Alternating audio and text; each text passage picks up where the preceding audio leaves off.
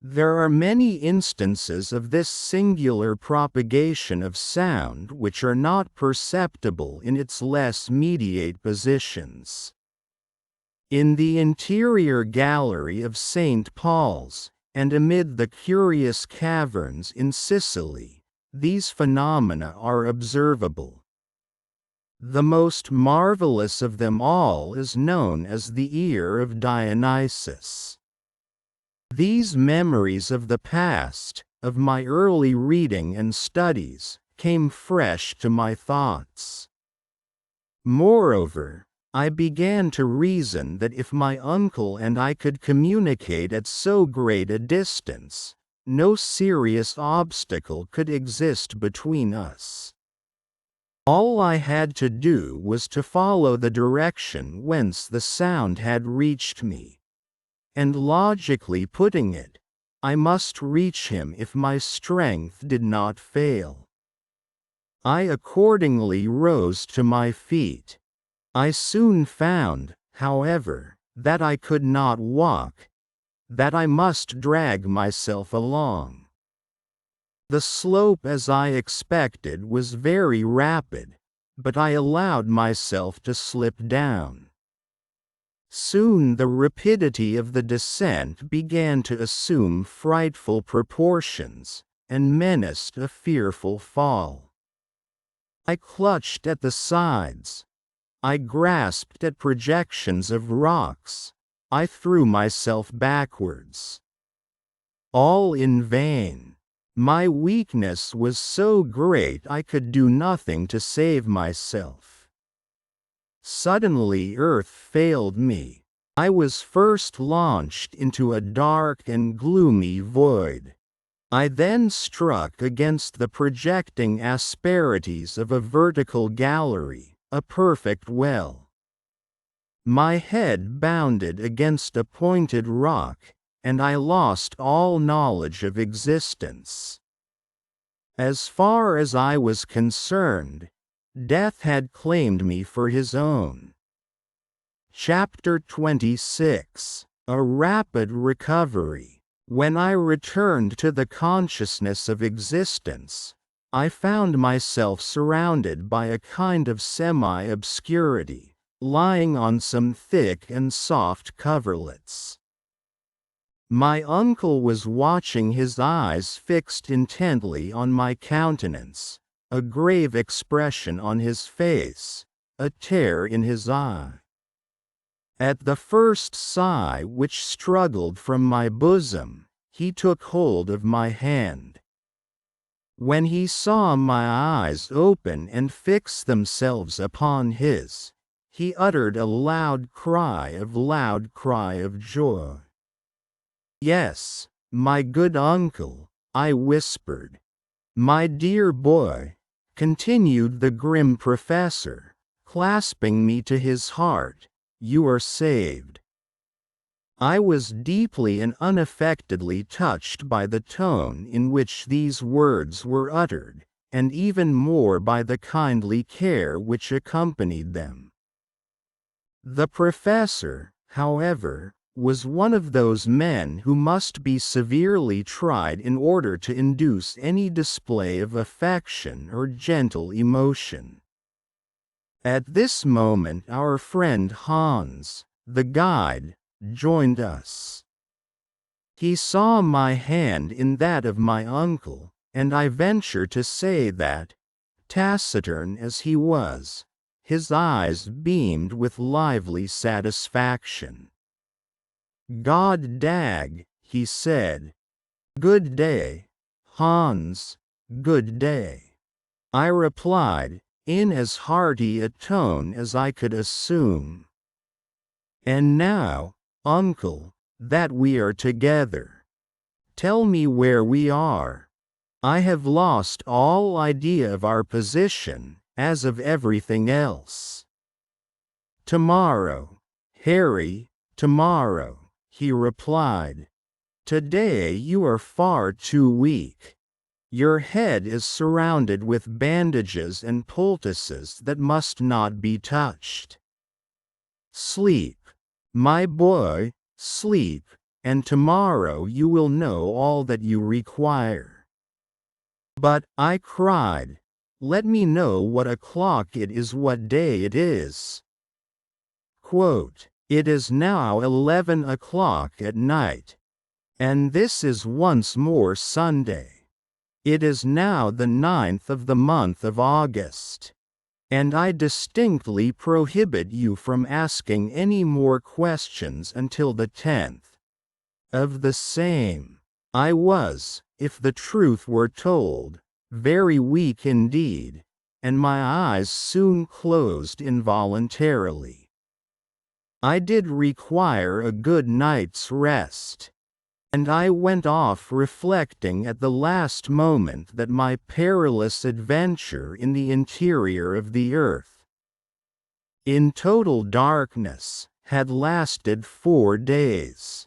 On the morning of the next day, at my awakening, I began to look around me. My sleeping place, made of all our traveling bedding, was in a charming grotto, adorned with magnificent stalagmites, glittering in all the colors of the rainbow. The floor of soft and silvery sand. A dim obscurity prevailed, no torch, no lamp was lighted, and yet certain unexplained beams of light penetrated from without, and made their way through the opening of the beautiful grotto. I, moreover, heard a vague and indefinite murmur, like the ebb and flow of waves upon a strand, and sometimes I verily believed I could hear the sighing of the wind. I began to believe that, instead of being awake, I must be dreaming. Surely my brain had not been affected by my fall, and all that occurred during the last 24 hours was not the frenzied visions of madness? And yet, after some reflection, a trial of my faculties, I came to the conclusion that I could not be mistaken. Eyes and ears could not surely both deceive me.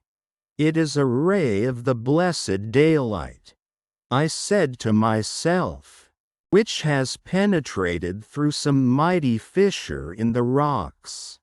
But what is the meaning of this murmur of waves?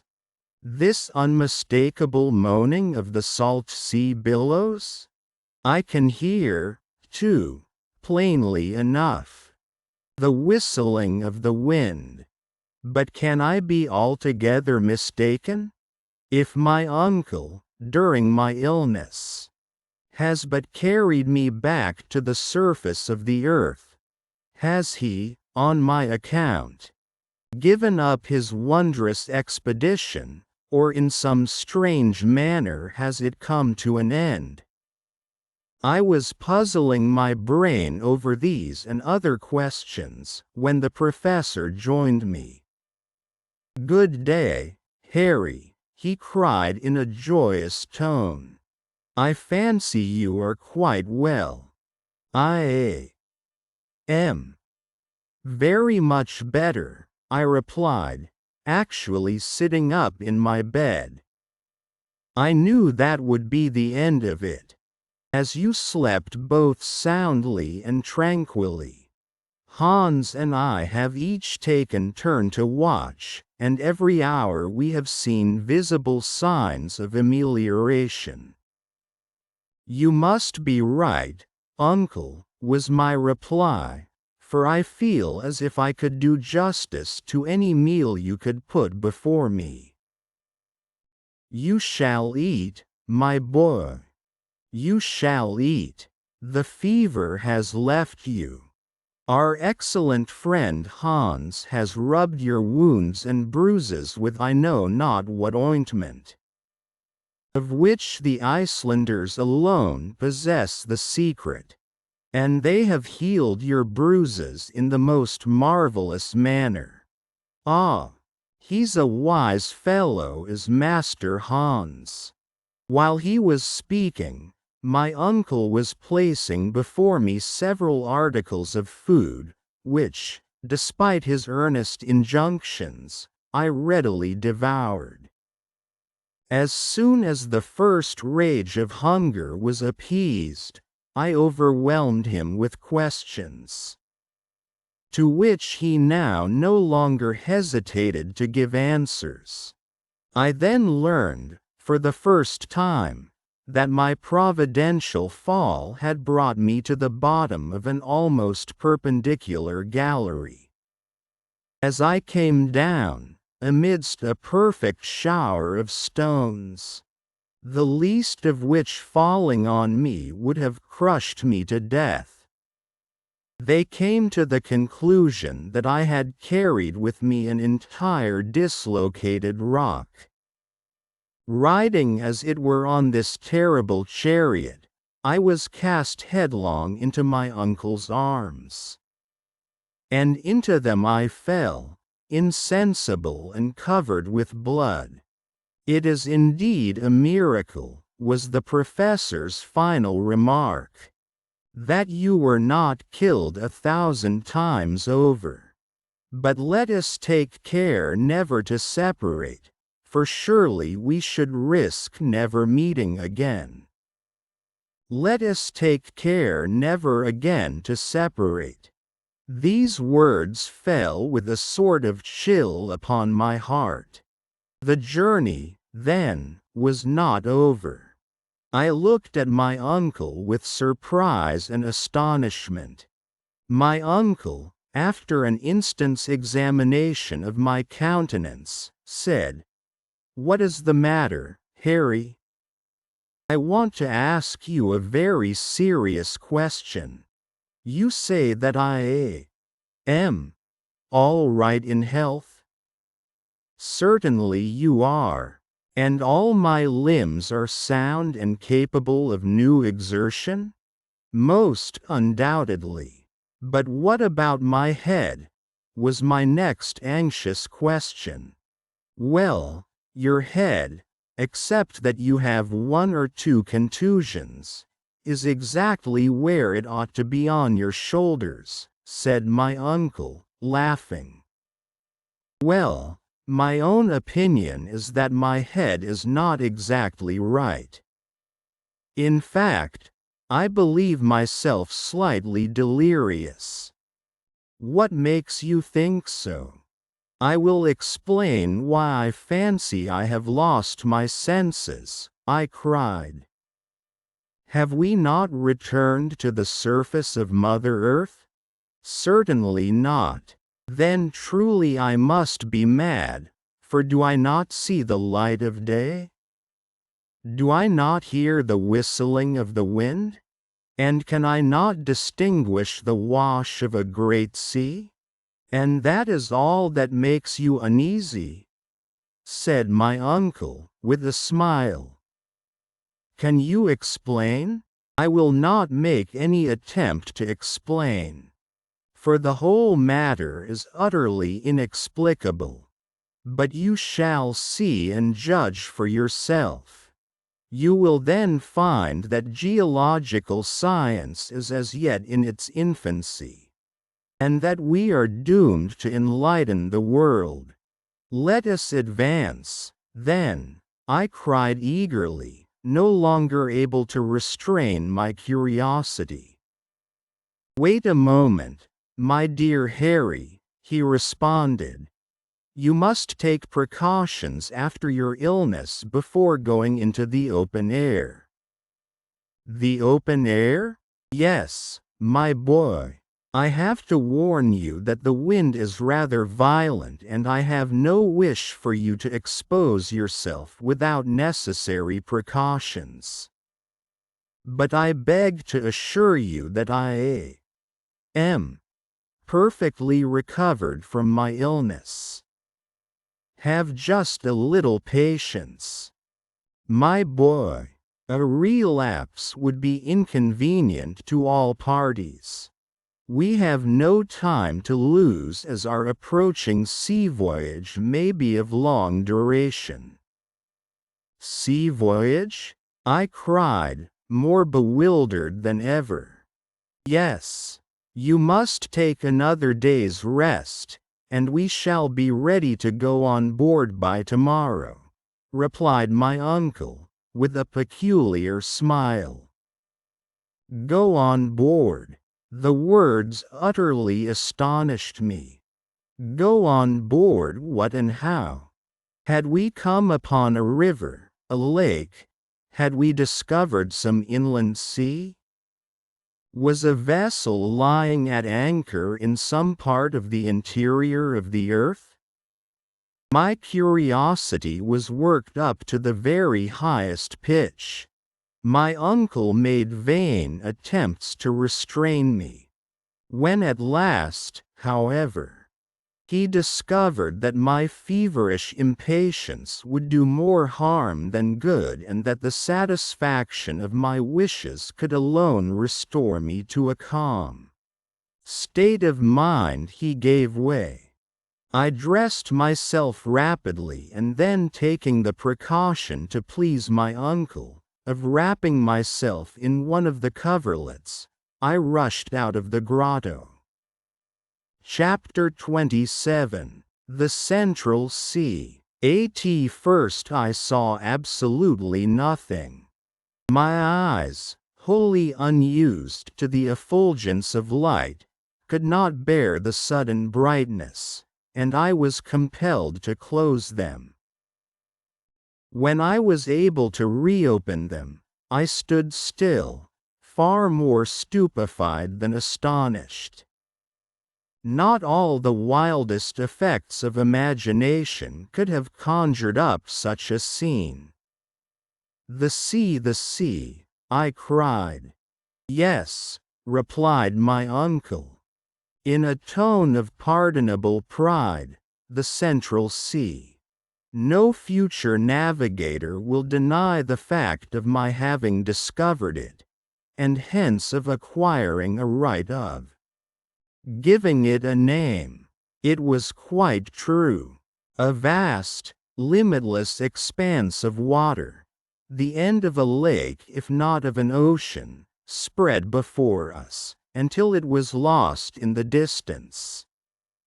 The shore, which was very much indented, consisted of a beautiful soft golden sand, mixed with small shells, the long deserted home of some of the creatures of a past age. The waves broke incessantly and with a peculiarly sonorous murmur, to be found in underground localities. A slight frothy flake arose as the wind blew along the pellucid waters, and many a dash of spray was blown into my face. The mighty superstructure of rock which rose above to an inconceivable height left only a narrow opening but where we stood.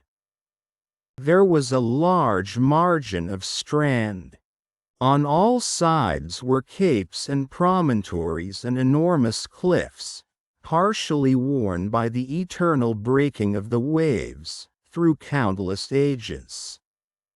And as I gazed from side to side, the mighty rocks faded away like a fleecy film of cloud.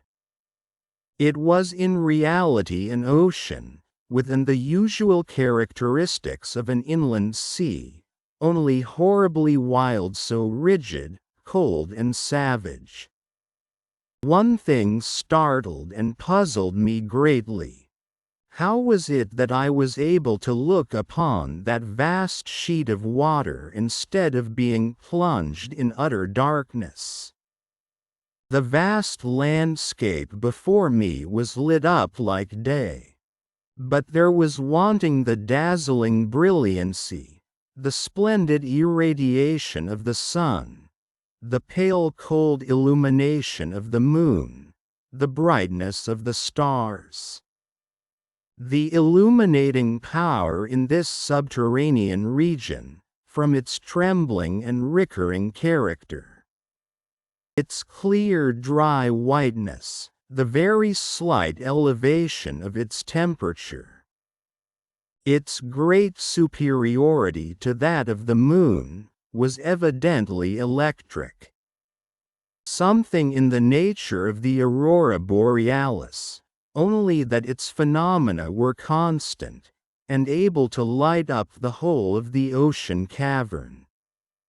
The tremendous vault above our heads, the sky, so to speak, appeared to be composed of a conglomeration of nebulous vapors in constant motion.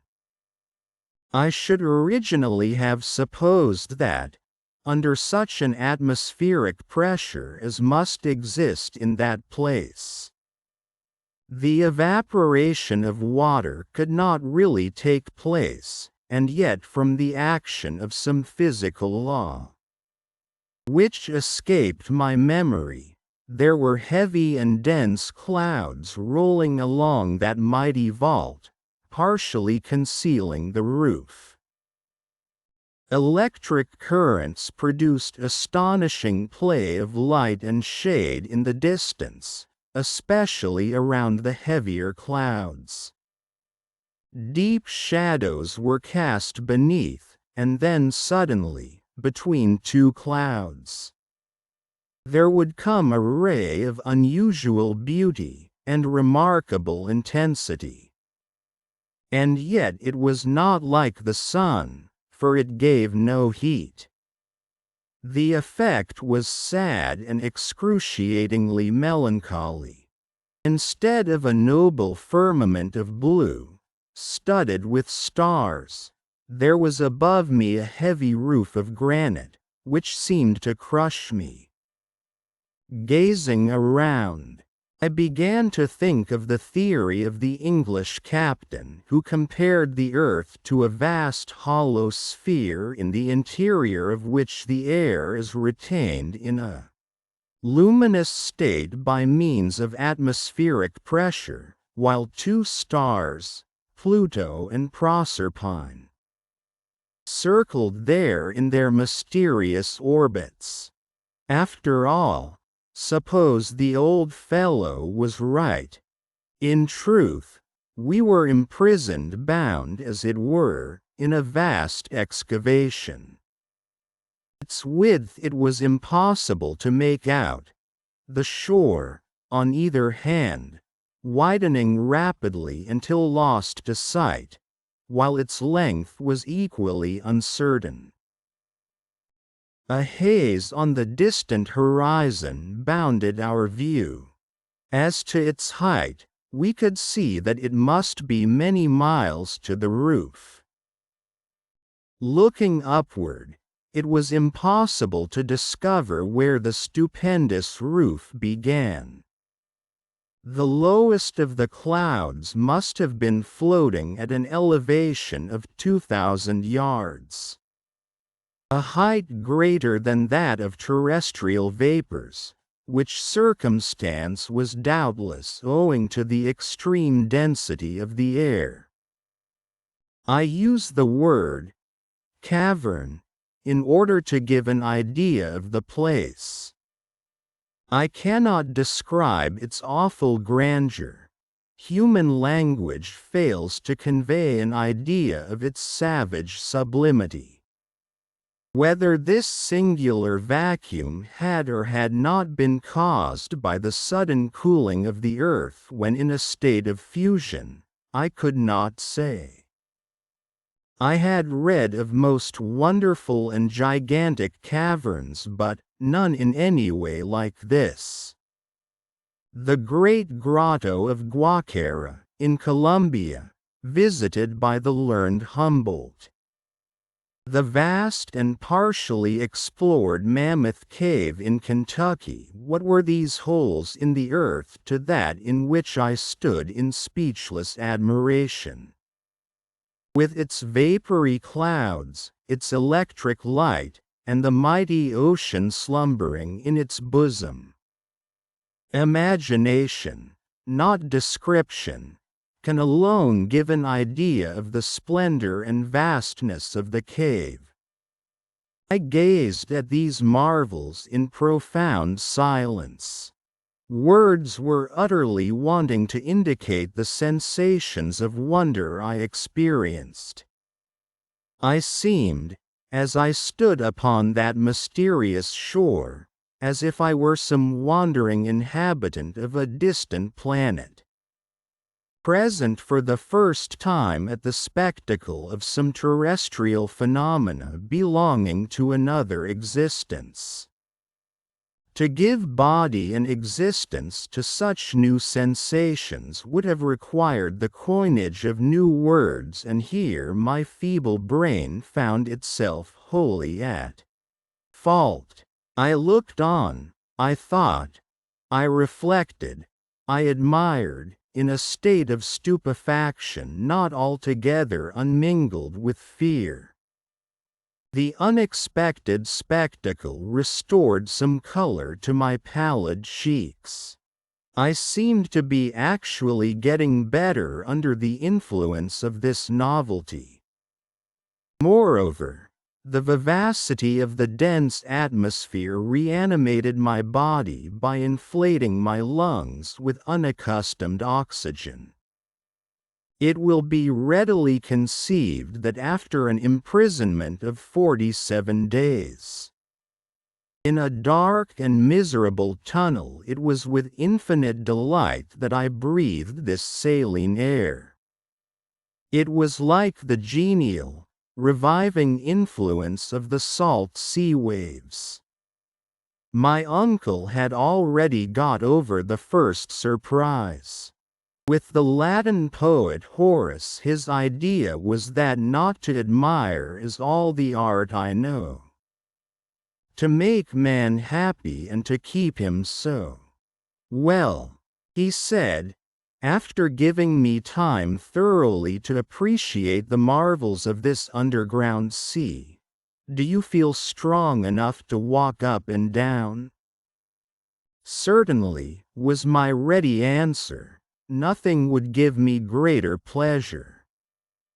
Well then, my boy, he said, lean on my arm, and we will stroll along the beach. Quote, I accepted his offer eagerly, and we began to walk along the shores of this extraordinary lake. To our left were abrupt rocks, piled one upon the other, a stupendous titanic pile.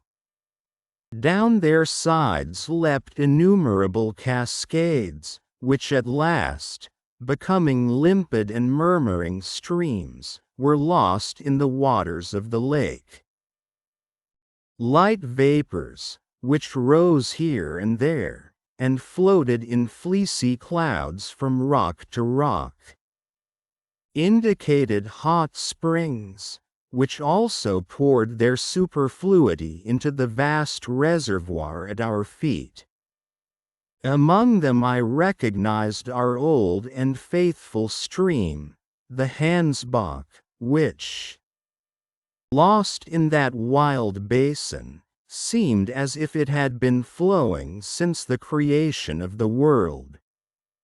We shall miss our excellent friend, I remarked, with a deep sigh.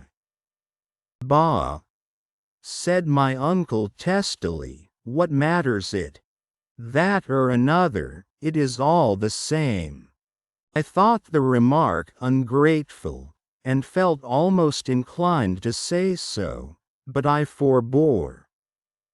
At this moment my attention was attracted by an unexpected spectacle.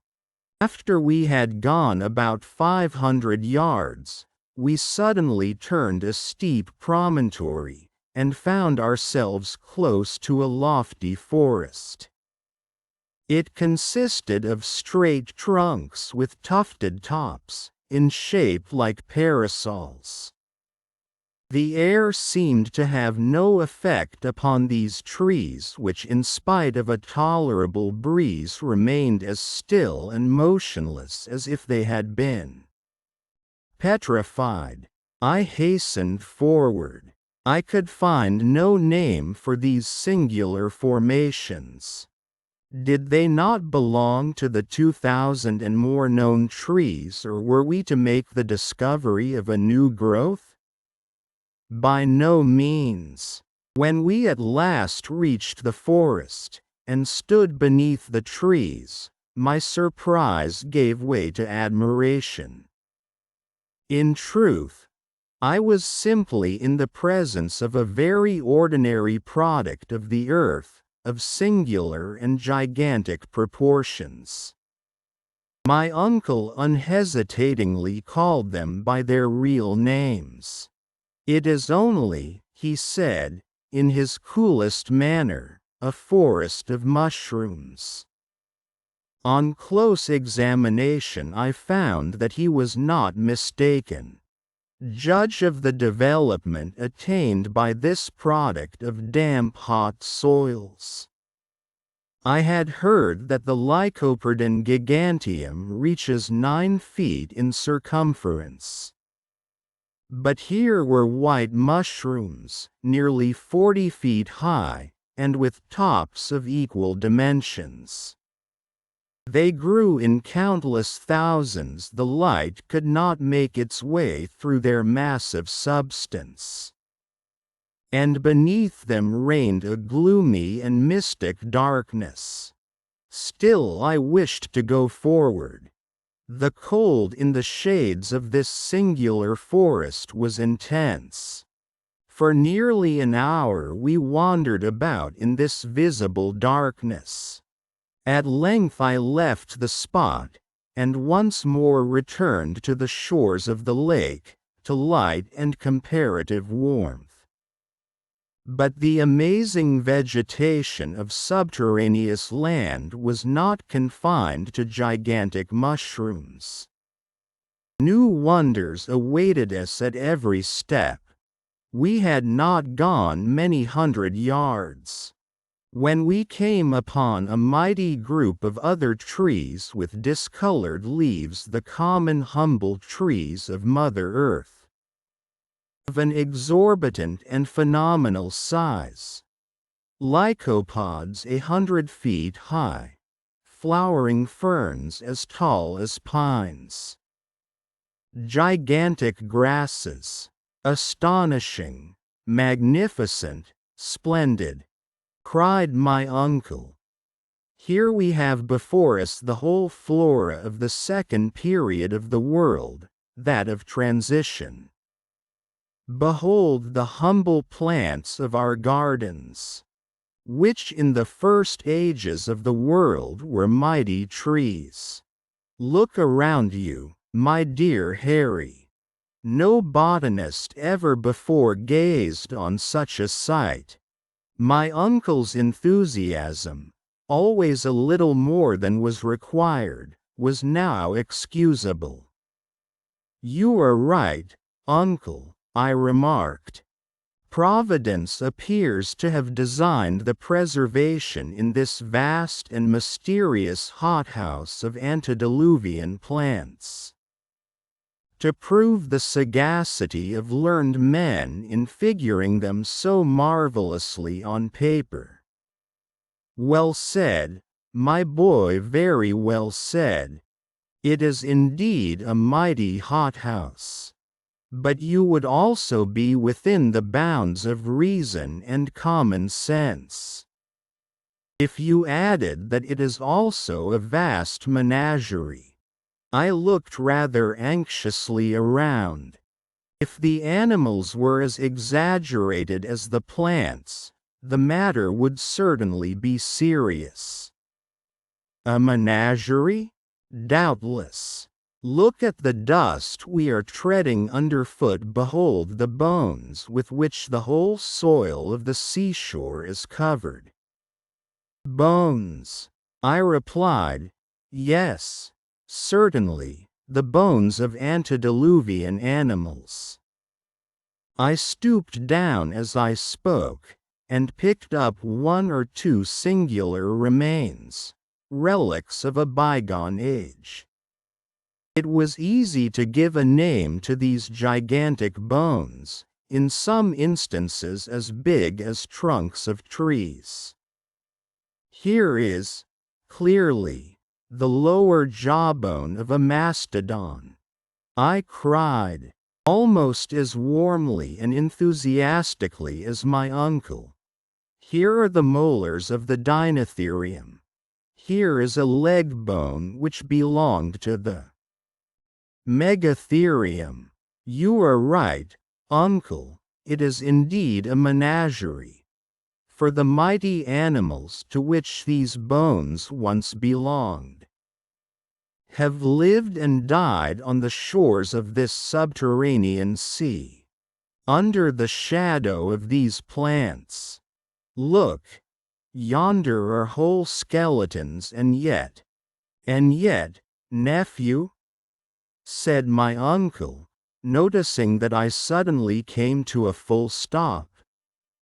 I do not understand the presence of such beasts in granite caverns, however vast and prodigious, was my reply. Why not? Said my uncle, with very much of his old professional impatience. Because it is well known that animal life only existed on Earth during the secondary period, when the sedimentary soil was formed by the alluviums, and thus replaced the hot and burning rocks of the primitive age. I have listened to you earnestly and with patience, Harry, and I have a simple and clear answer to your objections, and that is, that this itself is a sedimentary soil. How can that be at such enormous depth from the surface of the earth? The fact can be explained both simply and geologically. At a certain period, the earth consisted only of an elastic crust, liable to alternative upward and downward movements in virtue of the law of attraction. It is very probable that many a landslip took place in those days, and that large portions of sedimentary soil were cast into huge and mighty chasms. Quite possible, I dryly remarked. But, uncle, if these antediluvian animals formerly lived in these subterranean regions, what more likely than that one of these monsters may at this moment be concealed behind one of yonder mighty rocks? As I spoke, I looked keenly around, examining with care every point of the horizon, but nothing alive appeared to exist on these deserted shores. I now felt rather fatigued, and told my uncle so. The walk and excitement were too much for me in my weak state. I therefore seated myself at the end of a promontory, at the foot of which the waves broke in incessant rolls. I looked round a bay formed by projections of vast granitic rocks. At the extreme end was a little port protected by huge pyramids of stones. A brig and 3 or 4 schooners might have lain there with perfect ease. So natural did it seem, that every minute my imagination induced me to expect a vessel coming out under all sail and making for the open sea under the influence of a warm southerly breeze. But the fantastic illusion never lasted more than a minute. We were the only living creatures in this subterranean world. During certain periods there was an utter cessation of wind, when a silence deeper, more terrible than the silence of the desert, fell upon these solitary and arid rocks and seemed to hang like a leaden weight upon the waters of this singular ocean. I sought, amid the awful stillness, to penetrate through the distant fog, to tear down the veil which concealed the mysterious distance. What unspoken words were murmured by my trembling lips? What questions did I wish to ask and did not? Where did this sea end? To what did it lead? Should we ever be able to examine its distant shores? But my uncle had no doubts about the matter. He was convinced that our enterprise would in the end be successful.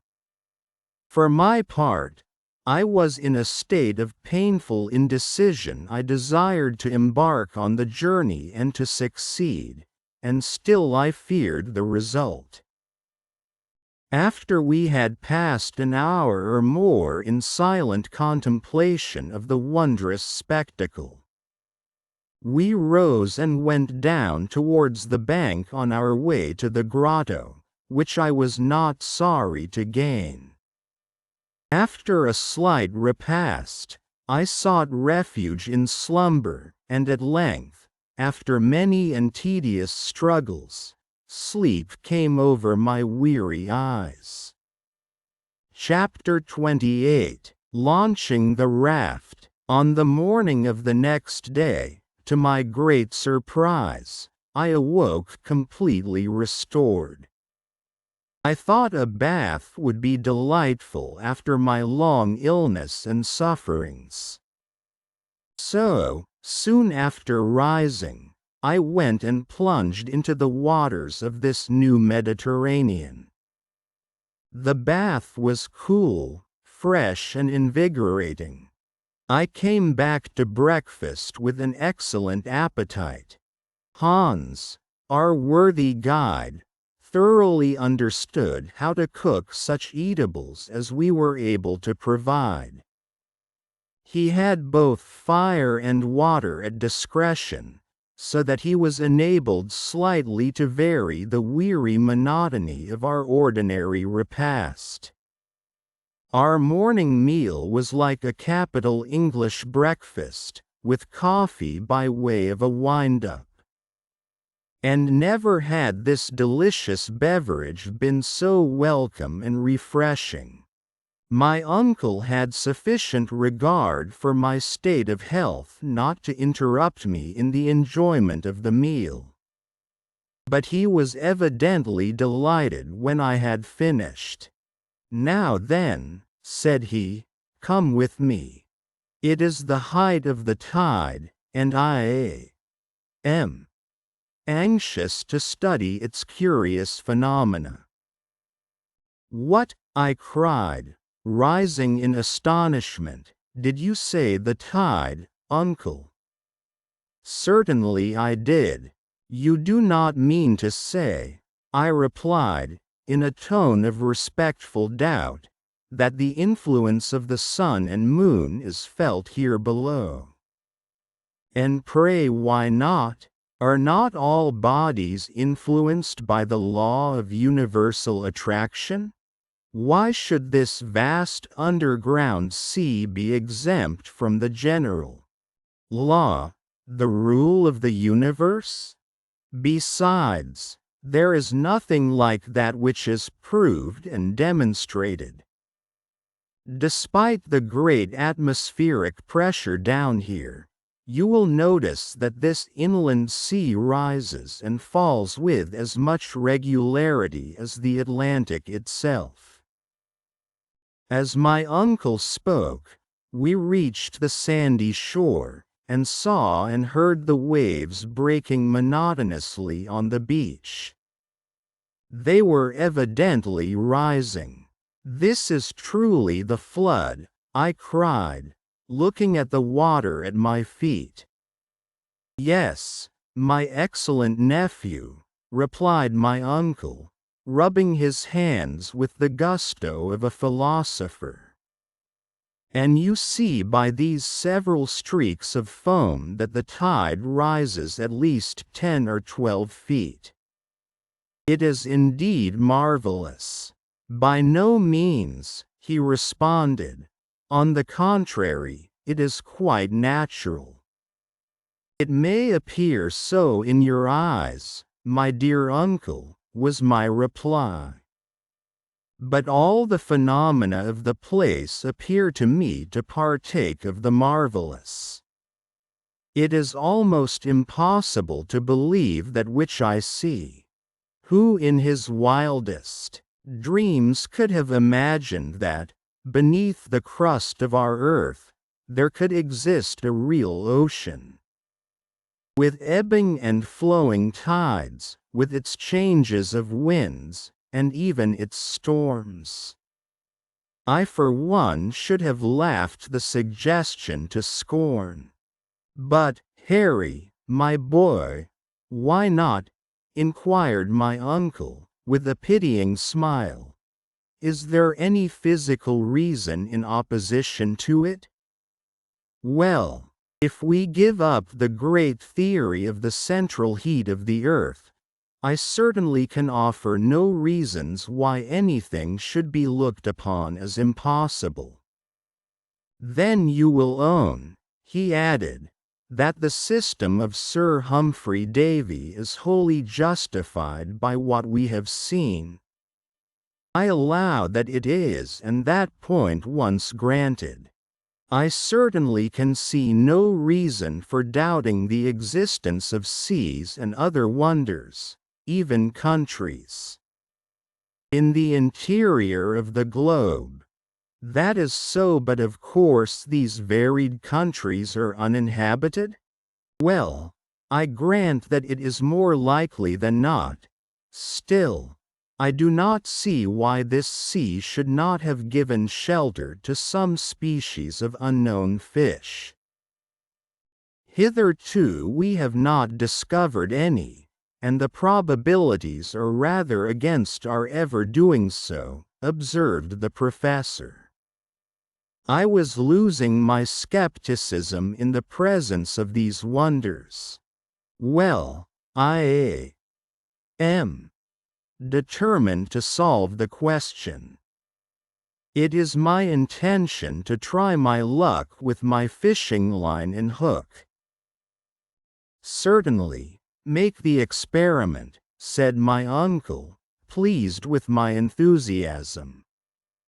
While we are about it, it will certainly be only proper to discover all the secrets of this extraordinary region.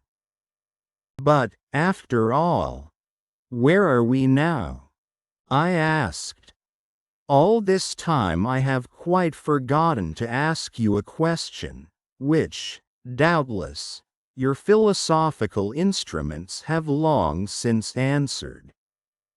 Well, replied the professor, examining the situation from only one point of view, we are now distant 350 leagues from Iceland. Was my exclamation. I have gone over the matter several times, and am sure not to have made a mistake of 500 yards, replied my uncle positively. And as to the direction, are we still going to the southeast? Yes, with a western declination of 19 degrees, 42 minutes, just as it is above. As for the inclination, I have discovered a very curious fact. Quote, the declination is the variation of the needle from the true meridian of a place. Inclination is the dip of the magnetic needle with a tendency to incline towards the earth. What may that be, uncle? Your information interests me. Why, that the needle, instead of dipping towards the pole as it does on Earth, in the northern hemisphere, has an upward tendency. This proves, I cried, that the great point of magnetic attraction lies somewhere between the surface of the Earth and the spot we have succeeded in reaching. Exactly, my observant nephew, exclaimed my uncle, elated and delighted.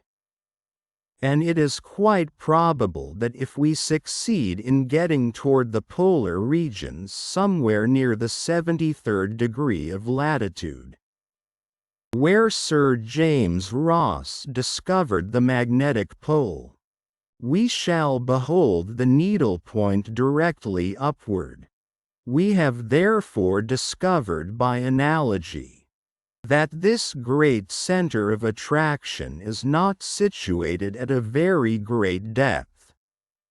Well, said I, rather surprised, this discovery will astonish experimental philosophers. It was never suspected. Science, great, mighty and in the end unerring, replied my uncle dogmatically. Science has fallen into many errors which have been fortunate and useful rather than otherwise. For they have been the stepping stones to truth. After some further discussion, I turned to another matter. Have you any idea of the depth we have reached? We are now, continued the professor, exactly 35 leagues above 100 miles down into the interior of the earth. So, said I, after measuring the distance on the map, we are now beneath the Scottish Highlands, and have over our heads the lofty Grampian Hills. You are quite right, said the professor, laughing. It sounds very alarming. The weight being heavy, but the vault which supports this vast mass of earth and rock is solid and safe. The mighty architect of the universe has constructed it of solid materials. Man, even in his highest flights of vivid and poetic imagination, never thought of such things. What are the finest arches of our bridges? What the vaulted roofs of our cathedrals, to that mighty dome above us, and beneath which floats an ocean with its storms and calms and tides. I admire it all as much as you can, uncle, and have no fear that our granite sky will fall upon our heads. But now that we have discussed matters of science and discovery, what are your future intentions? Are you not thinking of getting back to the surface of our beautiful earth? This was said more as a feeler than with any hope of success. Go back, nephew, cried my uncle in a tone of alarm. You are not surely thinking of anything so absurd or cowardly. No. My intention is to advance and continue our journey. We have as yet been singularly fortunate, and henceforth I hope we shall be more so. But, said I, how are we to cross yonder liquid plain? It is not my intention to leap into it head foremost, or even to swim across it, like Leander over the Hellespont. But as oceans are, after all, only great lakes, inasmuch as they are surrounded by land, so does it stand to reason that this central sea is circumscribed by granite surroundings.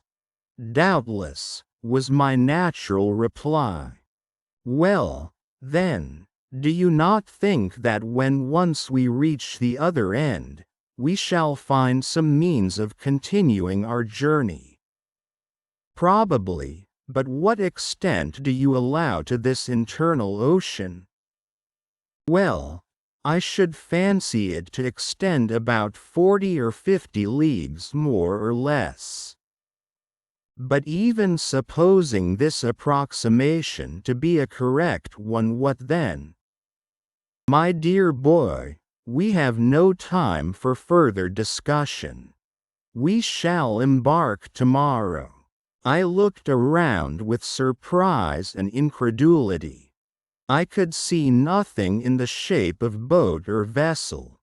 What? I cried. We are about to launch out upon an unknown sea. And where, if I may ask, is the vessel to carry us?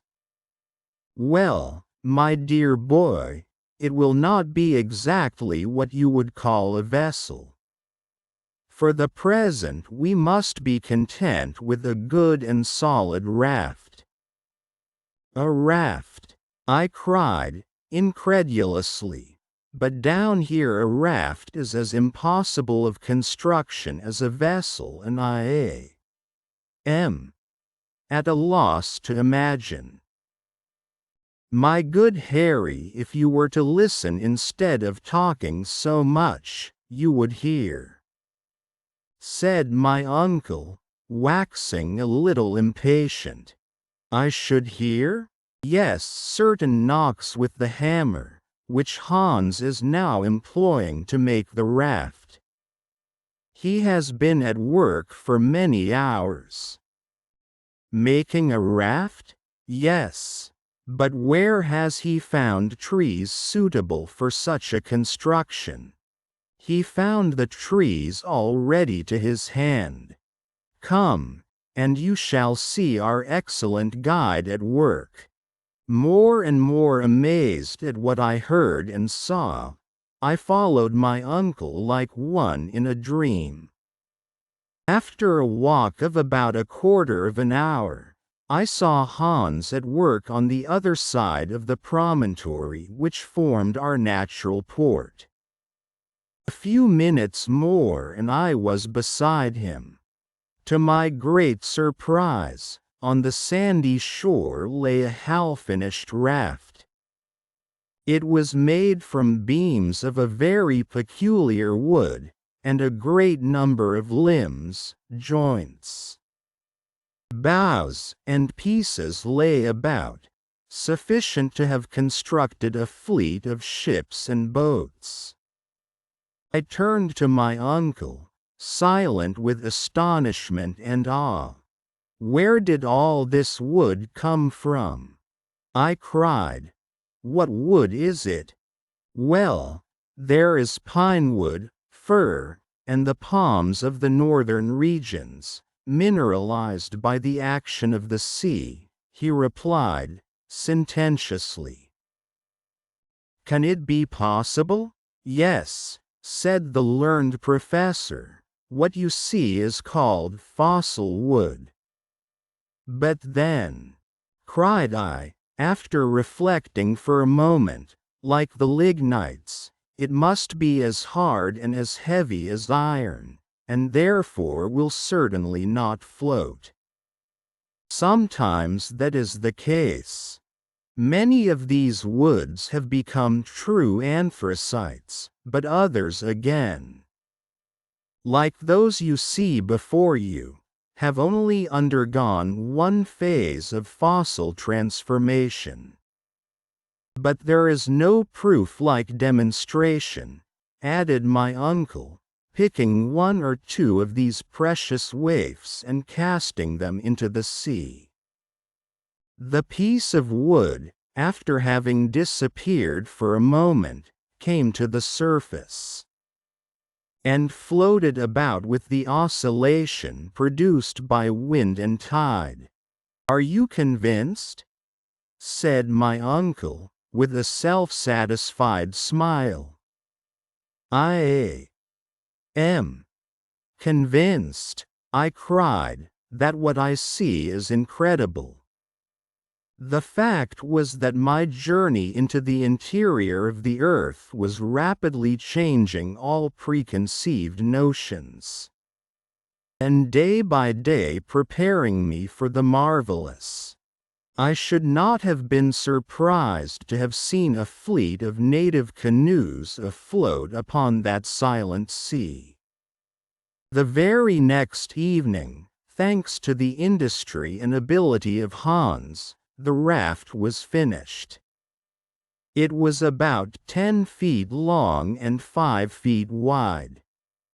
The beams, bound together with stout ropes, were solid and firm, and once launched by our united efforts, the improvised vessel floated tranquilly upon the waters of what the professor had well named the Central Sea.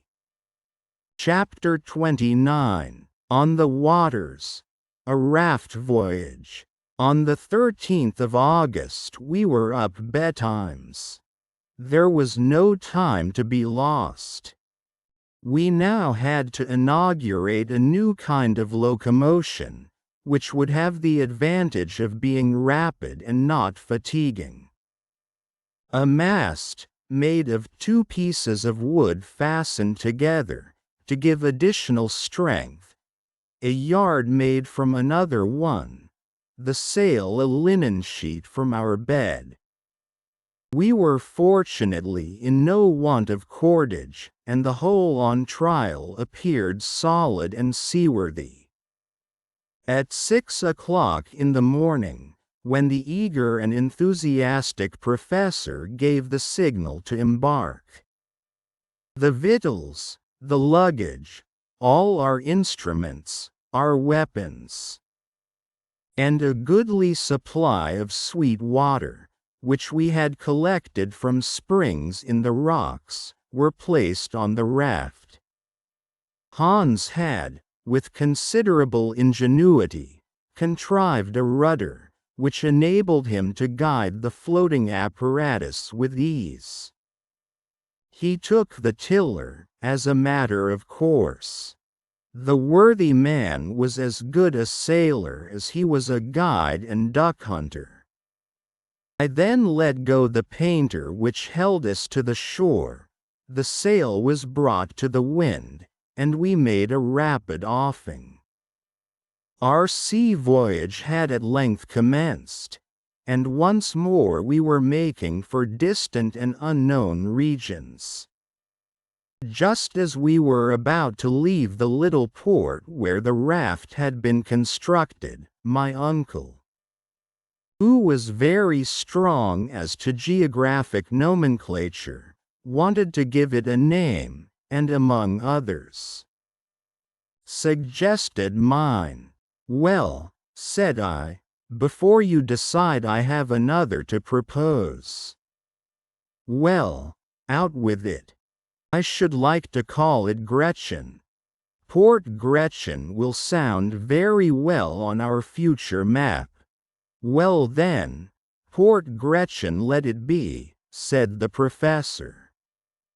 And thus it was that the memory of my dear girl was attached to our adventurous and memorable expedition. When we left the shore the wind was blowing from the northward and eastward. We went directly before the wind at a much greater speed than might have been expected from a raft. The dense layers of atmosphere at that depth had great propelling power and acted upon the sail with considerable force. At the end of an hour, my uncle, who had been taking careful observations, was enabled to judge of the rapidity with which we moved.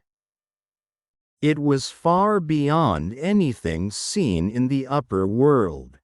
"If," he said, "we continue to advance at our present rate, we shall have traveled at least 30 leagues in 24 hours.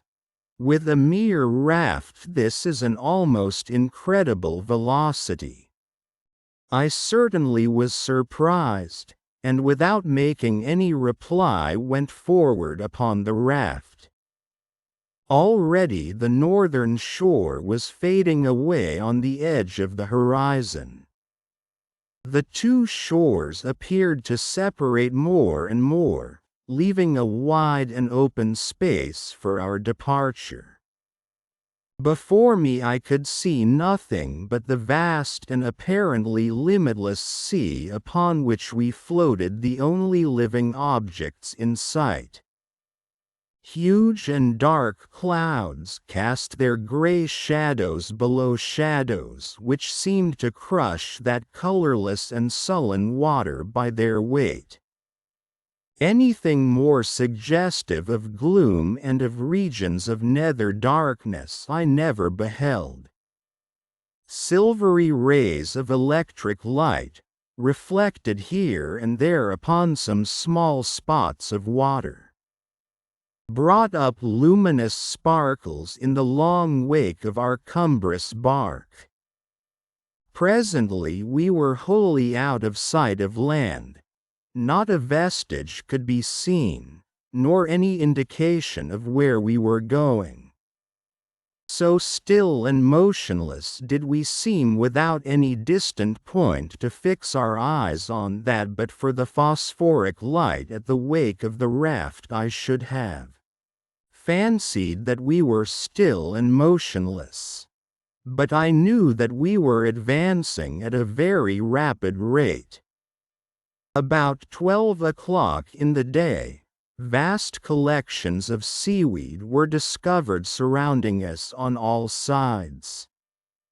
I was aware of the extraordinary vegetative power of these plants, which have been known to creep along the bottom of the great ocean, and stop the advance of large ships. But never were seaweeds ever seen, so gigantic and wonderful as those of the Central Sea. I could well imagine how, seen at a distance, tossing and heaving on the summit of the billows, the long lines of algae have been taken for living things, and thus have been fertile sources of the belief in sea serpents. Our raft swept past great specimens of fucus or sirac, from 3,000 to 4,000 feet in length, immense, incredibly long, looking like snakes that stretched out far beyond our horizon. It afforded me great amusement to gaze on their variegated ribbon-like endless lengths. Hour after hour passed without our coming to the termination of these floating weeds. If my astonishment increased, my patience was well nigh exhausted. What natural force could possibly have produced such abnormal and extraordinary plants? What must have been the aspect of the globe during the first centuries of its formation, when under the combined action of heat and humidity, the vegetable kingdom occupied its vast surface to the exclusion of everything else? These were considerations of never-ending interest for the geologist and the philosopher. All this while we were advancing on our journey, and at length night came. But as I had remarked the evening before, the luminous state of the atmosphere was in nothing diminished. Whatever was the cause, it was a phenomenon upon the duration of which we could calculate with certainty. As soon as our supper had been disposed of, and some little speculative conversation indulged in, I stretched myself at the foot of the mast, and presently went to sleep. Hans remained motionless at the tiller, allowing the raft to rise and fall on the waves. The wind being aft, and the sail square, all he had to do was to keep his oar in the center. Ever since we had taken our departure from the newly named Port Gretchen, my worthy uncle had directed me to keep a regular log of our day's navigation, with instructions to put down even the most minute particulars, every interesting and curious phenomenon, the direction of the wind, our rate of sailing, the distance we went, in a word, every incident of our extraordinary voyage. From our log, therefore, I tell the story of our voyage on the Central Sea. Friday, August 14th. A steady breeze from the northwest. Raft progressing with extreme rapidity and going perfectly straight. Coast still dimly visible about 30 leagues to leeward. Nothing to be seen beyond the horizon in front. The extraordinary intensity of the light neither increases nor diminishes.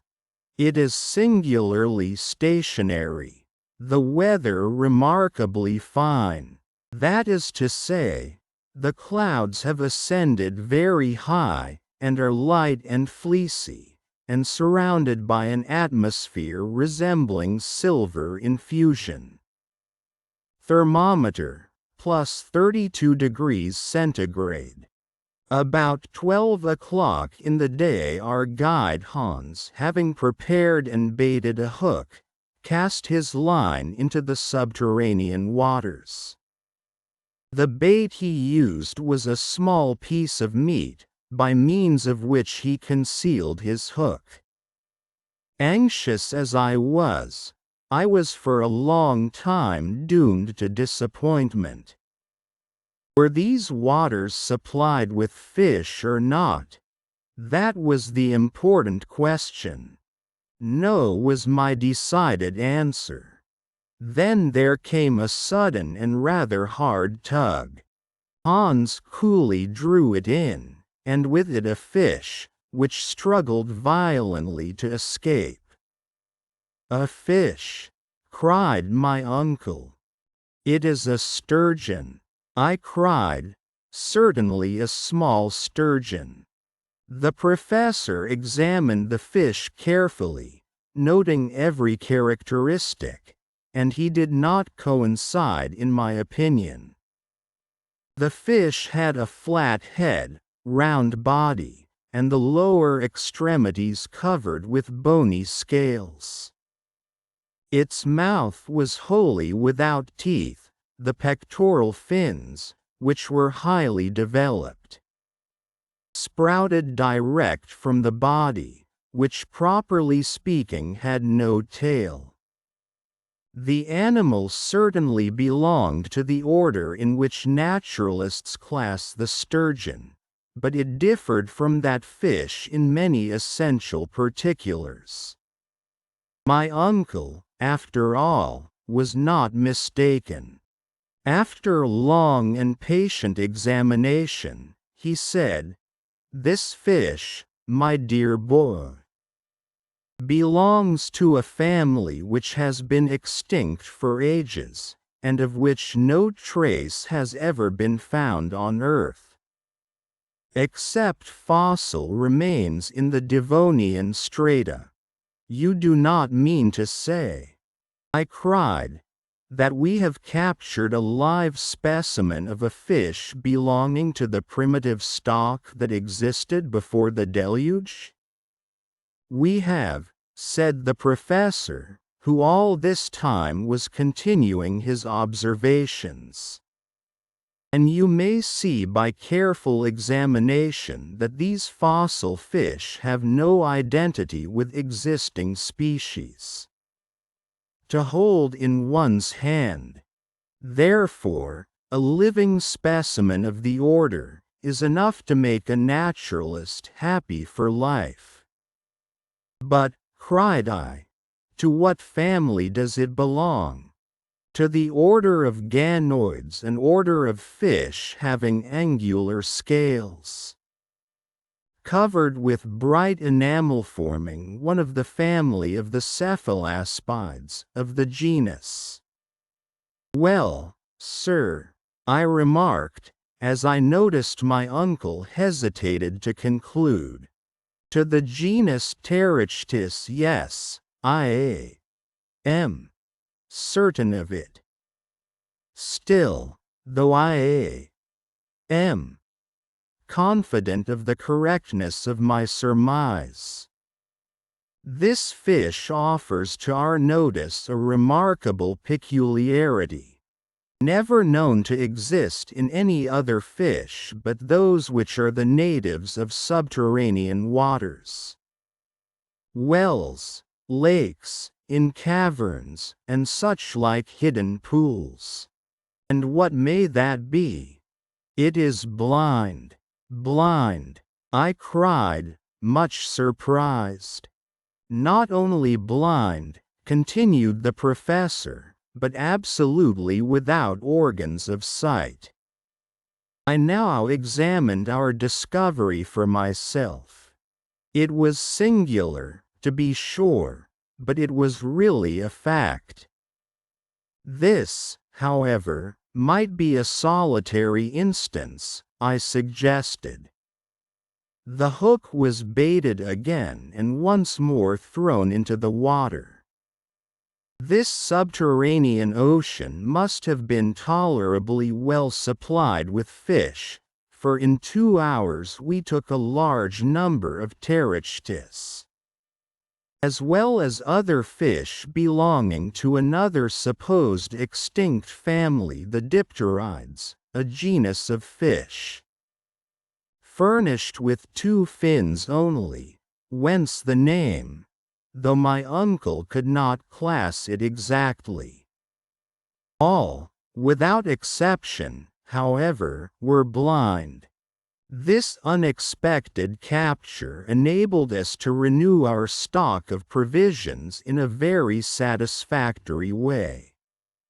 We were now convinced that this subterranean sea contained only fish known to us as fossil specimens, and fish and reptiles alike were all the more perfect the farther back they dated their origin. We began to hope that we should find some of those saurians which science has succeeded in reconstructing from bits of bone or cartilage. I took up the telescope and carefully examined the horizon, looked over the whole sea. It was utterly and entirely deserted. Doubtless we were still too near the coast. After an examination of the ocean, I looked upward, towards the strange and mysterious sky. Why should not one of the birds reconstructed by the immortal Cuvier flap his stupendous wings aloft in the dull strata of subterranean air? It would, of course, find quite sufficient food from the fish in the sea. I gazed for some time upon the void above. It was as silent and as deserted as the shores we had but lately left. Nevertheless, though I could neither see nor discover anything, my imagination carried me away into wild hypotheses. I was in a kind of waking dream. I thought I saw on the surface of the water those enormous antediluvian turtles as big as floating islands. Upon those dull and somber shores passed a spectral row of the mammifers of early days. The great Leptotherium found in the cavernous hollow of the Brazilian hills, the Mesocotherium, a native of the glacial regions of Siberia. Farther on, the Pachydermatous Lophrodon, that gigantic tapir, which concealed itself behind rocks, ready to do battle for its prey with the Anoplotherium, a singular animal partaking of the nature of the rhinoceros, the horse, the hippopotamus, and the camel. There was the giant mastodon, twisting and turning his horrid trunk, with which he crushed the rocks of the shore to powder, while the megatherium his back raised like a cat in a passion. His enormous claws stretched out, dug into the earth for food.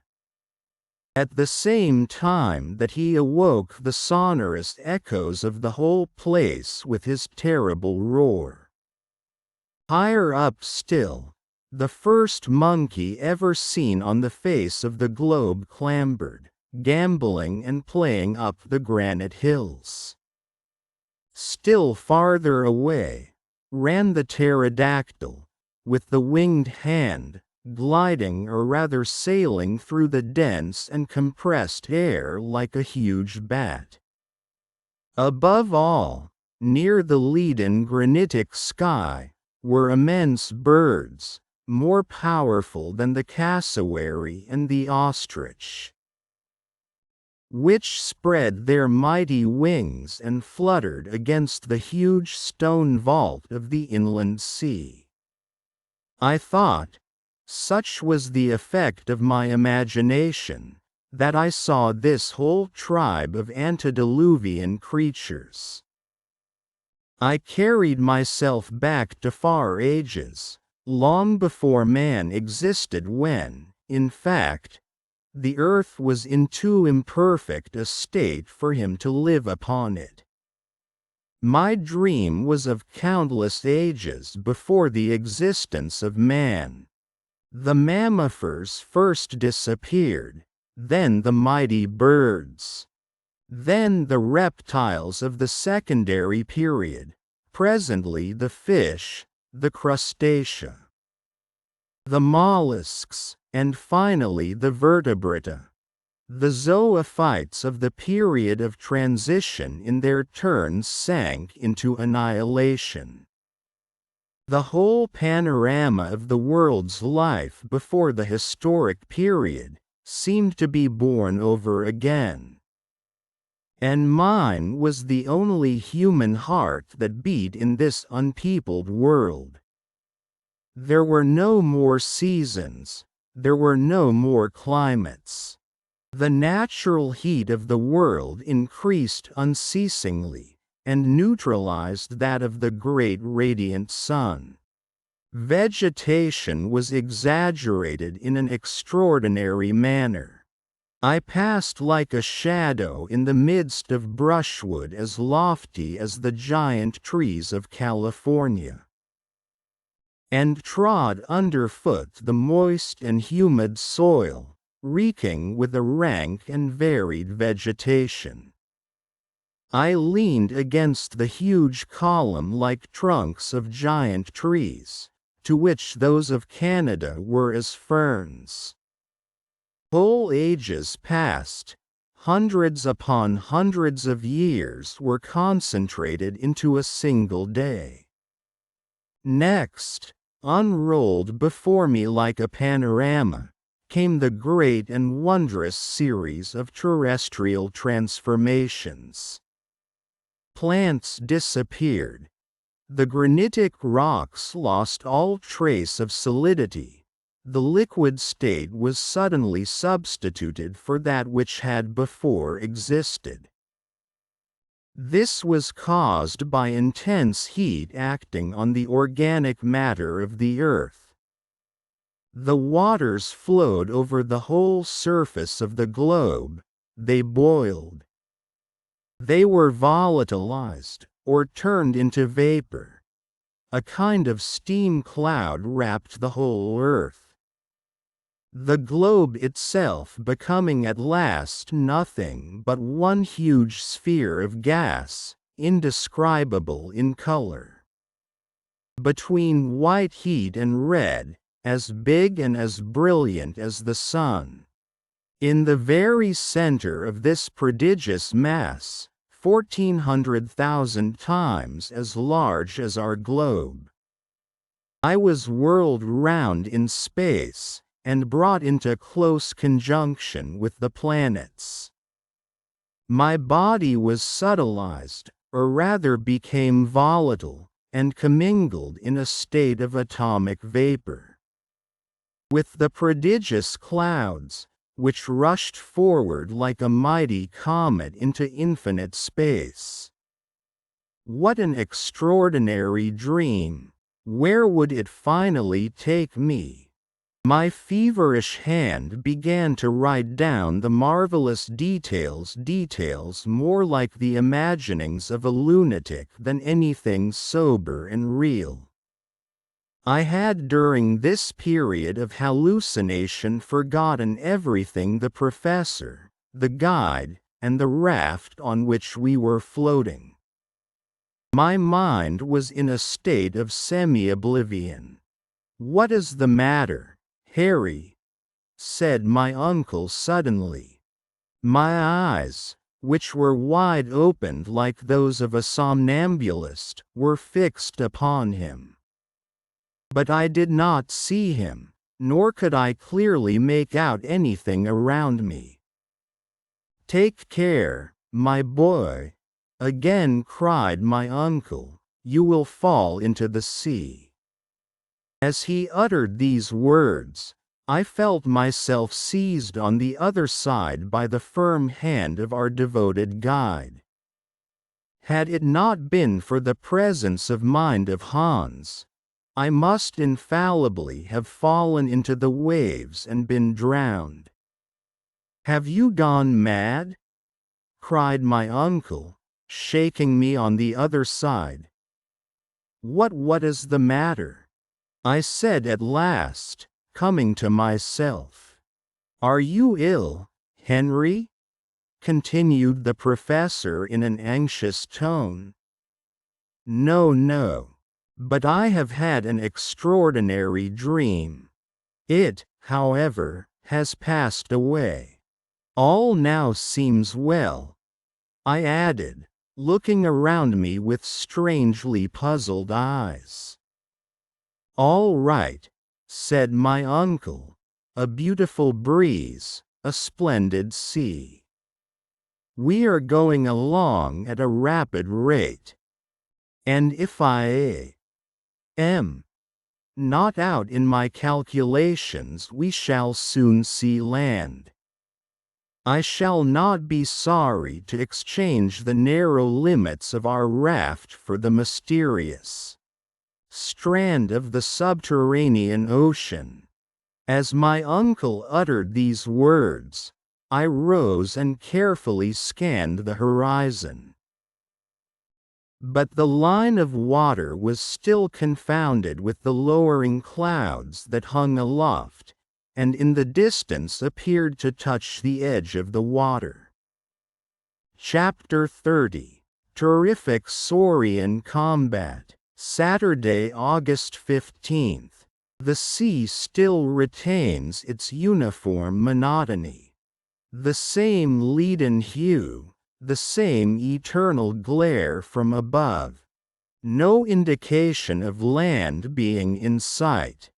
The horizon appears to retreat before us, more and more as we advance. My head, still dull and heavy from the effects of my extraordinary dream, which I cannot as yet banish from my mind. The professor, who has not dreamed, is, however, in one of his morose and unaccountable humors. Spends his time in scanning the horizon, at every point of the compass. His telescope is raised every moment to his eyes. And when he finds nothing to give any clue to our whereabouts, he assumes a Napoleonic attitude and walks anxiously. I remarked that my uncle, the professor, had a strong tendency to resume his old impatient character, and I could not but make a note of this disagreeable circumstance in my journal.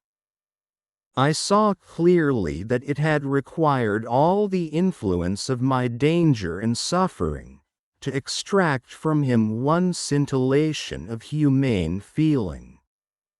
Now that I was quite recovered, his original nature had conquered and obtained the upper hand. And, after all, what had he to be angry and annoyed about, now more than at any other time? Was not the journey being accomplished under the most favorable circumstances? Was not the raft progressing with the most marvelous rapidity? What, then, could be the matter? After one or two preliminary hems, I determined to inquire. "You seem uneasy, uncle," said I, when for about the 100th time he put down his telescope and walked up and down, muttering to himself. "No, I am not uneasy," he replied in a dry, harsh tone. "By no means." "Perhaps I should have said impatient," I replied, softening the force of my remark. "Enough to make me so, I think. And yet we are advancing at a rate seldom attained by a raft," I remarked. "What matters that?" cried my uncle. "I am not vexed at the rate we go at, but I am annoyed to find the sea so much vaster than I expected." I then recollected that the professor, before our departure, had estimated the length of this subterranean ocean as at most about 30 leagues. Now we had traveled at least over thrice that distance without discovering any trace of the distant shore. I began to understand my uncle's anger. "We are not going down," suddenly exclaimed the professor. "We are not progressing with our great discoveries. All this is utter loss of time. After all, I did not come from home to undertake a party of pleasure. This voyage on a raft over a pond annoys and wearies me." He called this adventurous journey a party of pleasure, and this great inland sea a pond. "But," argued I, "if we have followed the route indicated by the great Saknussemm, we cannot be going far wrong." "That is the question, as the great, the immortal Shakespeare has it. Are we following the route indicated by that wondrous sage? Did Saknussemm ever fall in with this great sheet of water? If he did he cross it? I begin to fear that the rivulet we adopted for a guide has led us wrong. In any case, we can never regret having come thus far. It is worth the whole journey to have enjoyed this magnificent spectacle. It is something to have seen. I care nothing about seeing, nor about magnificent spectacles. I came down into the interior of the earth with an object. And that object I mean to attain. Don't talk to me about admiring scenery, or any other sentimental trash." After this I thought it well to hold my tongue, and allow the professor to bite his lips until the blood came, without further remark. At 6 o'clock in the evening, our matter-of-fact guide, Hans, asked for his week's salary, and receiving his 3 rix dollars, put them carefully in his pocket. He was perfectly contented and satisfied. Sunday, August 16th. Nothing new to record. The same weather as before. The wind has a slight tendency to freshen up, with signs of an approaching gale. When I awoke, my first observation was in regard to the intensity of the light. I keep on fearing, day after day, that the extraordinary electric phenomenon should become first obscured, and then go wholly out, leaving us in total darkness. Nothing, however, of the kind occurs. The shadow of the raft, its mast and sails, is clearly distinguished on the surface of the water. This wondrous sea is, after all, infinite in its extent. It must be quite as wide as the Mediterranean or perhaps even as the great Atlantic Ocean. Why, after all, should it not be so? My uncle has on more than one occasion tried deep-sea soundings. He tied the cross of one of our heaviest crowbars to the extremity of a cord, which he allowed to run out to the extent of 200 fathoms. We had the greatest difficulty in hoisting in our novel kind of lead. When the crowbar was finally dragged on board, Hans called my attention to some singular marks upon its surface. The piece of iron looked as if it had been crushed between two very hard substances. I looked at our worthy guide with an inquiring glance. "Tander," said he. Of course I was at a loss to understand. I turned round towards my uncle, absorbed in gloomy reflections. I had little wish to disturb him from his reverie. I accordingly turned once more towards our worthy Icelander. Hans very quietly and significantly opened his mouth once or twice, as if in the act of biting, and in this way made me understand his meaning. "Teeth!" cried I, with stupefaction, as I examined the bar of iron with more attention. "Yes, there can be no doubt about the matter. The indentations on the bar of iron are the marks of teeth. What jaws must the owner of such molars be possessed of? Have well then come upon a monster of unknown species, which still exists within the vast waste of waters, a monster more voracious than a shark, more terrible and bulky than the whale.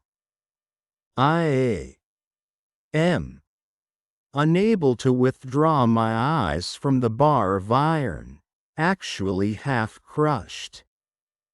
Is, then, my dream about to come true, a dread and terrible reality? All day my thoughts were bent upon these speculations, and my imagination scarcely regained a degree of calmness and power of reflection until after a sleep of many hours. This day, as on other Sundays, we observed as a day of rest and pious meditation. Monday, August 17th. I have been trying to realize from memory the particular instincts of those antediluvian animals of the secondary period, which, succeeding to the mollusca, to the crustacea, and to the fish, preceded the appearance of the race of mammifers. The generation of reptiles then reigned supreme upon the earth. These hideous monsters ruled everything in the seas of the secondary period, which formed the strata of which the Jura Mountains are composed. Nature had endowed them with perfect organization. What a gigantic structure was theirs! What vast and prodigious strength they possessed! The existing saurians, which include all such reptiles as lizards, crocodiles, and alligators, even the largest and most formidable of their class, are but feeble imitations of their mighty sires, the animals of ages long ago. If there were giants in the days of old, there were also gigantic animals. I shuddered as I evolved from my mind the idea and recollection of these awful monsters. No eye of man had seen them in the flesh. They took their walks abroad upon the face of the earth thousands of ages before man came into existence. And their fossil bones, discovered in the limestone, have allowed us to reconstruct them anatomically, and thus to get some faint idea of their colossal formation. I recollect once seeing in the Great Museum of Hamburg the skeleton of one of these wonderful saurians. It measured no less than 30 feet from the nose to the tail. I, then, an inhabitant of the earth of the present day, destined to find myself face to face with a representative of this antediluvian family? I can scarcely believe it possible. I can hardly believe it true. And yet these marks of powerful teeth upon the bar of iron. Can there be a doubt from their shape that the bite is the bite of a crocodile? My eyes stare wildly and with terror upon the subterranean sea. Every moment I expect one of these monsters to rise from its vast cavernous depths. I fancy that the worthy professor in some measure shares my notions, if not my fears. For, after an attentive examination of the crowbar, he cast his eyes rapidly over the mighty and mysterious ocean. What could possess him to leave the land? I thought, as if the depth of this water was of any importance to us.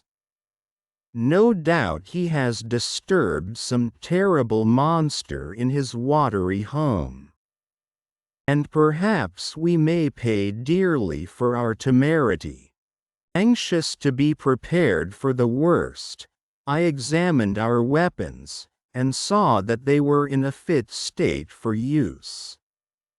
My uncle looked on at me and nodded his head approvingly. He, too, has noticed what we have to fear.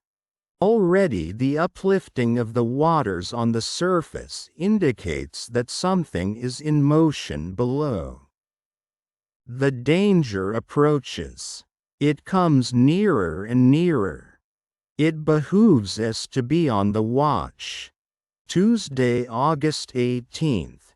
Evening came at last, the hour when the desire for sleep caused our eyelids to be heavy.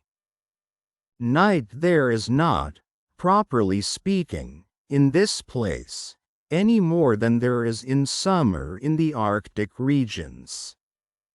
Hans, however, is immovable at the rudder. When he snatches a moment of rest I really cannot say. I take advantage of his vigilance to take some little repose. But 2 hours after I was awakened from a heavy sleep by an awful shock. The raft appeared to have struck upon a sunken rock. It was lifted right out of the water by some wondrous and mysterious power, and then started off 20 fathoms distant. What is it?" cried my uncle, starting up.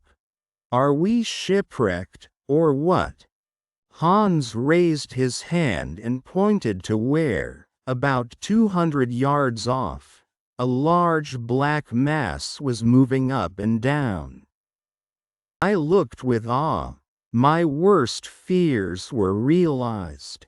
"It is a colossal monster," I cried, clasping my hands.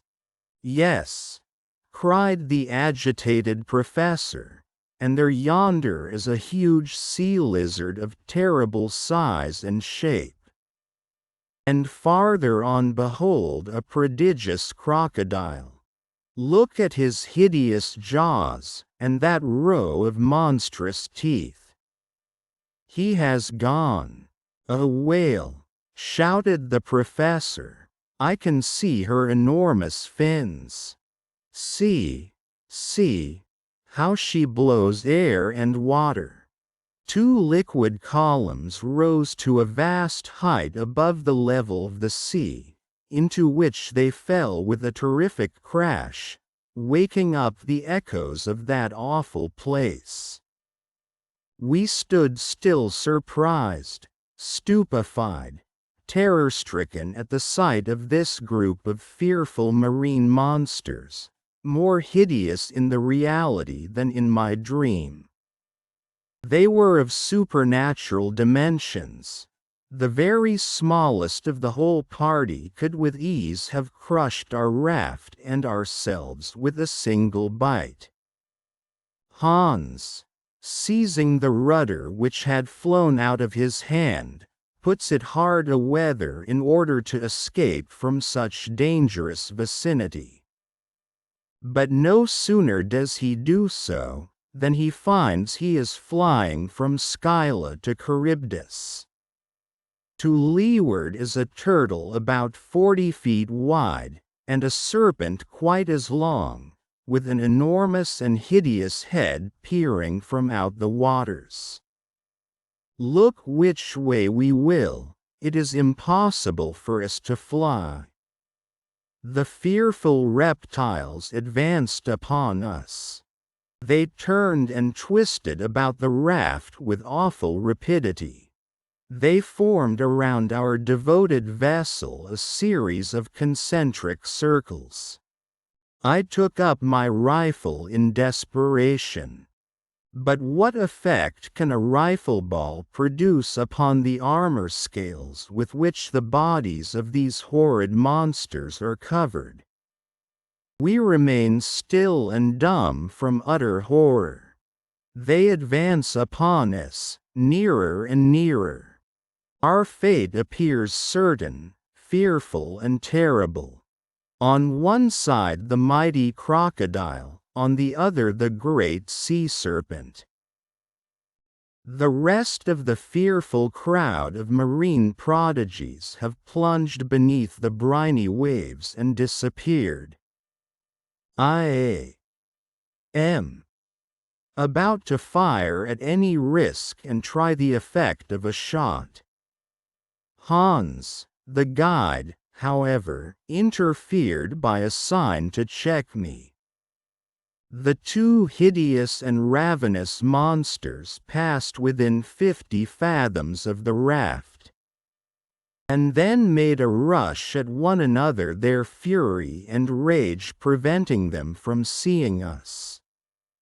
The combat commenced. We distinctly made out every action of the two hideous monsters. But to my excited imagination the other animals appeared about to take part in the fierce and deadly struggle. The monster, the whale, the lizard, and the turtle. I distinctly saw them every moment. I pointed them out to the Icelander. But he only shook his head. TVA, he said.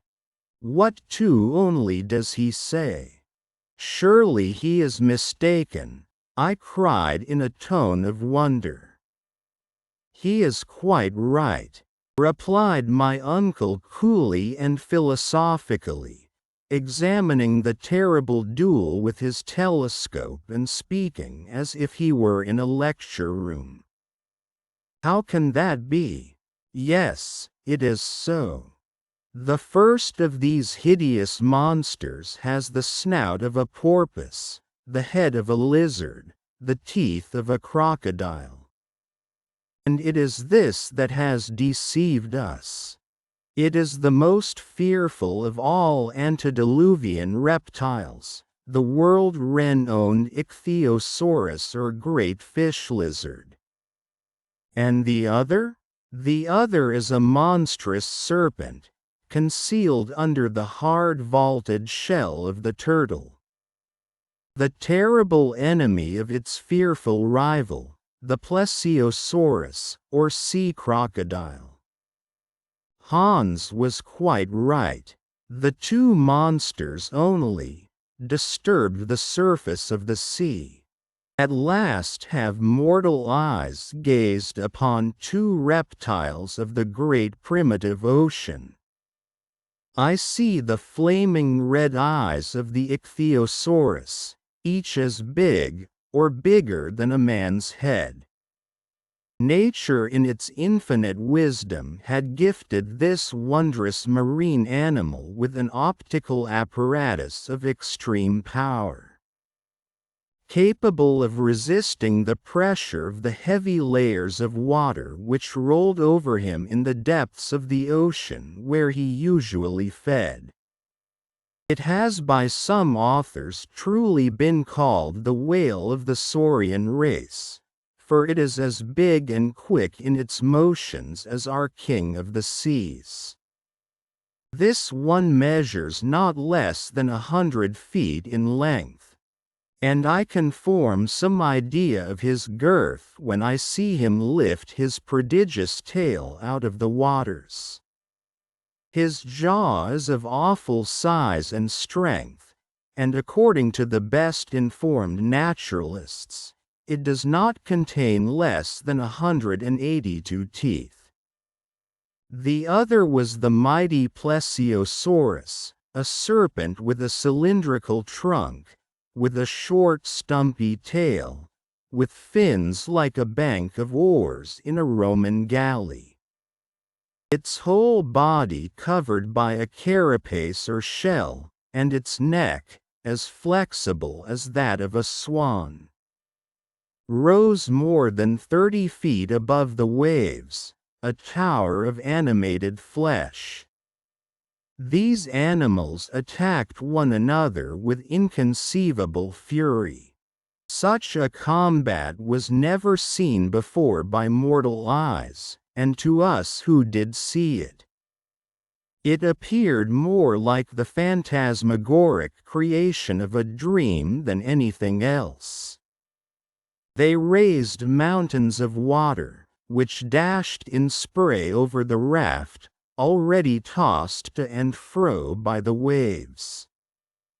20 times we seemed on the point of being upset and hurled headlong into the waves. Hideous hisses appeared to shake the gloomy granite roof of that mighty cavern, hisses which carried terror to our hearts. The awful combatants held each other in a tight embrace. I could not make out one from the other. Still the combat could not last forever, and woe unto us, whichsoever became the victor. 1 hour, 2 hours, 3 hours passed away, without any decisive result. The struggle continued with the same deadly tenacity, but without apparent result. The deadly opponents now approached, now drew away from the raft. Once or twice we fancied they were about to leave us altogether, but instead of that, they came nearer and nearer. We crouched on the raft ready to fire at them at a moment's notice, poor as the prospect of hurting or terrifying them was. Still we were determined not to perish without a struggle. Suddenly the ichthyosaurus and the plesiosaurus disappeared beneath the waves, leaving behind them a maelstrom in the midst of the sea. We were nearly drawn down by the indraft of the water. Several minutes elapsed before anything was again seen. Was this wonderful combat to end in the depths of the ocean? Was the last act of this terrible drama to take place without spectators? It was impossible for us to say. Suddenly, at no great distance from us, an enormous mass rises out of the waters, the head of the great plesiosaurus. The terrible monster is now wounded unto death. I can see nothing now of his enormous body. All that could be distinguished was his serpent-like neck, which he twisted and curled in all the agonies of death. Now he struck the waters with it as if it had been a gigantic whip, and then again wriggled like a worm cut in two. The water was spurted up to a great distance in all directions. A great portion of it swept over our raft and nearly blinded us.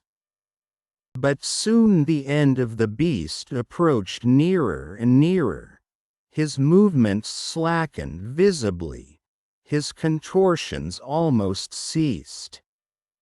And at last the body of the mighty snake lay an inert, dead mass on the surface of the now calm and placid waters. As for the ichthyosaurus, has he gone down to his mighty cavern under the sea to rest, or will he reappear to destroy us? This question remained unanswered, and we had breathing time. Chapter 31. The Sea Monster. Wednesday, August 19th. Fortunately the wind, which for the present blows with some violence, has allowed us to escape from the scene of the unparalleled and extraordinary struggle. Hans, with his usual imperturbable calm, remained at the helm. My uncle, who for a short time had been withdrawn from his absorbing reveries by the novel incidents of this sea fight, fell back again apparently into a brown study. His eyes were fixed impatiently on the widespread ocean. Our voyage now became monotonous and uniform. Dull as it has become, I have no desire to have it broken by any repetition of the perils and adventures of yesterday. Thursday, August 20th. The wind is now NE and blows very irregularly. It has changed to fitful gusts. The temperature is exceedingly high. We are now progressing at the average rate of about 10 miles and a half per hour. About 12 o'clock a distant sound as of thunder fell upon our ears. I make a note of the fact without even venturing a suggestion as to its cause. It was one continued roar as of a sea falling over mighty rocks. Far off in the distance, said the professor dogmatically, there is some rock or some island against which the seal, lashed to fury by the wind, is breaking violently. Hans, without saying a word, clambered to the top of the mast, but could make out nothing. The ocean was level in every direction as far as the eye could reach. 3 hours passed away without any sign to indicate what might be before us. The sound began to assume that of a mighty cataract. I expressed my opinion on this point strongly to my uncle. He merely shook his head. I, however, am strongly impressed by a conviction that I am not wrong. Are we advancing towards some mighty waterfall which shall cast us into the abyss?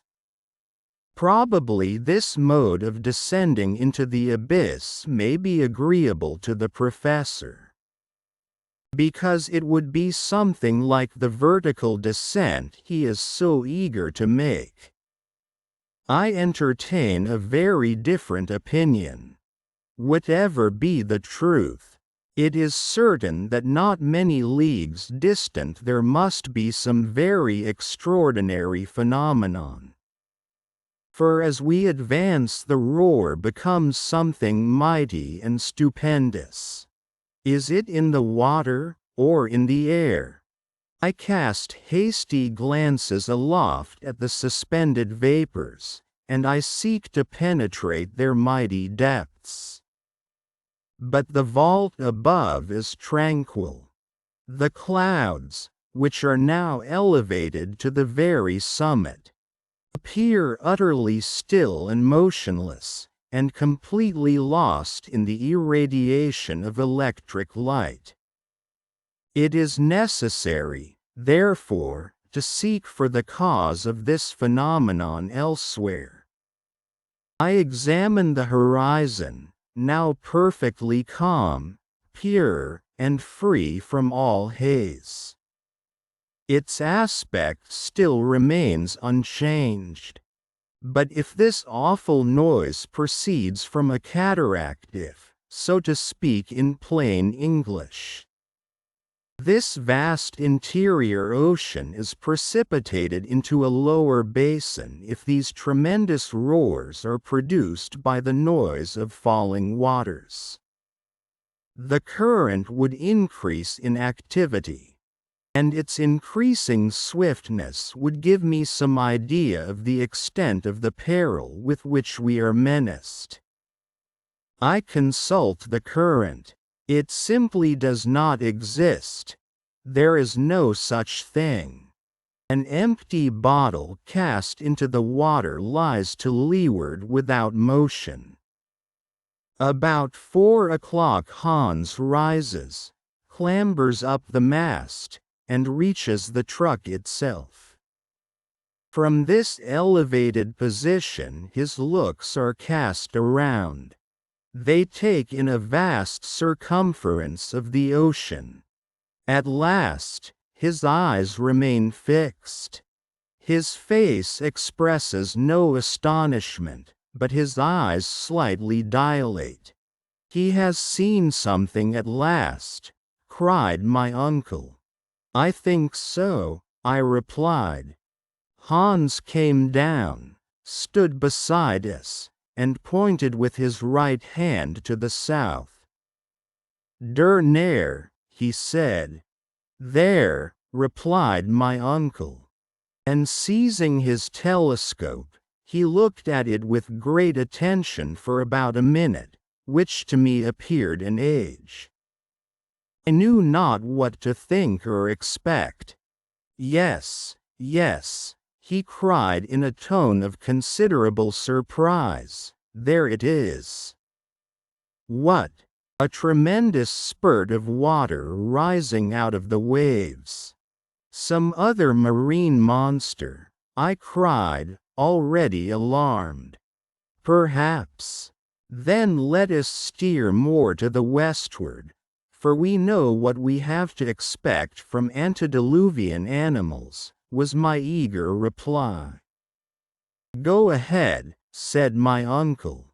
I turned towards Hans. Hans was at the tiller steering with his usual imperturbable calm. Nevertheless, if from the distance which separated us from this creature, a distance which must be estimated at not less than a dozen leagues, one could see the column of water spurting from the blowhole of the great animal, his dimensions must be something preternatural. To fly is, therefore, the course to be suggested by ordinary prudence. But we have not come into that part of the world to be prudent. Such is my uncle's determination. We, accordingly, continued to advance. The nearer we come, the loftier is the spouting water. What monster can fill himself with such huge volumes of water, and then unceasingly spout them out in such lofty jets? At 8 o'clock in the evening, reckoning as above ground, where there is day and night, we are not more than 2 leagues from the mighty beast. Its long, black, enormous, mountainous body lies on the top of the water like an island. But then sailors have been said to have gone ashore on sleeping whales, mistaking them for land. Is it illusion, or is it fear? Its length cannot be less than 1,000 fathoms. What, then, is this cetaceous monster of which no Cuvier ever thought? It is quite motionless and presents the appearance of sleep. The sea seems unable to lift him upwards. It is rather the waves which break on his huge and gigantic frame. The waterspout, rising to a height of 500 feet, breaks in spray with a dull, sullen roar. We advance, like senseless lunatics, towards this mighty mass.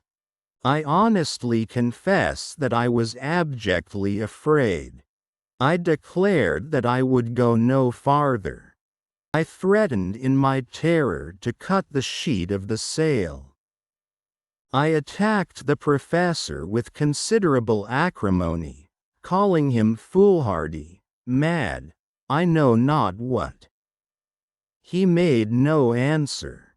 Suddenly the imperturbable Hans once more pointed his finger to the menacing object. Home. An island, cried my uncle. An island? I replied, shrugging my shoulders at this poor attempt at deception. Of course it is, cried my uncle, bursting into a loud and joyous laugh. But the waterspout? Geyser, said Hans. Yes, of course a geyser, replied my uncle, still laughing, a geyser like those common in Iceland. Jets like this are the great wonders of the country. At first I would not allow that I had been so grossly deceived. What could be more ridiculous than to have taken an island for a marine monster? But kick as one may, one must yield to evidence, and I was finally convinced of my error. It was nothing, after all, but a natural phenomenon. As we approached nearer and nearer, the dimensions of the liquid sheaf of waters became truly grand and stupendous. The island had, at a distance, presented the appearance of an enormous whale, whose head rose high above the waters. The geyser, a word the Icelanders pronounce geyser, and which signifies fury, rose majestically from its summit. Dull detonations are heard every now and then, and the enormous jet, taken as it were with sudden fury, shakes its plume of vapor, and bounds into the first layer of the clouds. It is alone. Neither spurts of vapor nor hot springs surround it, and the whole volcanic power of that region is concentrated in one sublime column. The rays of electric light mix with this dazzling sheaf, every drop as it falls assuming the prismatic colors of the rainbow. Let us go on shore, said the professor, after some minutes of silence. It is necessary, however, to take great precaution. in order to avoid the weight of falling waters, which would cause the raft to founder in an instant. Hans, however, steers admirably, and brings us to the other extremity of the island. I was the first to leap on the rock. My uncle followed, while the eiderduck hunter remained still, like a man above any childish sources of astonishment. We were now walking on granite mixed with silicious sandstone. The soil shivered under our feet like the sides of boilers in which overheated steam is forcibly confined. "It is burning." We soon came in sight of the little central basin from which rose the geyser. I plunged a thermometer into the water which ran bubbling from the center, and it marked a heat of 163 degrees. This water, therefore, came from some place where the heat was intense. This was singularly in contradiction with the theories of Professor Hardwigg. I could not help telling him my opinion on the subject. "Well," said he sharply, "and what does this prove against my doctrine?" "Nothing," replied I dryly, seeing that I was running my head against a foregone conclusion. "Nevertheless, I am compelled to confess that until now we have been most remarkably fortunate, and that this voyage is being accomplished in most favorable conditions of temperature. But it appears evident, in fact, certain, that we shall sooner or later arrive at one of those regions where the central heat will reach its utmost limits, and will go far beyond all the possible gradations of thermometers." Visions of the Hades of the ancients, believed to be in the center of the earth, floated through my imagination. We shall, however, see what we shall see. That is the professor's favorite phrase now. Having christened the volcanic island by the name of his nephew, the leader of the expedition turned away and gave the signal for embarkation. I stood still, however, for some minutes, gazing upon the magnificent geyser. I soon was able to perceive that the upward tendency of the water was irregular. Now it diminished in intensity. And then, suddenly, it regained new vigor, which I attributed to the variation of the pressure of the accumulated vapors in its reservoir. At last we took our departure, going carefully round the projecting, and rather dangerous, rocks of the southern side. Hans had taken advantage of this brief halt to repair the raft. Before we took our final departure from the island, however, I made some observations to calculate the distance we had gone over, and I put them down in my journal. Since we left Port Gretchen, we had traveled 270 leagues, more than 800 miles in this great inland sea. We were, therefore, 620 leagues from Iceland, and exactly under England. Chapter 32. The Battle of the Elements. Friday, August 21st Street. This morning the magnificent geyser had wholly disappeared. The wind had freshened up, and we were fast leaving the neighborhood of Henry's Island. Even the roaring sound of the mighty column was lost to the ear. The weather, if, under the circumstances, we may use such an expression, is about to change very suddenly. The atmosphere is being gradually loaded with vapors, which carry with them the electricity formed by the constant evaporation of the saline waters. The clouds are slowly but sensibly falling towards the sea, and are assuming a dark olive texture. The electric rays can scarcely pierce through the opaque curtain which has fallen like a drop scene before this wondrous theater, on the stage of which another and terrible drama is soon to be enacted. This time it is no fight of animals, it is the fearful battle of the elements. I feel that I am very peculiarly influenced, as all creatures are on land when a deluge is about to take place. The cumuli, a perfectly oval kind of cloud, piled upon the south, presented a most awful and sinister appearance, with the pitiless aspect often seen before a storm.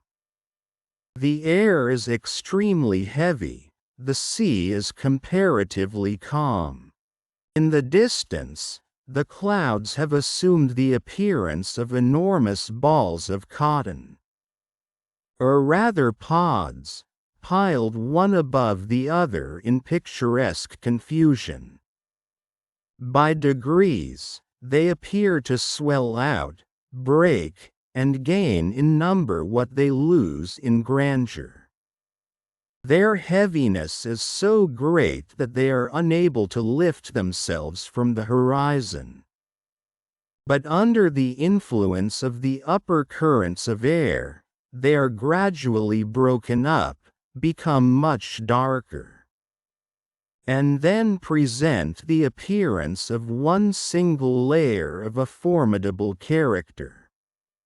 Now and then a lighter cloud, still lit up from above, rebounds upon this gray carpet, and is lost in the opaque mass. There can be no doubt that the entire atmosphere is saturated with electric fluid. I am myself wholly impregnated. My hairs literally stand on end as if under the influence of a galvanic battery. If one of my companions ventured to touch me, I think he would receive rather a violent and unpleasant shock. About 10 o'clock in the morning, the symptoms of the storm became more thorough and decisive. The wind appeared to soften down as if to take breath for a renewed attack. The vast funereal pall above us looked like a huge bag like the cave of Aeolus, in which the storm was collecting its forces for the attack. I tried all I could not to believe in the menacing signs of the sky, and yet I could not avoid saying, as it were involuntarily, I believe we are going to have bad weather. The professor made me no answer. He was in a horrible, in a detestable humor to see the ocean stretching interminably before his eyes. On hearing my words, he simply shrugged his shoulders. "We shall have a tremendous storm," I said again, pointing to the horizon. "These clouds are falling lower and lower upon the sea, as if to crush it." A great silence prevailed. The wind wholly ceased. Nature assumed a dead calm, and ceased to breathe. Upon the mast, where I noticed a sort of slight ignis fatuus, the sail hangs in loose heavy folds. The raft is motionless in the midst of a dark, heavy sea without undulation, without motion. It is as still as glass.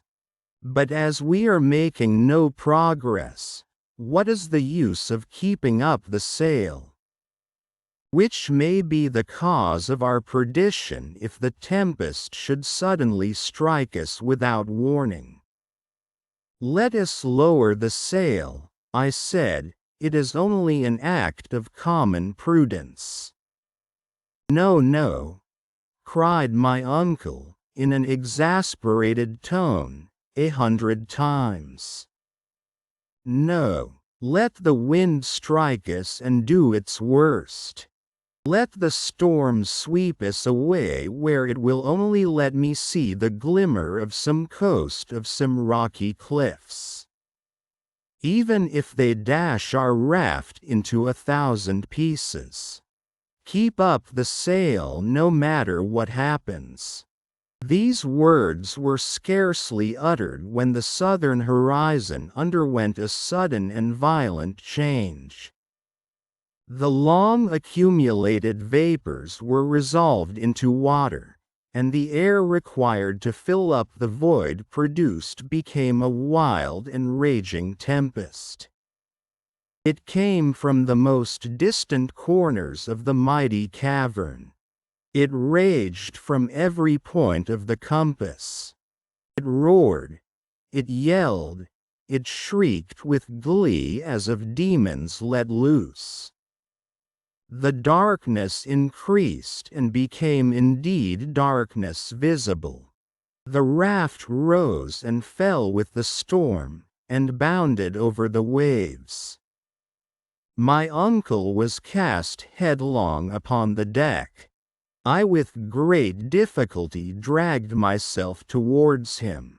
He was holding on with might and main to the end of a cable, and appeared to gaze with pleasure and delight at the spectacle of the unchained elements.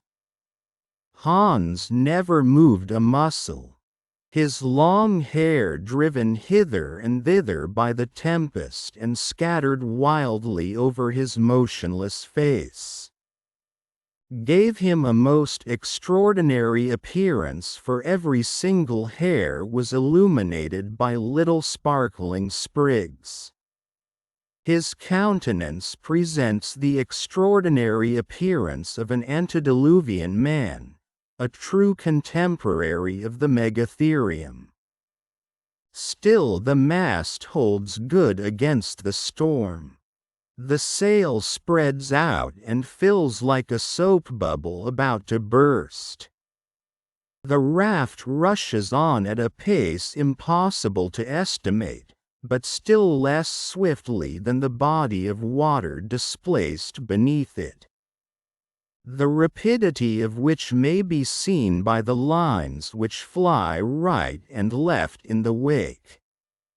The sail, I cried, making a trumpet of my hands, and then endeavoring to lower it. Let it alone, said my uncle, more exasperated than ever. Nay, said Hans, gently shaking his head. Nevertheless, the rain formed a roaring cataract before this horizon of which we were in search, and to which we were rushing like madmen. But before this wilderness of waters reached us, the mighty veil of cloud was torn in twain.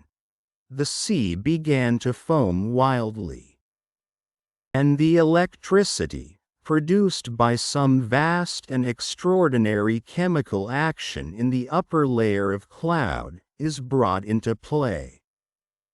To the fearful claps of thunder are added dazzling flashes of lightning, such as I had never seen. The flashes crossed one another, hurled from every side, while the thunder came pealing like an echo. The mass of vapor becomes incandescent. The hailstones which strike the metal of our boots and our weapons are actually luminous. The waves as they rise appear to be fire-eating monsters, beneath which seethes an intense fire. Their crests surmounted by combs of flame. My eyes are dazzled, blinded by the intensity of light. My ears are deafened by the awful roar of the elements. I am compelled to hold onto the mast, which bends like a reed beneath the violence of the storm, to which none ever before seen by mariners bore any resemblance. Here my traveling notes become very incomplete, loose and vague. I have only been able to make out one or two fugitive observations, jotted down in a mere mechanical way. But even their brevity, even their obscurity, show the emotions which overcame me. Sunday, August 23rd Road. Where have we got to? In what region are we wandering? We are still carried forward with inconceivable rapidity. The night has been fearful, something not to be described. The storm shows no signs of cessation. We exist in the midst of an uproar which has no name. The detonations as of artillery are incessant. Our ears literally bleed. We are unable to exchange a word, or hear each other speak. The lightning never ceases to flash for a single instant.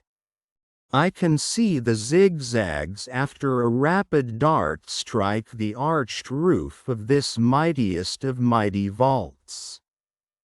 If it were to give way and fall upon us, other lightnings plunge their forked streaks in every direction, and take the form of globes of fire, which explode like bombshells over a beleaguered city. The general crash and roar do not apparently increase. It has already gone far beyond what human ear can appreciate. If all the powder magazines in the world were to explode together, it would be impossible for us to hear worse noise. There is a constant emission of light from the storm clouds. The electric matter is incessantly released.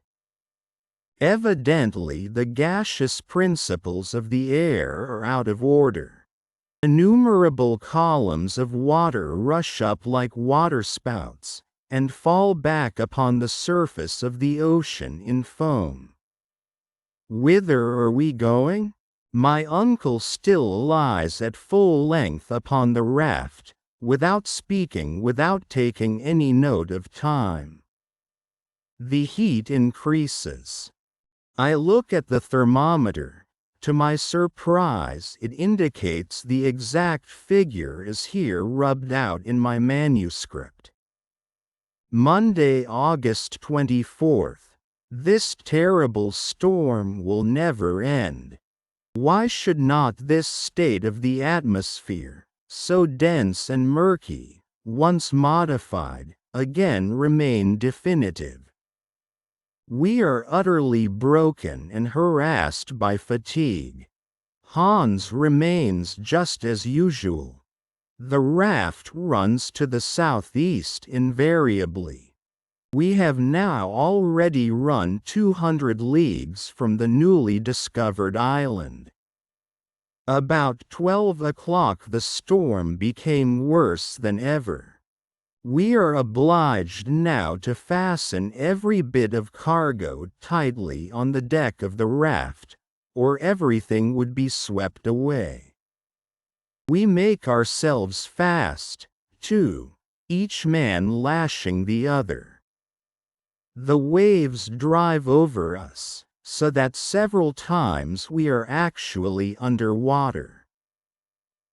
We had been under the painful necessity of abstaining from speech for 3 days and 3 nights.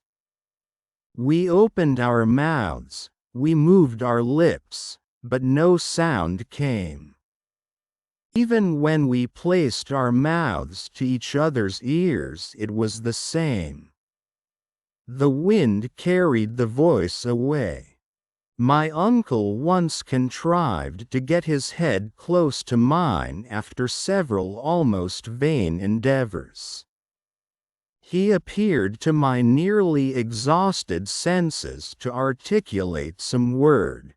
I had a notion, more from intuition than anything else, that he said to me, "We are lost." I took out my notebook, from which under the most desperate circumstances I never parted, and wrote a few words as legibly as I could. "Take in sail." With a deep sigh he nodded his head and acquiesced. His head had scarcely time to fall back in the position from which he had momentarily raised it than a disk or ball of fire appeared on the very edge of the raft, our doomed craft. The mast and sail are carried away bodily, and I see them swept away to a prodigious height like a kite. We were frozen, actually shivered with terror. The ball of fire, half white, half azure-colored, about the size of a 10-inch bombshell, moved along, turning with prodigious rapidity to leeward of the storm. It ran about here, there, and everywhere. It clambered up one of the bulwarks of the raft, it leapt upon the sack of provisions, and then finally descended lightly, fell like a football and landed on our powder barrel. Horrible situation. An explosion of course was now inevitable. By heaven's mercy, it was not so. The dazzling disk moved on one side, it approached Hans, who looked at it with singular fixity.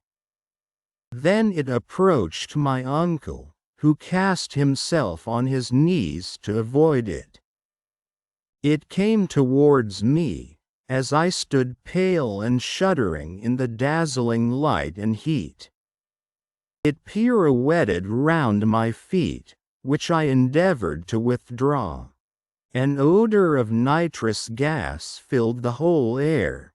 It penetrated to the throat, to the lungs. I felt ready to choke.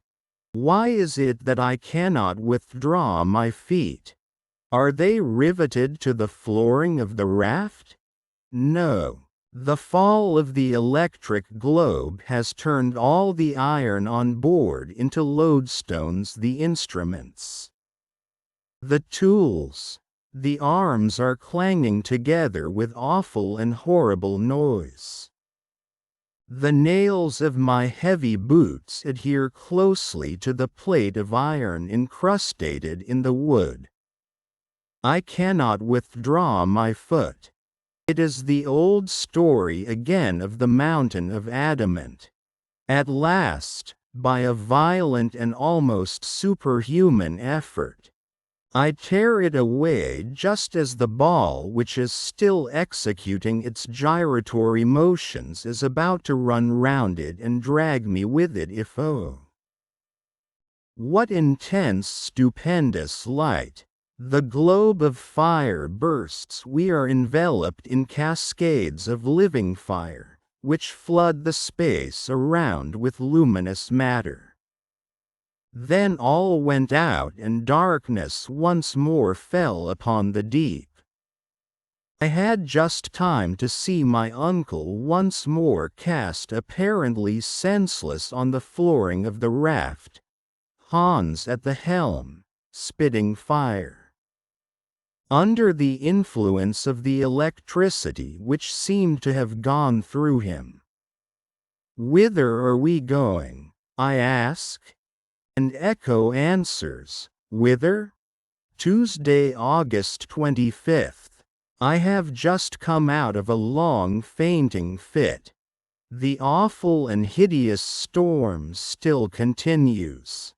The lightning has increased in vividness, and pours out its fiery wrath like a brood of serpents let loose in the atmosphere." Are we still upon the sea? Yes, and being carried along with incredible velocity. We have passed under England, under the Channel, under France, probably under the whole extent of Europe. Another awful clamor in the distance. This time it is certain that the sea is breaking upon the rocks at no great distance. Then, Chapter 33, Our Route Reversed. Here ends what I call my journal of our voyage on board the raft, which journal was happily saved from the wreck. I proceed with my narrative as I did before I commenced my daily notes. What happened when the terrible shock took place, when the raft was cast upon the rocky shore, it would be impossible for me now to say. I felt myself precipitated violently into the boiling waves, and if I escaped from a certain and cruel death, it was wholly owing to the determination of the faithful Hans, who, clutching me by the arm, saved me from the yawning abyss. The courageous Icelander then carried me in his powerful arms, far out of the reach of the waves, and laid me down upon a burning expanse of sand, where I found myself some time afterwards in the company of my uncle, the professor. Then he quietly returned towards the fatal rocks, against which the furious waves were beating, in order to save any stray waifs from the wreck. This man was always practical and thoughtful. I could not utter a word. I was quite overcome with emotion. My whole body was broken and bruised with fatigue. It took hours before I was anything like myself. Meanwhile, there fell a fearful deluge of rain, drenching us to the skin. Its very violence, however, proclaimed the approaching end of the storm. Some overhanging rocks afforded us a slight protection from the torrents. Under this shelter, Hans prepared some food, which, however, I was unable to touch. And, exhausted by the 3 weary days and nights of watching, we fell into a deep and painful sleep. My dreams were fearful, but at last exhausted nature asserted her supremacy, and I slumbered. Next day when I awoke the change was magical. The weather was magnificent. Air and sea, as if by mutual consent, had regained their serenity. Every trace of the storm, even the faintest, had disappeared. I was saluted on my awakening by the first joyous tones I had heard from the professor for many a day. His gaiety, indeed, was something terrible. "Well, my lad," he cried, rubbing his hands together, "have you slept soundly? Might it not have been supposed that we were in the old house on the Königstrasse? That I had just come down quietly to my breakfast, and that my marriage with Gretchen was to take place that very day. My uncle's coolness was exasperating. Alas! Considering how the tempest had driven us in an easterly direction. We had passed under the whole of Germany, under the city of Hamburg where I had been so happy. Under the very street which contained all I loved and cared for in the world. It was a positive fact that I was only separated from her by a distance of 40 leagues. But these 40 leagues were of hard, impenetrable granite. All these dreary and miserable reflections passed through my mind, before I attempted to answer my uncle's question. Why, what is the matter? Cannot you say whether you have slept well or not? I have slept very well, was my reply, but every bone in my body aches. I suppose that will lead to nothing. Nothing at all, my boy.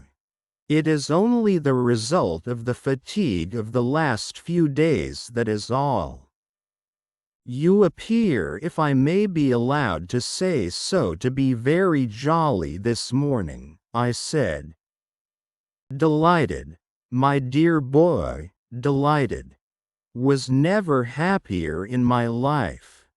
We have at last reached the wished-for port. The end of our expedition? Cried I, in a tone of considerable surprise. No. But to the confines of that sea which I began to fear would never end. But go round the whole world. We will now tranquilly resume our journey by land, and once again endeavor to dive into the center of the earth. My dear uncle, I began, in a hesitating kind of way, allow me to ask you one question. Certainly, Harry. A dozen if you think proper.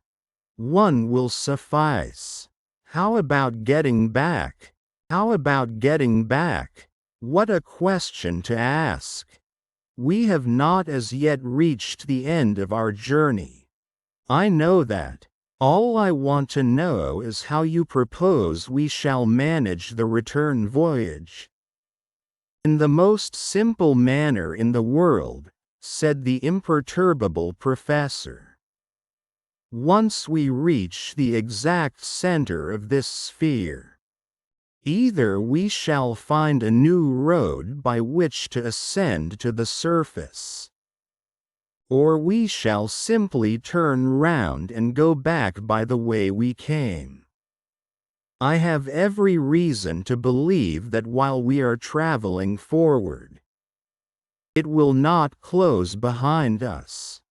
Then one of the first matters to see to will be to repair the raft, was my rather melancholy response. Of course, we must attend to that above all things, continued the professor. Then comes the all-important question of provisions, I urged. Have we anything like enough left to enable us to accomplish such great, such amazing designs as you contemplate carrying out? I have seen into the matter, and my answer is in the affirmative. Hans is a very clever fellow, and I have reason to believe that he has saved the greater part of the cargo. But the best way to satisfy your scruples is to come and judge for yourself. Saying which, he led the way out of the kind of open grotto in which we had taken shelter. I had almost begun to hope that which I should rather have feared. And this was the impossibility of such a shipwreck leaving even the slightest signs of what it had carried as freight. I was, however, thoroughly mistaken. As soon as I reached the shores of this inland sea, I found Hans standing gravely in the midst of a large number of things laid out in complete order. My uncle wrung his hands with deep and silent gratitude. His heart was too full for speech. This man, whose superhuman devotion to his employers I not only never saw surpassed, nor even equaled, had been hard at work all the time we slept, and at the risk of his life had succeeded in saving the most precious articles of our cargo.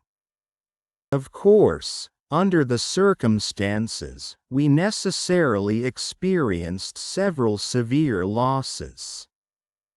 Our weapons had wholly vanished, but experience had taught us to do without them. The provision of powder had, however, remained intact, after having narrowly escaped blowing us all to atoms in the storm.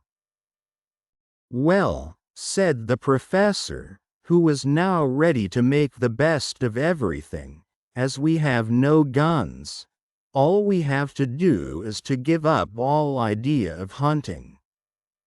"Yes, my dear sir, we can do without them, but what about all our instruments?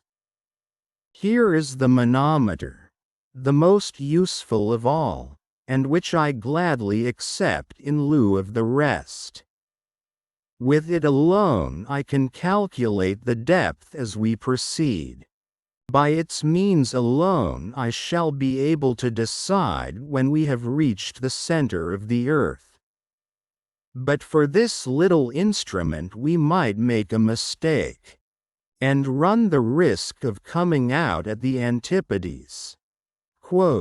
All this was said amid bursts of unnatural laughter. "But the compass," I cried, "without that what can we do? Here it is, safe and sound." He cried, with real joy, "Ah, ah, and here we have the chronometer and the thermometers." Hans the hunter is indeed an invaluable man. It was impossible to deny this fact. As far as the nautical and other instruments were concerned, nothing was wanting. Then on further examination, I found ladders, cords, pickaxes, crowbars, and shovels, all scattered about on the shore. There was, however, finally the most important question of all, and that was provisions. "But what are we to do for food? Let us see to the commissariat department," replied my uncle gravely. The boxes which contained our supply of food for the voyage were placed in a row along the strand, and were in a capital state of preservation. The sea had in every case respected their contents, and to sum up in one sentence, taking into consideration biscuits, salt meat, Schiedam and dried fish, we could still calculate on having about 4 months' supply, if used with prudence and caution. 4 months, cried the sanguine professor in high glee. Then we shall have plenty of time both to go and to come. And with what remains I undertake to give a grand dinner to my colleagues of the Johanneum. I sighed. I should by this time have become used to the temperament of my uncle, and yet this man astonished me more and more every day. He was the greatest human enigma I ever had known. Now, before we do anything else, We must lay in a stock of fresh water. The rain has fallen in abundance and filled the hollows of the granite. There is a rich supply of water, and we have no fear of suffering from thirst, which in our circumstances is of the last importance. As for the raft, I shall recommend Hans to repair it to the best of his abilities, though I have every reason to believe we shall not require it again." "How is that?" I cried, more amazed than ever at my uncle's style of reasoning. "I have an idea, my dear boy. It is none other than this simple fact: we shall not come out by the same opening as that by which we entered." I began to look at my uncle with vague suspicion. An idea had more than once taken possession of me, and this was, that he was going mad. And yet, little did I think how true and prophetic his words were doomed to be. "And now," he said, having seen to all these matters of detail, "to breakfast." I followed him to a sort of projecting cape, after he had given his last instructions to our guide. In this original position, with dried meat, biscuit, and a delicious cup of tea, we made a satisfactory meal, I may say one of the most welcome and pleasant I ever remember. Exhaustion, the keen atmosphere, the state of calm after so much agitation, all contributed to give me an excellent appetite. Indeed, it contributed very much to producing a pleasant and cheerful state of mind. While breakfast was in hand, and between the sips of warm tea, I asked my uncle if he had any idea of how we now stood in relation to the world above. "For my part," I added, "I think it will be rather difficult to determine." "Well, if we were compelled to fix the exact spot," said my uncle, "it might be difficult. Since during the 3 days of that awful tempest I could keep no account either of the quickness of our pace, or of the direction in which the raft was going. Still, we will endeavor to approximate to the truth. We shall not, I believe, be so very far out." "Well, if I recollect rightly," I replied, "our last observation was made at the Geyser Island." "Harry's Island, my boy. Harry's Island. Do not decline the honor of having named it. Given your name to an island discovered by us, the first human beings who trod it since the creation of the world. Let it be so, then. At Harry's Island we had already gone over 270 leagues of sea. And we were, I believe, about 600 leagues, more or less, from Iceland. Good. I am glad to see that you remember so well. Let us start from that point, and let us count 4 days of storm, during which our rate of traveling must have been very great. I should say that our velocity must have been about 80 leagues to the 24 hours. I agreed that I thought this a fair calculation. There were then 300 leagues to be added to the grand total. Yes, and the Central Sea must extend at least 600 leagues from side to side. Do you know, My boy, Harry, that we have discovered an inland lake larger than the Mediterranean? Certainly, and we only know of its extent in one way. It may be hundreds of miles in length. Very likely. Then, said I, after calculating for some minutes, if your previsions are right, we are at this moment exactly under the Mediterranean itself. Do you think so?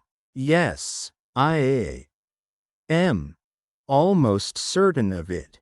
Are we not 900 leagues distant from Reykjavik? That is perfectly true, and a famous bit of road we have traveled.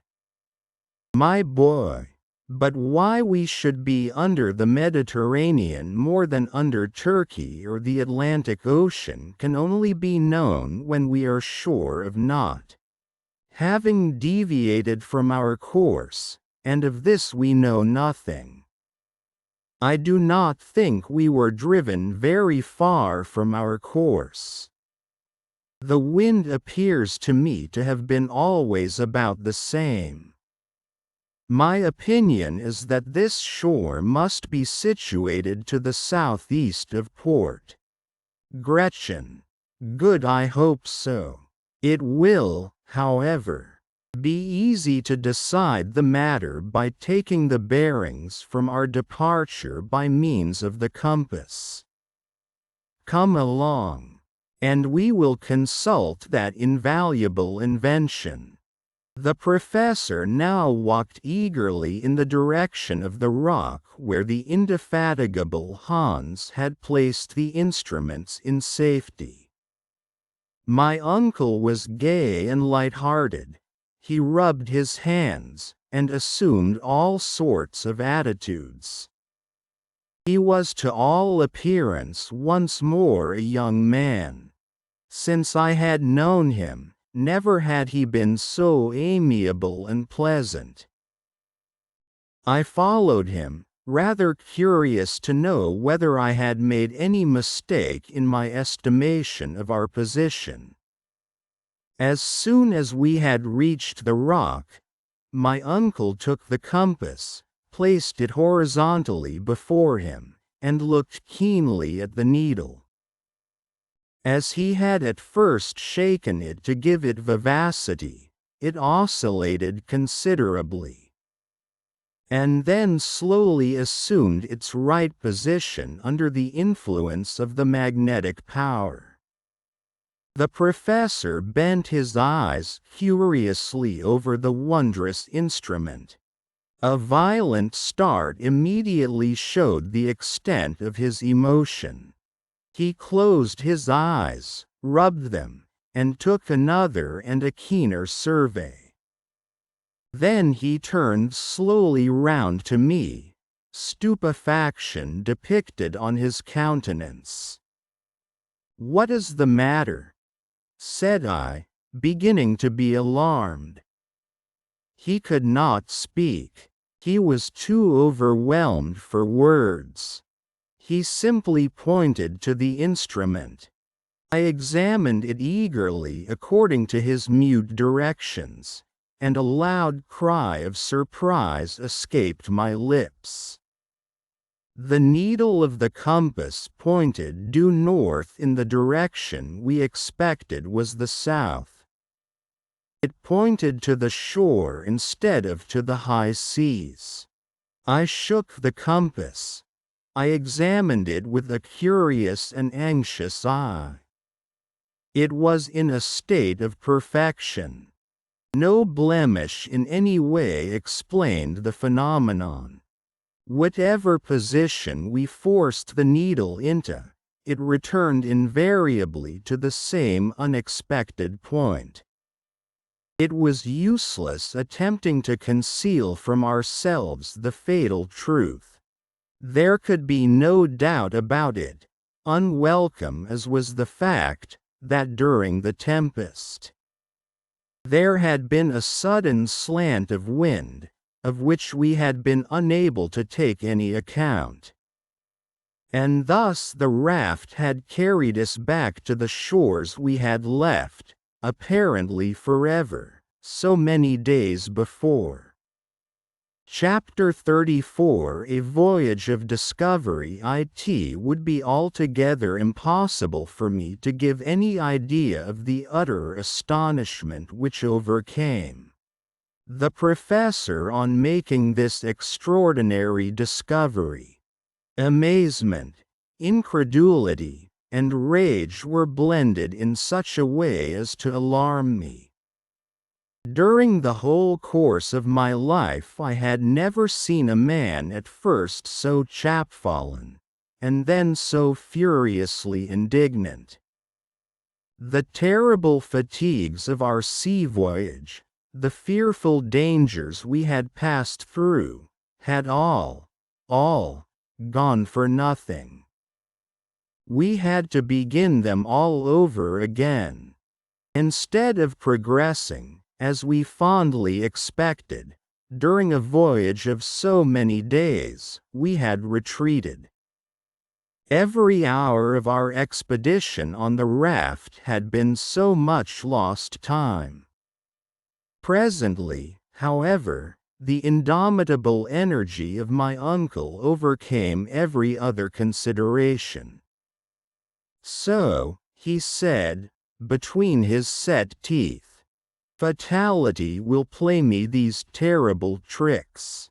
The elements themselves conspire to overwhelm me with mortification.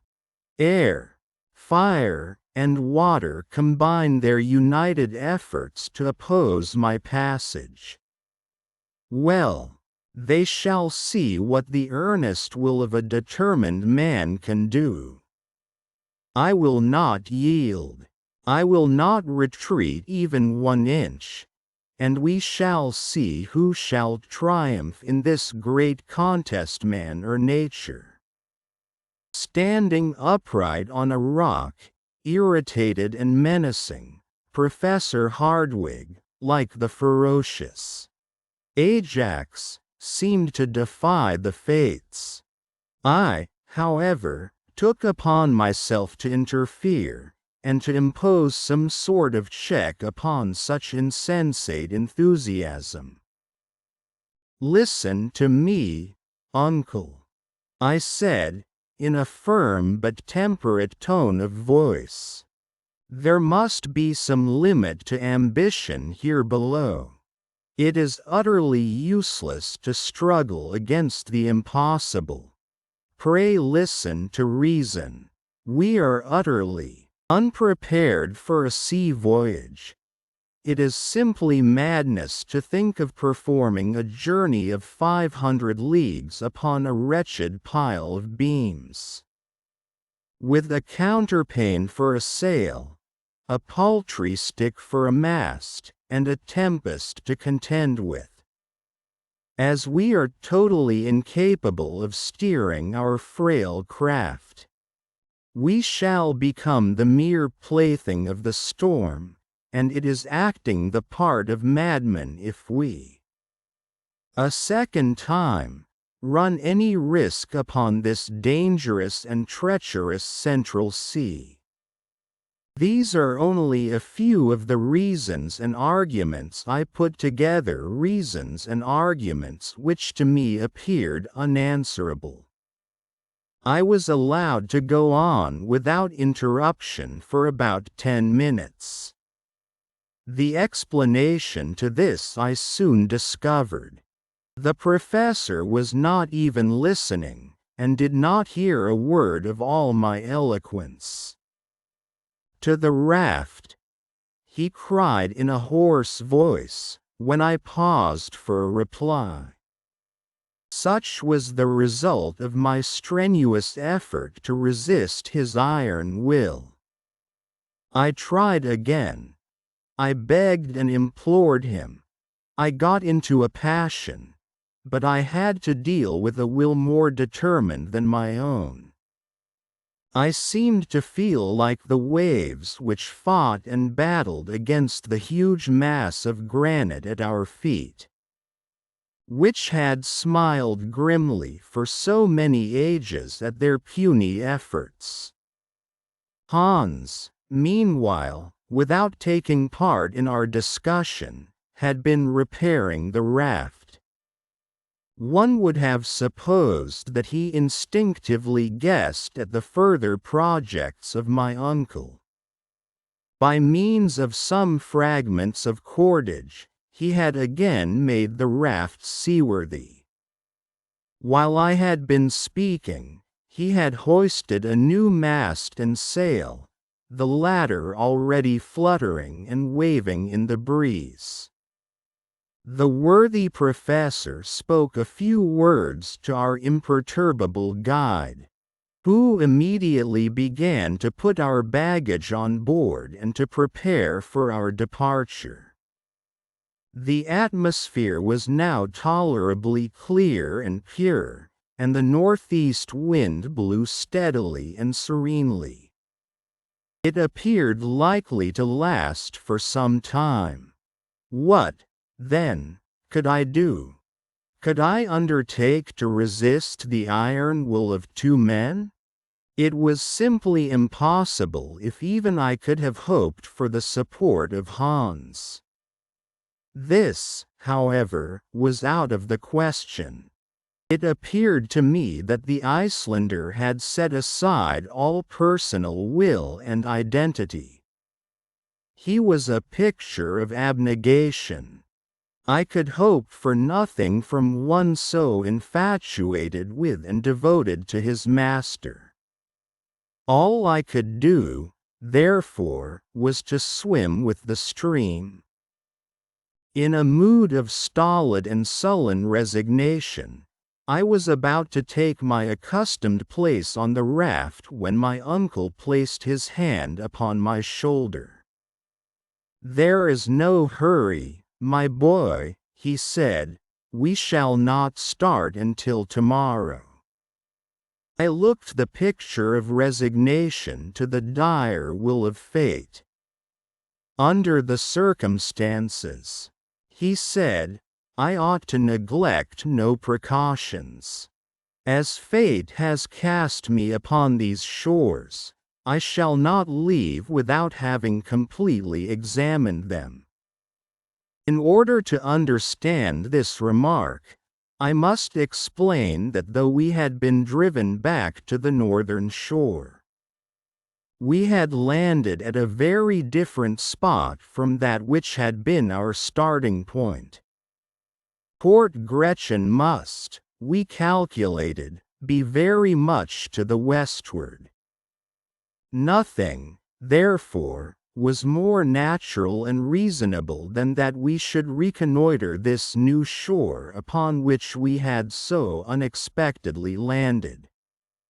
"Let us go on a journey of discovery," I cried. And leaving Hans to his important operation, we started on our expedition. The distance between the foreshore at high water and the foot of the rocks was considerable. It would take about half an hour's walking to get from one to the other. As we trudged along, our feet crushed innumerable shells of every shape and size, once the dwelling place of animals of every period of creation. I particularly noticed some enormous shells, carapaces, turtle and tortoise species, the diameter of which exceeded 15 feet. They had in past ages belonged to those gigantic glyptodons of the Pliocene period, of which the modern turtle is but a minute specimen. In addition, the whole soil was covered by a vast quantity of stony relics, having the appearance of flints worn by the action of the waves, and lying in successive layers one above the other. I came to the conclusion that in past ages the sea must have covered the whole district. Upon the scattered rocks, now lying far beyond its reach, the mighty waves of ages had left evident marks of their passage. On reflection, this appeared to me partially to explain the existence of this remarkable ocean, 40 leagues below the surface of the Earth's crust. According to my new, and perhaps fanciful, theory, this liquid mass must be gradually lost in the deep bowels of the earth. I had also no doubt that this mysterious sea was fed by infiltration of the ocean above, through imperceptible fissures.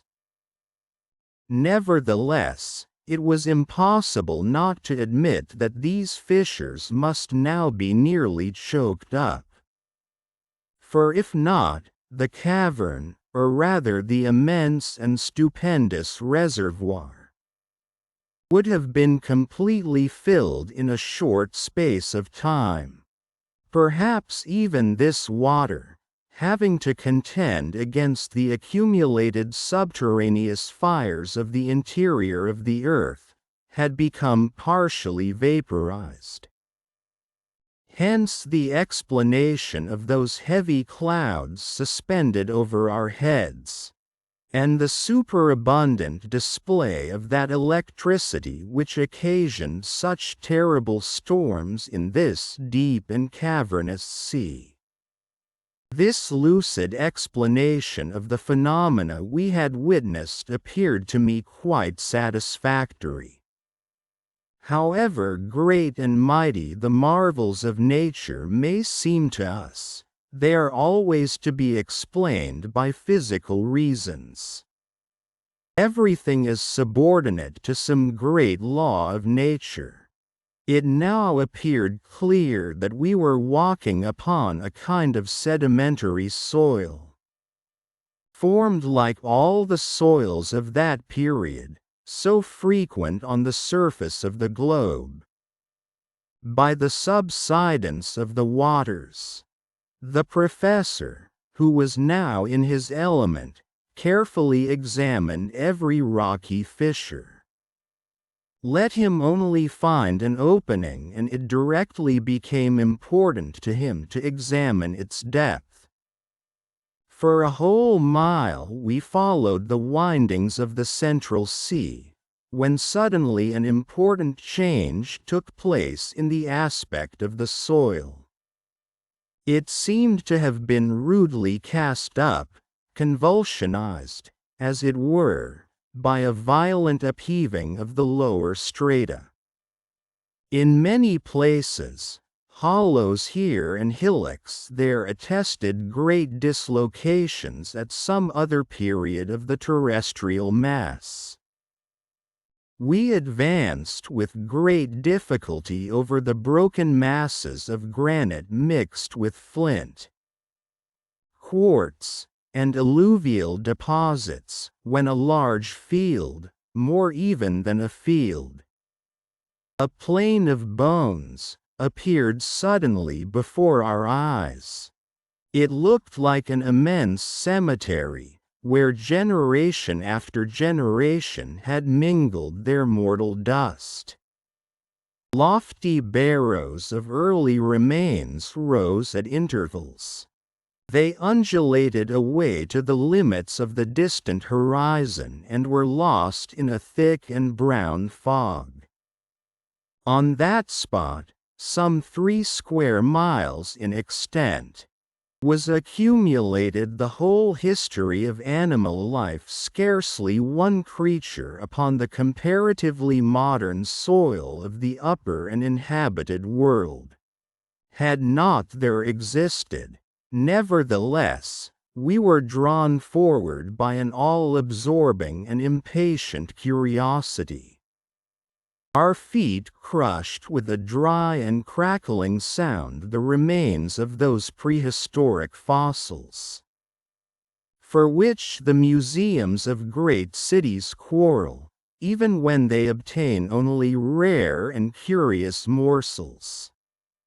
1,000 such naturalists as Cuvier would not have sufficed to recompose the skeletons of the organic beings which lay in this magnificent osseous collection. I was utterly confounded. My uncle stood for some minutes with his arms raised on high towards the thick granite vault which served us for a sky. His mouth was wide open. His eyes sparkled wildly behind his spectacles, which he had fortunately saved. His head bobbed up and down and from side to side, while his whole attitude and mien expressed unbounded astonishment. He stood in the presence of an endless, wondrous, and inexhaustibly rich collection of antediluvian monsters, piled up for his own private and peculiar satisfaction. Fancy, an enthusiastic lover of books, carried suddenly into the very midst of the famous library of Alexandria burned by the sacrilegious Omar, and which some miracle had restored to its pristine splendor. Such was something of the state of mind in which Uncle Hardwigg was now placed. For some time he stood thus, literally aghast at the magnitude of his discovery. But it was even a greater excitement when, darting wildly over this mass of organic dust, he caught up a naked skull and addressed me in a quivering voice. "Harry, my boy Harry, this is a human head." "A human head, uncle?" I said, no less amazed and stupefied than himself. "Yes, nephew. Milne Edwards. Ah, de quatrophages, why are you not here where I am? I, Professor Hardwigg."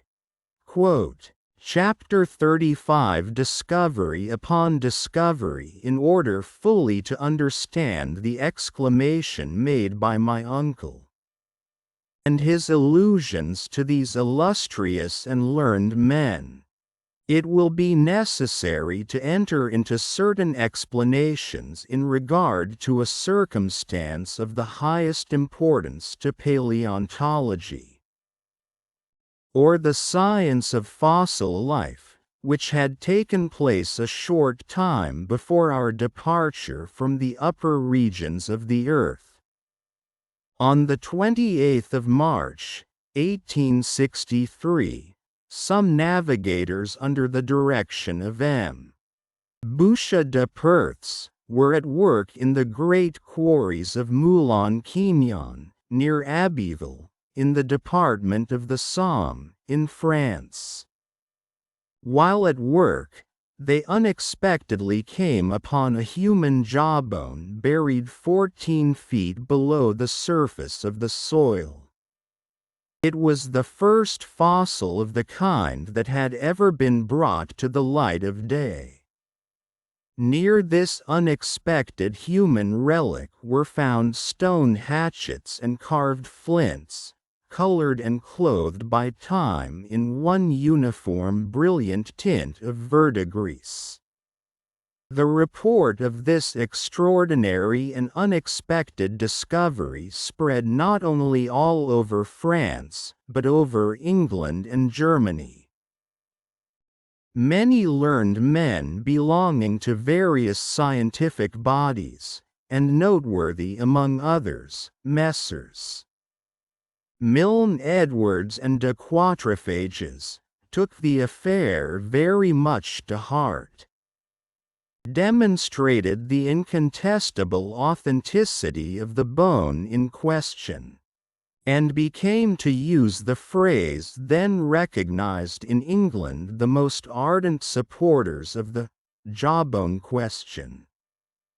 To the eminent geologists of the United Kingdom, who looked upon the fact as certain Messrs.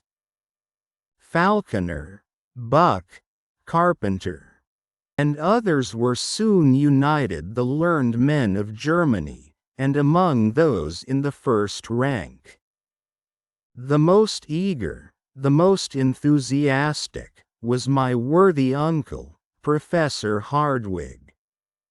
The authenticity of a human fossil of the Quaternary period seemed then to be incontestably demonstrated, and even to be admitted by the most skeptical. This system or theory, call it what you will, had, it is true, a bitter adversary in Aloud de Beaumont, this learned man, who holds such a high place in the scientific world, holds that the soil of Moulin-Quignon does not belong to the diluvium but to a much less ancient stratum. And, in accordance with Cuvier in this respect, he would by no means admit that the human species was contemporary with the animals of the Quaternary epoch. My worthy uncle, Professor Hardwigg, in concert with the great majority of geologists, had held firm, had disputed, discussed, and finally, after considerable talking and writing, Aloud de Beaumont had been pretty well left alone in his opinions.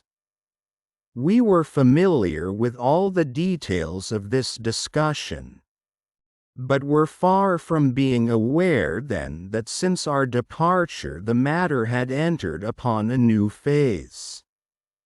Other similar jawbones, though belonging to individuals of varied types and very different natures, had been found in the movable gray sands of certain grottos in France, Switzerland, and Belgium, together with arms, utensils, tools, bones of children, of men in the prime of life, and of old men.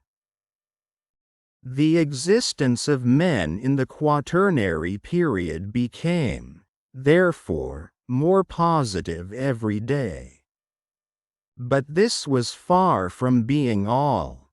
New remains, dug up from the Pliocene or Tertiary deposits, had enabled the more far-seeing or audacious among learned men to assign even a far greater degree of antiquity to the human race.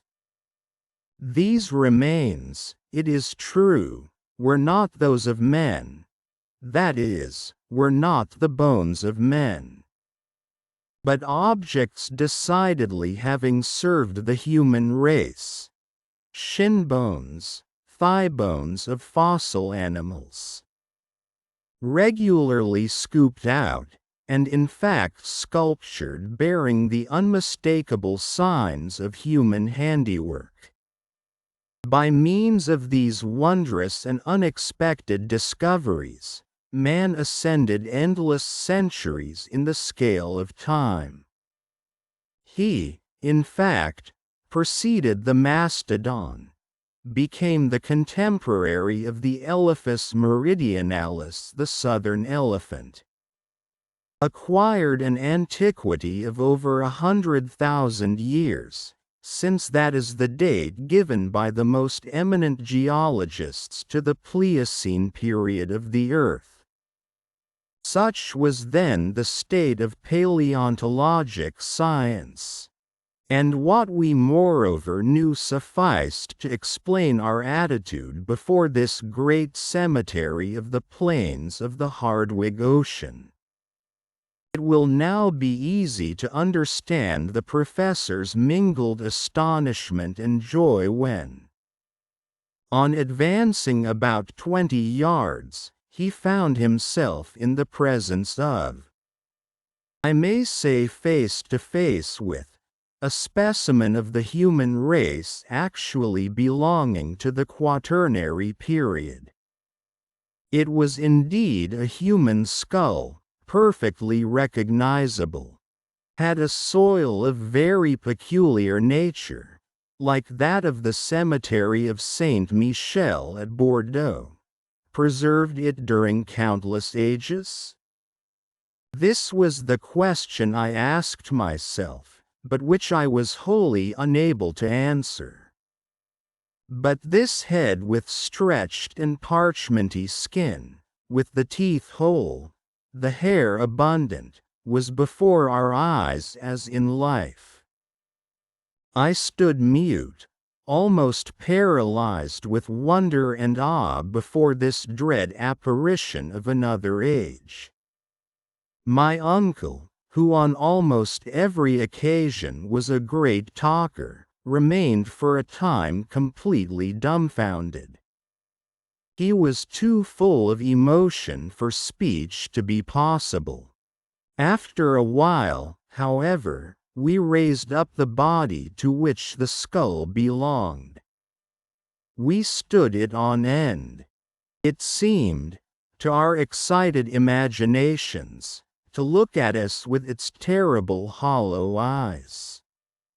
After some minutes of silence, the man was vanquished by the professor. Human instincts succumbed to scientific pride and exultation. Professor Hardwigg, carried away by his enthusiasm, forgot all the circumstances of our journey, the extraordinary position in which we were placed, the immense cavern which stretched far away over our heads. There can be no doubt that he thought himself at the institution addressing his attentive pupils. For he put on his most dictatorial style, waved his hand, and began, "Gentlemen, I have the honor on this auspicious occasion to present to you a man of the quaternary period of our globe. Many learned men have denied his very existence, while other able persons, perhaps of even higher authority, have affirmed their belief in the reality of his life. Thomases of paleontology were present. They would everentially touch him with their fingers and believe in his existence, thus acknowledging their obstinate heresy. I know that science should be careful in relation to all discoveries of this nature. I am not, without having heard of the many Barnums and other quacks who have made a trade of such like pretended discoveries. I have, of course, heard of the discovery of the knee bones of Ajax, of the pretended finding of the body of Orestes by the Spartiates, and of the body of Asterius, 10 spans long, 15 feet of which we read in Pausanias.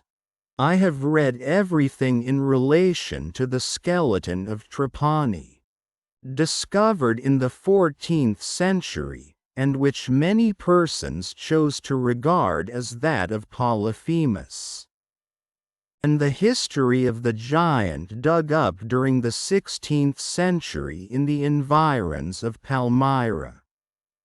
You are well aware, as I am, gentlemen, of the existence of the celebrated analysis made near Lucerne in 1577, of the great bones which the celebrated Dr. Felix Plater declared belonged to a giant about 19 feet high. I have devoured all the treatises of Cassanian, and all those memoirs, pamphlets, speeches, and replies published in reference to the skeleton of Teutobochus, king of the Cimbri, the invader of Gaul, dug out of a gravel pit in Dauphine in 1613, In the 18th century I should have denied, with Peter Campet, the existence of the Predamites of Scheuchzer. I have had in my hands the writing called Gigans. Here my uncle was afflicted by the natural infirmity which prevented him from pronouncing difficult words in public. It was not exactly stuttering, but a strange sort of constitutional hesitation. The writing named Gigans, he repeated. He, however, could get no further. Gigantio. Impossible. The unfortunate word would not come out. There would have been great laughter at the institution, had the mistake happened there. Gigantosteology. At last exclaimed Professor Hardwigg between two savage growls. Having got over our difficulty, and getting more and more excited, yes, gentlemen. I am well acquainted with all these matters, and know, also, that Cuvier and Blumenbach fully recognized in these bones the undeniable remains of mammoths of the Quaternary period. But after what we now see, to allow a doubt is to insult scientific inquiry. There is the body. You can see it. You can touch it. It is not a skeleton. It is a complete and uninjured body, preserved with an anthropological object. I did not attempt to controvert this singular and astounding assertion. If I could but wash this corpse in a solution of sulfuric acid, continued my uncle, I would undertake to remove all the earthy particles, and these resplendent shells, which are encrusted all over this body. But I am without this precious dissolving medium. Nevertheless, such as it is, this body will tell its own history. Here the professor held up the fossil body, and exhibited it with rare dexterity. No professional showman could have shown more activity. As on examination you will see, my uncle continued, it is only about 6 feet in length, which is a long way from the pretended giants of early days. As to the particular race to which it belonged, it is incontestably Caucasian. It is of the white race, that is, of our own. The skull of this fossil being is a perfect ovoid without any remarkable or prominent development of the cheekbones, and without any projection of the jaw. It presents no indication of the prognathism which modifies the facial angle. Measure the angle for yourselves, and you will find that it is just 90 degrees. But I will advance still farther on the road of inquiry and deduction. And I dare venture to say that this human sample or specimen belongs to the Japhetic family, which spread over the world from India to the uttermost limits of Western Europe. There is no occasion, gentlemen, to smile at my remarks. The facial angle is formed by 2 planes, one more or less vertical, which is in a straight line with the forehead and the incisors, the other horizontal, which passes through the organs of hearing, and the lower nasal bone. Prognathism, in anthropological language, means that particular projection of the jaw which modifies the facial angle. Of course, nobody smiled, but the excellent professor was so accustomed to beaming countenances at his lectures that he believed he saw all his audience laughing during the delivery of his learned dissertation. Yes, he continued, with renewed animation, this is a fossil man, a contemporary of the mastodons, with the bones of which this whole amphitheater is covered. But if I am called on to explain how he came to this place, how these various strata by which he is covered have fallen into this vast cavity, I can undertake to give you no explanation. Doubtless, if we carry ourselves back to the Quaternary epoch, we shall find that great and mighty convulsions took place in the crust of the earth, the continually cooling operation through which the earth had to pass, produced fissures, landslips, and chasms, through which a large portion of the earth made its way. I come to no absolute conclusion. But there is the man, surrounded by the works of his hands, his hatchets and his carved flints, which belong to the Stony period, and the only rational supposition is that, like myself, he visited the center of the earth as a traveling tourist, a pioneer of science. At all events, there can be no doubt of his great age, and of his being one of the oldest race of human beings. The professor with these words ceased his oration, and I burst forth into loud and unanimous applause. Besides, after all, my uncle was right.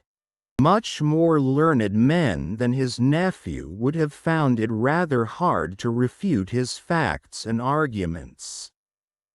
Another circumstance soon presented itself. This fossilized body was not the only one in this vast plain of bones, the cemetery of an extinct world. Other bodies were found, as we trod the dusty plain, and my uncle was able to choose the most marvelous of these specimens in order to convince the most incredulous. In truth, it was a surprising spectacle. The successive remains of generations and generations of men and animals confounded together in one vast cemetery. But a great question now presented itself to our notice, and one we were actually afraid to contemplate in all its bearings. Had these once animated beings been buried so far beneath the soil by some tremendous convulsion of nature, after they had been earth to earth and ashes to ashes, or had they lived here below, in this subterranean world, under this factitious sky, born, married, and given in marriage, and died at last, just like ordinary inhabitants of the earth? Up to the present moment, marine monsters, fish, and such like animals had alone been seen alive. The question which rendered us rather uneasy was a pertinent one. Were any of these men of the abyss wandering about the deserted shores of this wondrous sea of the center of the earth? This was a question which rendered me very uneasy and uncomfortable. How should they really be in existence, would they receive us men from above? Chapter 36. What is it? For a long and weary hour we tramped over this great bed of bones. We advanced regardless of everything, drawn on by ardent curiosity. What other marvels did this great cavern contain? What other wondrous treasures for the scientific man? My eyes were quite prepared for any number of surprises. My imagination lived in expectation of something new and wonderful. The borders of the great central ocean had for some time disappeared behind the hills that were scattered over the ground occupied by the plain of bones. The imprudent and enthusiastic professor, who did not care whether he lost himself or not, hurried me forward. We advanced silently, bathed in waves of electric fluid.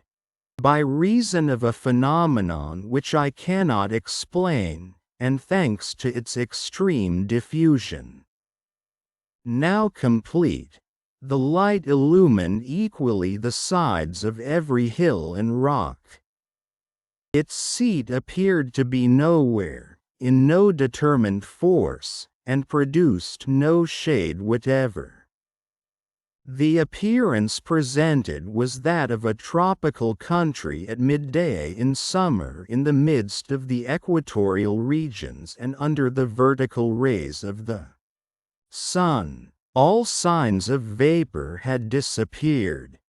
The rocks, the distant mountains, some confused masses of far-off forests, assumed a weird and mysterious aspect under this equal distribution of the luminous fluid. We resembled, to a certain extent, the mysterious personage in one of Hoffmann's fantastic tales, the man who lost his shadow. After we had walked about a mile farther, we came to the edge of a vast forest knot. However, one of the vast mushroom forests we had discovered near Port Gretchen. It was the glorious and wild vegetation of the Tertiary period, in all its superb magnificence. Huge palms, of a species now unknown. Superb palmacites, a genus of fossil palms from the coal formation pines, yews, cypress, and conifers or cone-bearing trees. The whole bound together by an inextricable and complicated mass of creeping plants. A beautiful carpet of mosses and ferns grew beneath the trees. Pleasant brooks murmured beneath umbrageous boughs, little worthy of this name, for no shade did they give. Upon their borders grew small tree-like shrubs, such as are seen in the hot countries on our own inhabited globe. The one thing wanting in these plants, these shrubs, these trees was color. Forever deprived of the vivifying warmth of the sun, they were vapid and colorless. All shade was lost in one uniform tint, of a brown and faded character. The leaves were wholly devoid of verdure, and the flowers, so numerous during the Tertiary period which gave them birth, were without color and without perfume. Something like paper discolored by long exposure to the atmosphere. My uncle ventured beneath the gigantic groves. I followed him, though not without a certain amount of apprehension. Since nature had shown herself capable of producing such stupendous vegetable supplies, Why might we not meet with mammals just as large, and therefore dangerous? I particularly remarked, in the clearings left by trees that had fallen and been partially consumed by time, many leguminous, bean-like, shrubs, such as the maple and other eatable trees, dear to ruminating animals. Then there appeared confounded together and intermixed, the trees of such varied lands. Specimens of the vegetation of every part of the globe. There was the oak near the palm tree, the Australian eucalyptus, an interesting class of the order Myrtaceae leaning against the tall Norwegian pine, the poplar of the north, mixing its branches with those of the New Zealand kauris. It was enough to drive the most ingenious classifier of the upper regions out of his mind, and to upset all his received ideas about botany. Suddenly I stopped short and restrained my uncle. The extreme diffuseness of the light enabled me to see the smallest objects in the distant copses. I thought I saw I really did see with my own eyes immense, gigantic animals moving about under the mighty trees. Yes, they were truly gigantic animals, a whole herd of mastodons. Not fossils, but living, and exactly like those discovered in 1801. On the marshy banks of the Great Ohio, in North America. Yes, I could see these enormous elephants, whose trunks were tearing down large boughs, and working in and out the trees like a legion of serpents. I could hear the sounds of the mighty tusks uprooting huge trees. The boughs crackled, and the whole masses of leaves and green branches went down the capacious throats of these terrible monsters. That wondrous dream, when I saw the ante-historical times revivified, when the tertiary and quaternary periods passed before me, was now realized. And there we were alone, far down in the bowels of the earth, at the mercy of its ferocious inhabitants. My uncle paused, full of wonder and astonishment. "Come," he said at last, when his first surprise was over. "Come along, my boy, and let us see them nearer." "No," replied I, restraining his efforts to drag me forward. "We are wholly without arms. What should we do in the midst of that flock of gigantic quadrupeds? Come away, uncle, I implore you. No human creature can with impunity brave the ferocious anger of these monsters." "No human creature," said my uncle, suddenly lowering his voice to a mysterious whisper. "You are mistaken. My dear Henry, look yonder. It seems to me that I behold a human being, a being like ourselves, a man." I looked, shrugging my shoulders, decided to push incredulity to its very last limits.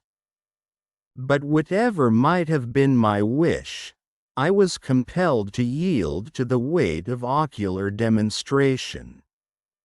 Yes, not more than a quarter of a mile off, leaning against the trunk of an enormous tree, was a human being, a Proteus of these subterranean regions, a new son of Neptune keeping this innumerable herd of mastodons. Imanus pecoris custos, amanior ips. The keeper of gigantic cattle, himself still more gigantic. Yes, it was no longer a fossil whose corpse we had raised from the ground in the great cemetery, but a giant capable of guiding and driving these prodigious monsters. His height was above 12 feet. His head, as big as the head of a buffalo, was lost in a mane of matted hair. It was indeed a huge mane, like those which belonged to the elephants of the earlier ages of the world. In his hand was a branch of a tree, which served as a crook for this antediluvian shepherd. We remained profoundly still, speechless with surprise. But we might at any moment be seen by him. Nothing remained for us but instant flight. "Come, come," I cried, dragging my uncle along, and, for the first time, he made no resistance to my wishes. A quarter of an hour later we were far away from that terrible monster. Now that I think of the matter calmly, and that I reflect upon it dispassionately. Now that months, years, have passed since this strange and unnatural adventure befell us, what am I to think, what am I to believe? No, it is utterly impossible. Our ears must have deceived us, and our eyes have cheated us. We have not seen what we believed we had seen. No human being could by any possibility have existed in that subterranean world. No generation of men could inhabit the lower caverns of the globe without taking note of those who peopled the surface. Without communication with them, it was folly, folly, folly. Nothing else. I am rather inclined to admit the existence of some animal resembling in structure the human race of some monkey of the first geological epochs, like that discovered by M. Larté in the ossiferous deposit of Sansan. But this animal, or being, whichsoever it was, surpassed in height all things known to modern science. Never mind, however unlikely it may be, it might have been a monkey but a man, a living man. And with him a whole generation of gigantic animals. Buried in the entrails of the earth, it was too monstrous to be believed. Chapter 37. The Mysterious Dagger. During this time, we had left the bright and transparent forest far behind us. We were mute with astonishment, overcome by a kind of feeling which was next door to apathy. We kept running in spite of ourselves. It was a perfect right, which resembled one of those horrible sensations we sometimes meet with in our dreams. Instinctively we made our way towards the Central Sea, and I cannot now tell what wild thoughts passed through my mind, nor of what follies I might have been guilty, but for a very serious preoccupation which brought me back to practical life. Though I was aware that we were treading on a soil quite new to us, I, however, every now and then noticed certain aggregations of rock, the shape of which forcibly reminded me of those near Port Gretchen. This confirmed, moreover, The indications of the compass and are extraordinary and unlooked for, as well as involuntary. Return to the north of this great central sea. It was so like our starting point, that I could scarcely doubt the reality of our position. Streams and cascades fell in hundreds over the numerous projections of the rocks. I actually thought I could see our faithful and monotonous Hans and the wonderful grotto in which I had come back to life after my tremendous fall. Then, as we advanced still farther, the position of the cliffs, the appearance of a stream, the unexpected profile of a rock, threw me again into a state of bewildering doubt. After some time, I explained my state of mental indecision to my uncle. He confessed to a similar feeling of hesitation. He was totally unable to make up his mind in the midst of this extraordinary but uniform panorama. There can be no doubt, I insisted, that we have not landed exactly at the place whence we first took our departure, but the tempest has brought us above our starting point. I think, therefore, that if we follow the coast we shall once more find Port Gretchen. In that case, cried my uncle, it is useless to continue our exploration. The very best thing we can do is to make our way back to the raft. Are you quite sure, Harry, that you are not mistaken? It is difficult, was my reply, to come to any decision, for all these rocks are exactly alike. There is no marked difference between them. At the same time, the impression on my mind is that I recognize the promontory at the foot of which our worthy Hans constructed the raft. We are, I am, nearly convinced, near the little port. If this be not it, I added, carefully examining a creek which appeared singularly familiar to my mind. My dear Harry, if this were the case, we should find traces of our own footsteps, some signs of our passage. And I can really see nothing to indicate our having passed this way. But I see something, I cried, in an impetuous tone of voice, as I rushed forward and eagerly picked up something which shone in the sand under my feet. What is it? Cried the astonished and bewildered professor.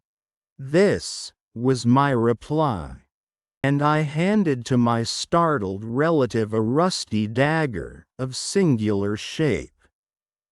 What made you bring with you so useless a weapon? He exclaimed. It was needlessly hampering yourself. I bring it? It is quite new to me. I never saw it before. Are you sure it is not out of your collection? Not that I know of, said the professor, puzzled. I have no recollection of the circumstance. It was never my property.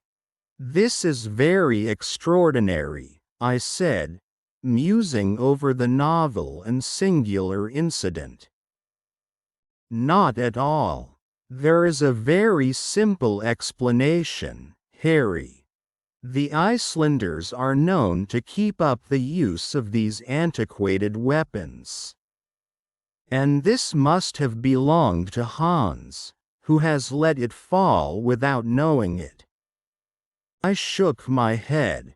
That dagger had never been in the possession of the Pacific and Taciturn.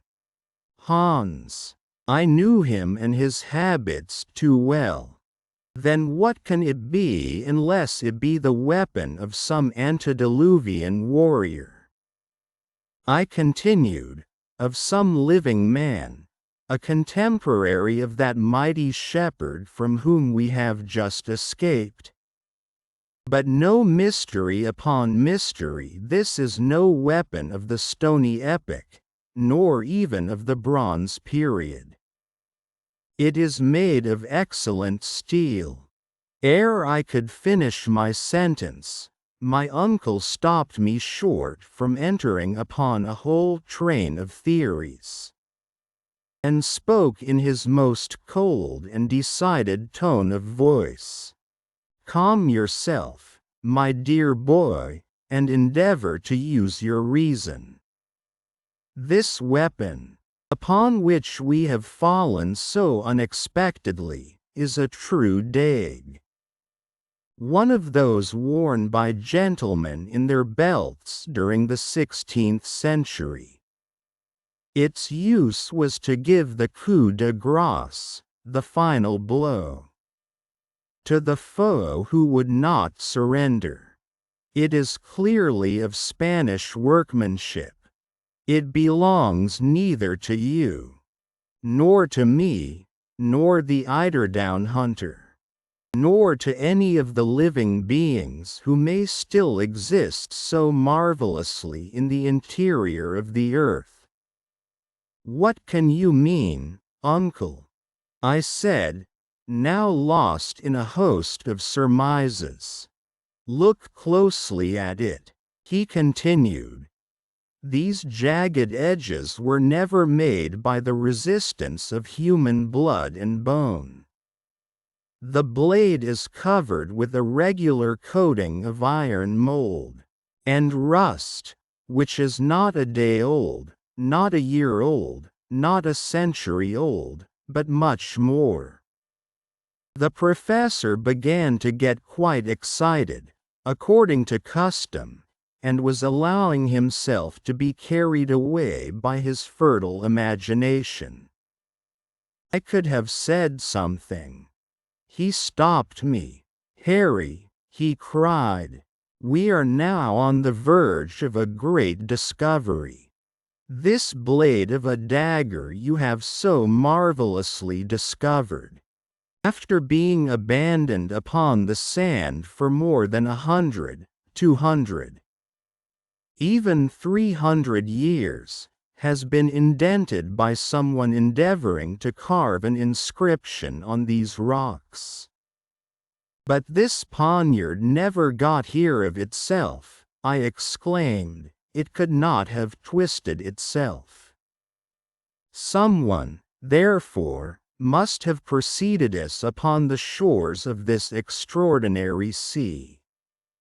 Quote, yes, a man, but what man has been sufficiently desperate to do such a thing?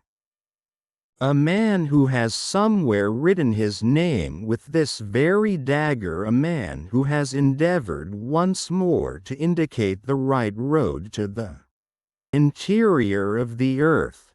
Let us look around, my boy. You know not the importance of your singular and happy discovery. Prodigiously interested, we walked along the wall of rock, examining the smallest fissures, which might finally expand into the much wished-for gully or shaft. We at last reached a spot where the shore became extremely narrow.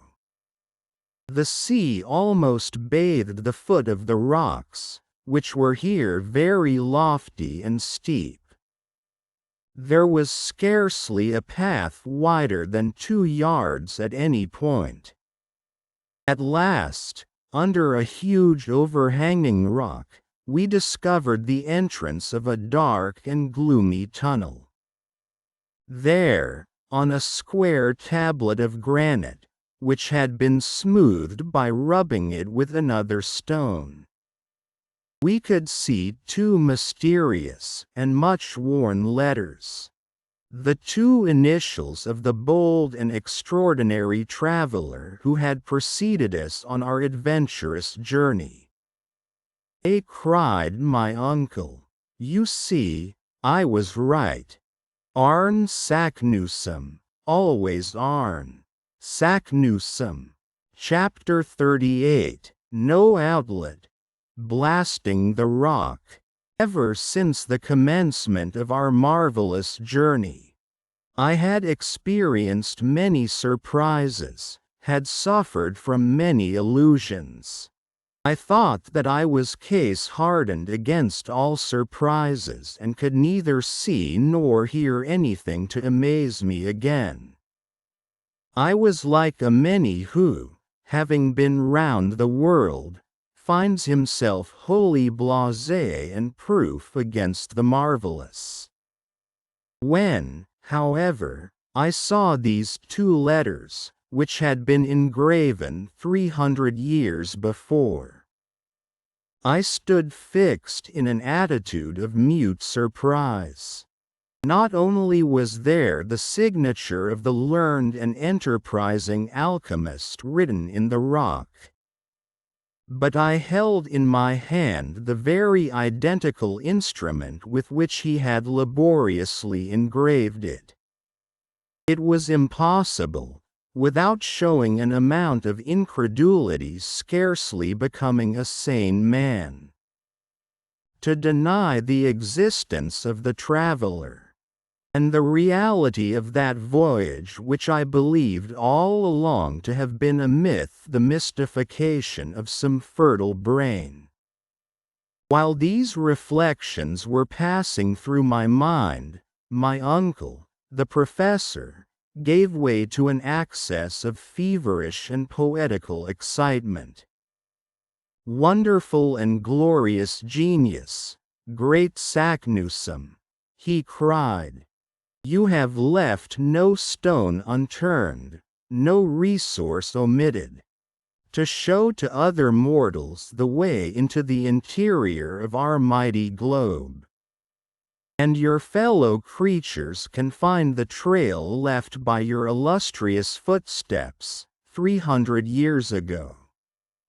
At the bottom of these obscure subterranean abodes, you have been careful to secure for others the contemplation of these wonders and marvels of creation, your name engraved at every important stage of your glorious journey leads the hopeful traveler direct to the great and mighty discovery to which you devoted such energy and courage. The audacious traveler, who shall follow your footsteps to the last, will doubtless find your initials engraved with your own hand upon the center of the earth. I will be that audacious traveler. I, too, will sign my name upon the very same spot, upon the central granite stone of this wondrous work of the Creator. But in justice to your devotion, to your courage, and to your being the first to indicate the road, let this cape, seen by you upon the shores of this sea discovered by you, be called, of all time, Cape Saknussemm. This is what I heard, and I began to be roused to the pitch of enthusiasm indicated by those words. A fierce excitement roused me. I forgot everything. The dangers of the voyage and the perils of the return journey were now as nothing. What another man had done in ages past could, I felt, be done again. I was determined to do it myself, and now nothing that man had accomplished appeared to me impossible. Forward, forward, I cried in a burst of genuine and hearty enthusiasm. I had already started in the direction of the somber and gloomy gallery when the professor stopped me. He, the man so rash and hasty, he, the man so easily roused to the highest pitch of enthusiasm, checked me, and asked me to be patient and show more calm. "Let us return to our good friend, Hans," he said. "We will then bring the raft down to this place." I must say that though I at once yielded to my uncle's request, it was not without dissatisfaction, and I hastened along the rocks of that wonderful coast. "Do you know, my dear uncle," I said, as we walked along, "that we have been singularly helped by a concurrence of circumstances, right up to this very moment." "So you begin to see it, do you, Harry?" said the professor with a smile. "Doubtless," I responded, "and strangely enough, even the tempest has been the means of putting us on the right road. Blessings on the tempest! It brought us safely back to the very spot from which fine weather would have driven us forever. Supposing we had succeeded in reaching the southern and distant shores of this extraordinary sea, what would have become of us? The name of Saknussemm would never have appeared to us. And at this moment we should have been cast away upon an inhospitable coast, probably without an outlet. Yes, Harry, my boy, there is certainly something providential in that wandering at the mercy of wind and waves towards the south. We have come back exactly north, and, what is better still, we fall upon this great discovery of Cape Saknussemm. I mean to say, that it is more than surprising. There is something in it which is far beyond my comprehension. The coincidence is unheard of. Marvelous. What matter? It is not our duty to explain facts, but to make the best possible use of them. Doubtless, my boy, but if you will allow me, said the really delighted professor. Excuse me, sir, but I see exactly how it will be. We shall take the northern route. We shall pass under the northern regions of Europe. Under Sweden, under Russia, under Siberia. And who knows where, instead of burying ourselves under the burning plains and deserts of Africa, or beneath the mighty waves of the ocean, and that is all, at this stage of our journey. That I care to know. Let us advance, and heaven will be our guide. Yes, Harry, you are right, quite right, all is for the best. Let us abandon this horizontal sea, which could never have led to anything satisfactory. We shall descend, descend, and everlastingly descend. Do you know, my dear boy, that to reach the interior of the earth we have only 5,000 miles to travel? Bah! I cried, carried away by a burst of enthusiasm. The distance is scarcely worth speaking about. The thing is to make a start. My wild, mad, and incoherent speeches continued until we rejoined our patient and phlegmatic guide. All was, we found, prepared for an immediate departure. There was not a single parcel but what was in its proper place. We all took up our posts on the raft, and the sail being hoisted, Hans received his directions, and guided the frail bark towards Cape Saknussemm, as we had definitely named it. The wind was very unfavorable to a craft that was unable to sail close to the wind. It was constructed to go before the blast. We were continually reduced to pushing ourselves forward by means of poles. On several occasions the rocks ran far out into deep water and we were compelled to make a long round. At last, after 3 long and weary hours of navigation, that is to say, about 6 o'clock in the evening, we found a place at which we could land. I jumped on shore first. In my present state of excitement and enthusiasm, I was always first. My uncle and the Icelander followed. The voyage from the port to this point of the sea had by no means calmed me. It had rather produced the opposite effect. I even proposed to burn our vessel, that is, to destroy our raft, in order to completely cut off our retreat. But my uncle sternly opposed this wild project. I began to think him particularly lukewarm and unenthusiastic. "At any rate, my dear uncle," I said, "let us start without delay."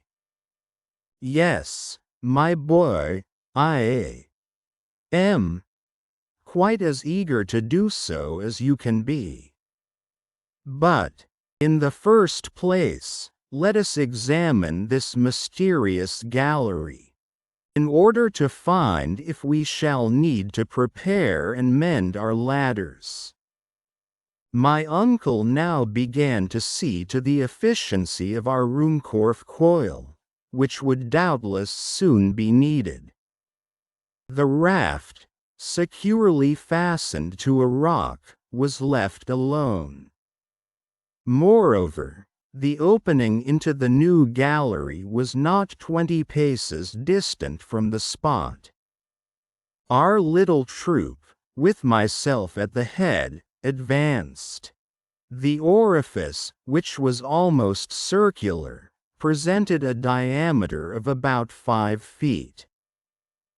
The somber tunnel was cut in the living rock, and coated on the inside by the different material which had once passed through it in a state of fusion.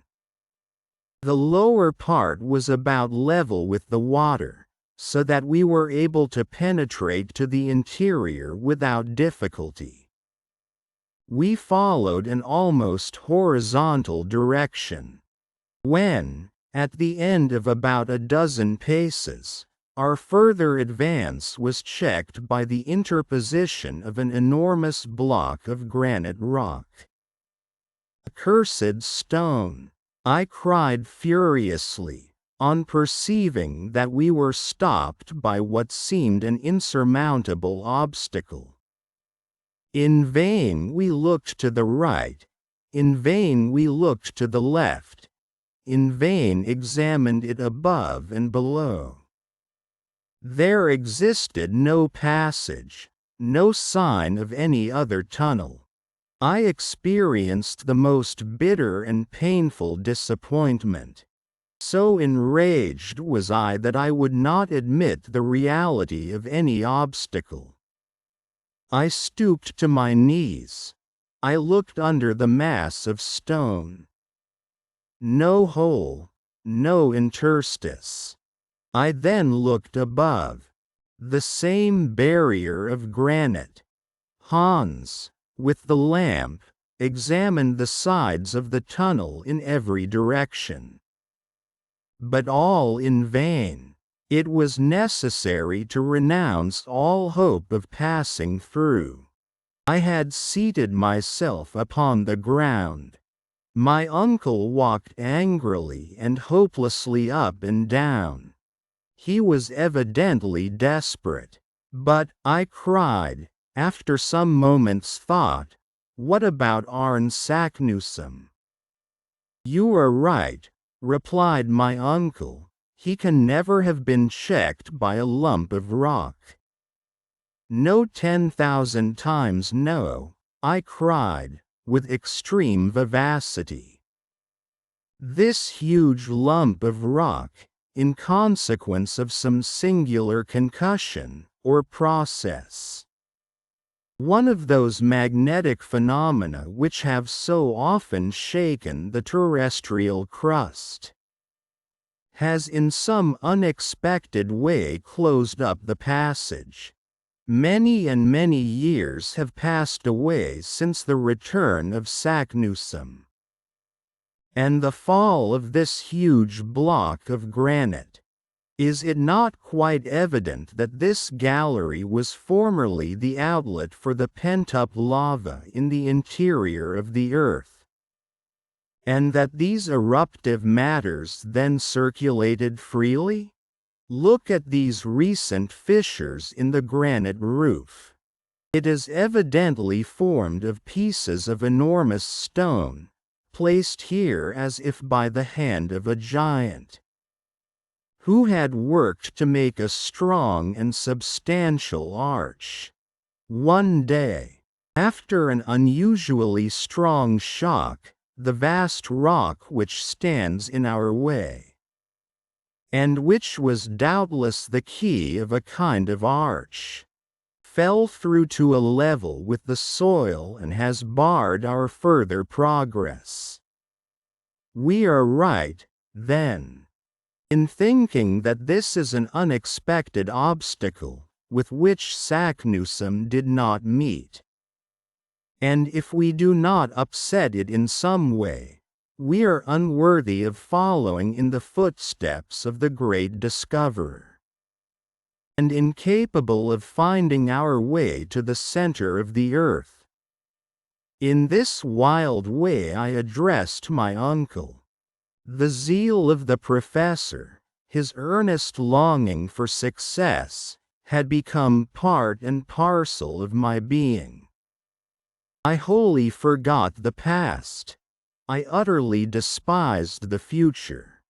Nothing existed for me upon the surface of this spheroid in the bosom of which I was engulfed. No towns, no country, no Hamburg, no Königstrasse. Not even my poor Gretchen, who by this time would believe me utterly lost in the interior of the earth. Well, cried my uncle, roused to enthusiasm by my words, let us go to work with pickaxes, with crowbars, with anything that comes to hand, but down with these terrible walls. It is far too tough and too big to be destroyed by a pickaxe or crowbar, I replied. What then? As I said, it is useless to think of overcoming such a difficulty by means of ordinary tools. What then? What else but gunpowder, a subterranean mine? Let us blow up the obstacle that stands in our way. Gunpowder. Yes. All we have to do is to get rid of this paltry obstacle. To work, Hans, to work, cried the professor. The Icelander went back to the raft, and soon returned with a huge crowbar, with which he began to dig a hole in the rock, which was to serve as a mine. It was by no means a slight task. It was necessary for our purpose to make a cavity large enough to hold 50 pounds of fulminating gun cotton, the expansive power of which is 4 times as great as that of ordinary gunpowder. I had now roused myself to an almost miraculous state of excitement. While Hans was at work, I actively assisted my uncle to prepare a long wick made from damp gunpowder, the mass of which we finally enclosed in a bag of linen. "We are bound to go through," I cried, enthusiastically. "We are bound to go through," responded the professor, tapping me on the back. At midnight, our work as miners was completely finished. The charge of fulminating cotton was thrust into the hollow, and the match, which we had made of considerable length, was ready. A spark was now sufficient to ignite this formidable engine, and to blow the rock to atoms. "We will now rest until tomorrow." It was absolutely necessary to resign myself to my fate, and to consent to wait for the explosion for 6 weary hours. Chapter 39: The Explosion and Its Results. The next day, which was the 27th of August, was a date celebrated in our wondrous subterranean journey. I never think of it even now, but I shudder with horror. My heart beats wildly at the very memory of that awful day. From this time forward, our reason, our judgment, our human ingenuity, have nothing to do with the course of events. We are about to become the plaything of the great phenomena of the earth. At 6 o'clock we were all up and ready. The dreaded moment was arriving when we were about to seek an opening into the interior of the earth by means of gunpowder. What would be the consequences of breaking through the crust of the earth? I begged that it might be my duty to set fire to the mine. I looked upon it as an honor. This task once performed, I could rejoin my friends upon the raft, which had not been unloaded. As soon as we were all ready, we were to sail away to some distance to avoid the consequences of the explosion, the effects of which would certainly not be concentrated in the interior of the earth. The slow match we calculated to burn for about 10 minutes, more or less, before it reached the chamber in which the great body of powder was confined. I should therefore have plenty of time to reach the raft and put off to a safe distance. I prepared to execute my self-allotted task not, it must be confessed, without considerable emotion. After a hearty repast, my uncle and the hunter-guide embarked on board the raft, while I remained alone upon the desolate shore. I was provided with a lantern which was to enable me to set fire to the wick of the infernal machine. "Go, my boy," said my uncle, "and heaven be with you. But come back as soon as you can. I shall be all impatience." "Be easy on that matter," I replied, "there is no fear of my delaying on the road." Having said this, I advanced toward the opening of the somber gallery. My heart beat wildly. I opened my lantern and seized the extremity of the wick. The professor, who was looking on, held his chronometer in his hand. "Are you ready?" "Quite ready." "Well, then, fire away." I hastened to put the light to the wick, which crackled and sparkled, hissing and spitting like a serpent. Then, running as fast as I could, I returned to the shore. Get on board, my lad, and you, Hans, shove off, cried my uncle. By a vigorous application of his pole, Hans sent us flying over the water.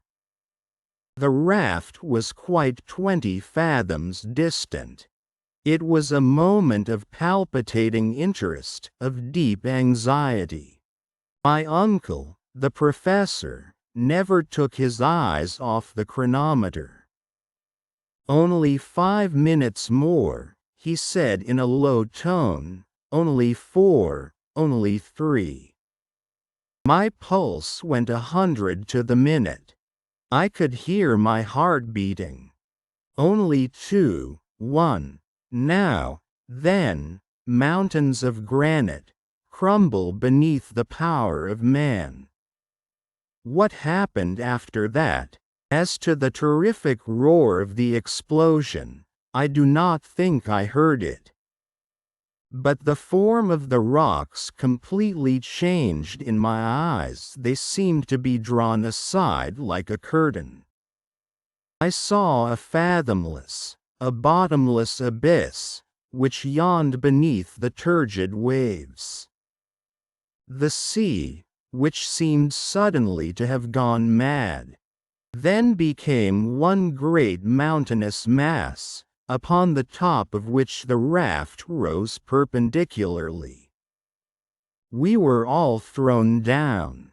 In less than a second the light gave place to the most profound obscurity. Then I felt all solid support give way not to my feet, but to the raft itself. I thought it was going bodily down a tremendous well. I tried to speak, to question my uncle. Nothing could be heard but the roaring of the mighty waves. We clung together in utter silence. Despite the awful darkness, despite the noise, the surprise, the emotion, I thoroughly understood what had happened. Beyond the rock which had been blown up, there existed a mighty abyss. The explosion had caused a kind of earthquake in this soil, broken by fissures and rents. The gulf, thus suddenly thrown open, was about to swallow the inland seal which, transformed into a mighty torrent, was dragging us with it.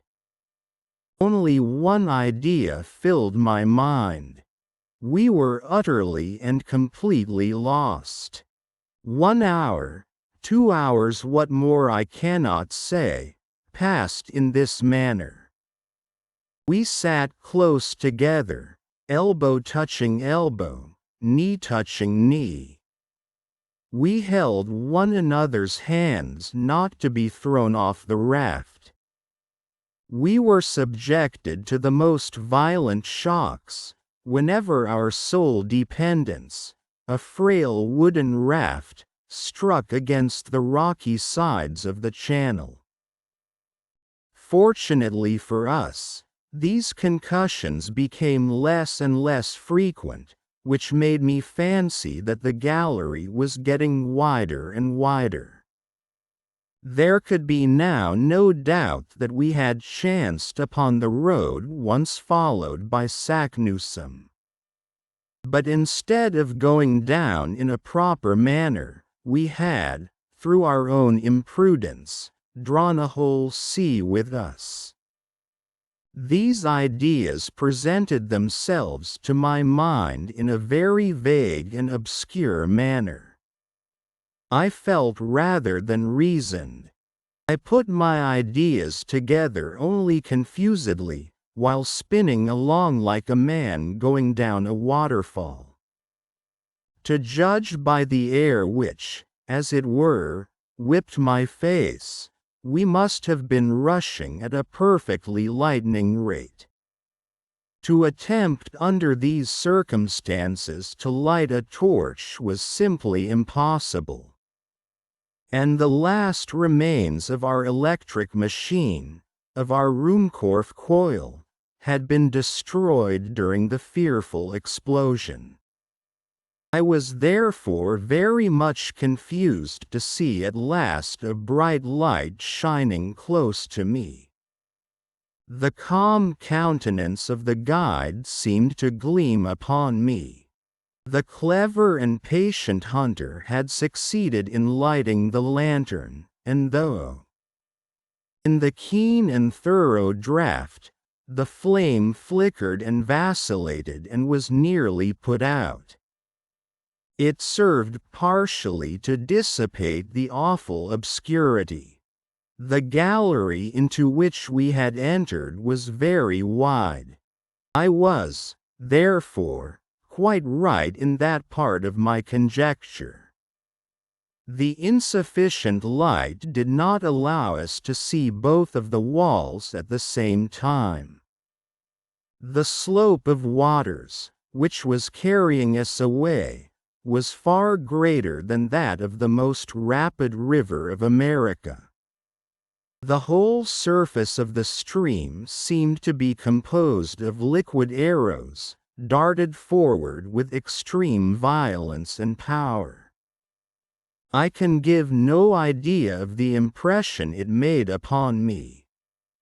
The raft, at times, caught in certain whirlpools, and rushed forward, yet turned on itself all the time. How it did not upset I shall never be able to understand. When it approached the sides of the gallery, I took care to throw upon them the light of the lantern, and I was able to judge of the rapidity of motion by looking at the projecting masses of rock, which as soon as seen were again invisible. So rapid was our progress that points of rock at a considerable distance one from the other appeared like portions of transverse lines, which enclosed us in a kind of net, like that of a line of telegraphic wires. I believe we were now going at a rate of not less than 100 miles an hour. My uncle and I looked at one another with wild and haggard eyes. We clung convulsively to the stump of the mast, which, at the moment when the catastrophe took place, had snapped short off. We turned our backs as much as possible to the wind, in order not to be stifled by a rapidity of motion which nothing human could face and live. And still the long monotonous hours went on. The situation did not change in the least, though a discovery I suddenly made seemed to complicate it very much. When we had slightly recovered our equilibrium, I proceeded to examine our cargo. I then made the unsatisfactory discovery that the greater part of it had utterly disappeared. I became alarmed, and determined to discover what were our resources. My heart beat at the idea, but it was absolutely necessary to know on what we had to depend. With this view, I took the lantern and looked around. Of all our former collection of nautical and philosophical instruments, there remained only the chronometer and the compass. The ladders and ropes were reduced to a small piece of rope fastened to the stump of the mast. Not a pickaxe, not a crowbar, not a hammer, and, far worse than all, no food, not enough for one day. This discovery was a prelude to a certain and horrible death. Seated gloomily on the raft, clasping the stump of the mast mechanically, I thought of all I had read as to sufferings from starvation. I remembered everything that history had taught me on the subject, and I shuddered at the remembrance of the agonies to be endured. Maddened at the prospects of enduring the miseries of starvation, I persuaded myself that I must be mistaken. I examined the cracks in the raft. I poked between the joints and beams. I examined every possible hole and corner. The result was simply nothing.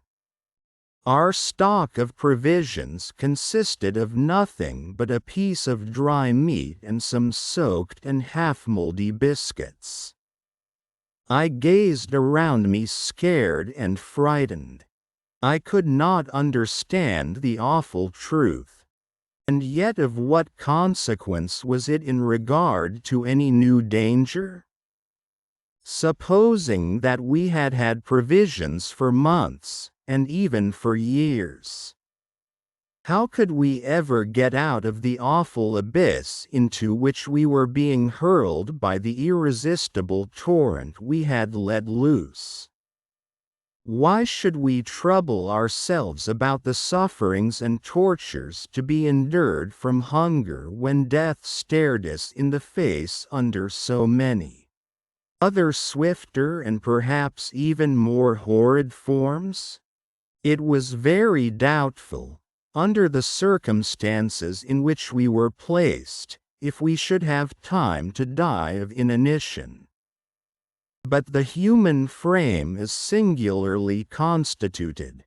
I know not how it was, but, from some singular hallucination of the mind, I forgot the real, serious, and immediate danger to which we were exposed. To think of the menaces of the future, which appeared before us in all their naked terror. Besides, after all, suggested hope. Perhaps we might finally escape the fury of the raging torrent, and once more revisit the glimpses of the moon, on the surface of our beautiful Mother Earth. How was it to be done? I had not the remotest idea. Where were we to come out? No matter, so that we did. One chance in 1,000 is always a chance, while death from hunger gave us not even the faintest glimpse of hope. It left to the imagination nothing but blank horror, without the faintest chance of escape. I had the greatest mind to reveal all to my uncle, to explain to him the extraordinary and wretched position to which we were reduced, in order that, between the two, we might make a calculation as to the exact space of time which remained for us to live.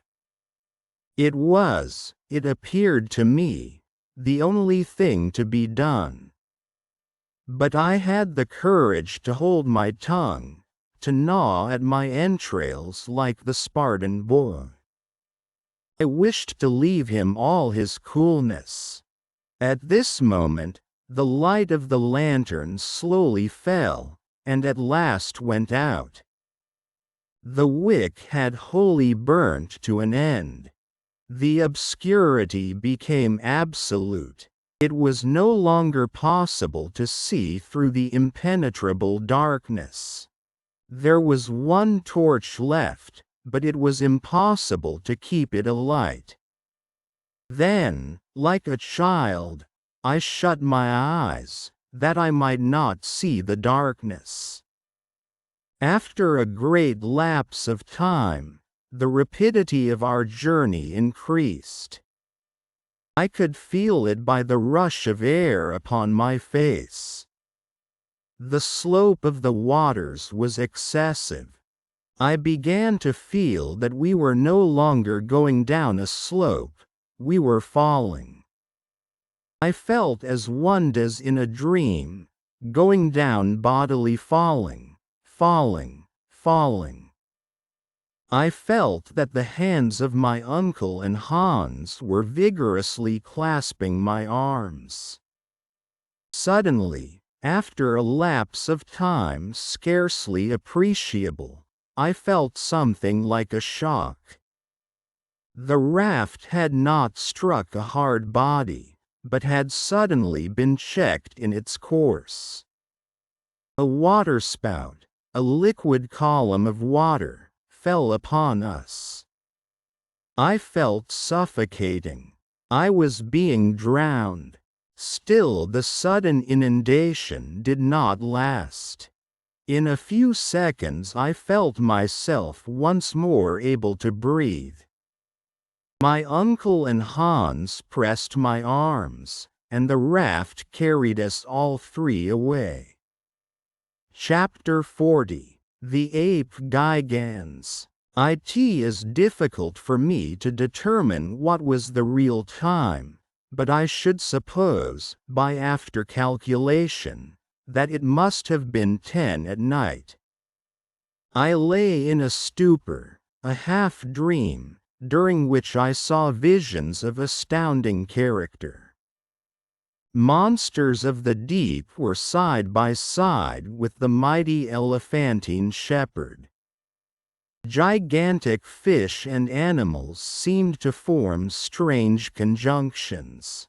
The raft took a sudden turn, whirled round, entered another tunnel, this time illumined in a most singular manner.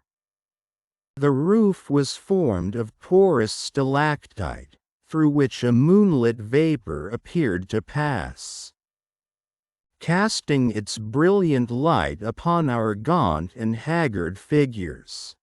The light increased as we advanced, while the roof ascended, until at last, we were once more in a kind of water cavern, the lofty dome of which disappeared in a luminous cloud. A rugged cavern of small extent appeared to offer a halting place to our weary bodies. My uncle and the guide moved as men in a dream. I was afraid to waken them, knowing the danger of such a sudden start. I seated myself beside them to watch. As I did so, I became aware of something moving in the distance, which at once fascinated my eyes. It was floating, apparently, upon the surface of the water, advancing by means of what at first appeared paddles. I looked with glaring eyes. One glance told me that it was something monstrous. But what?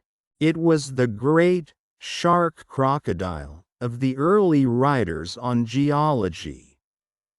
About the size of an ordinary whale, with hideous jaws and two gigantic eyes, it advanced. Its eyes fixed on me with terrible sternness. Some indefinite warning told me that it had marked me for its own. I attempted to rise to escape, no matter where, but my knees shook under me. My limbs trembled violently. I almost lost my senses. And still the mighty monster advanced. My uncle and the guide made no effort to save themselves.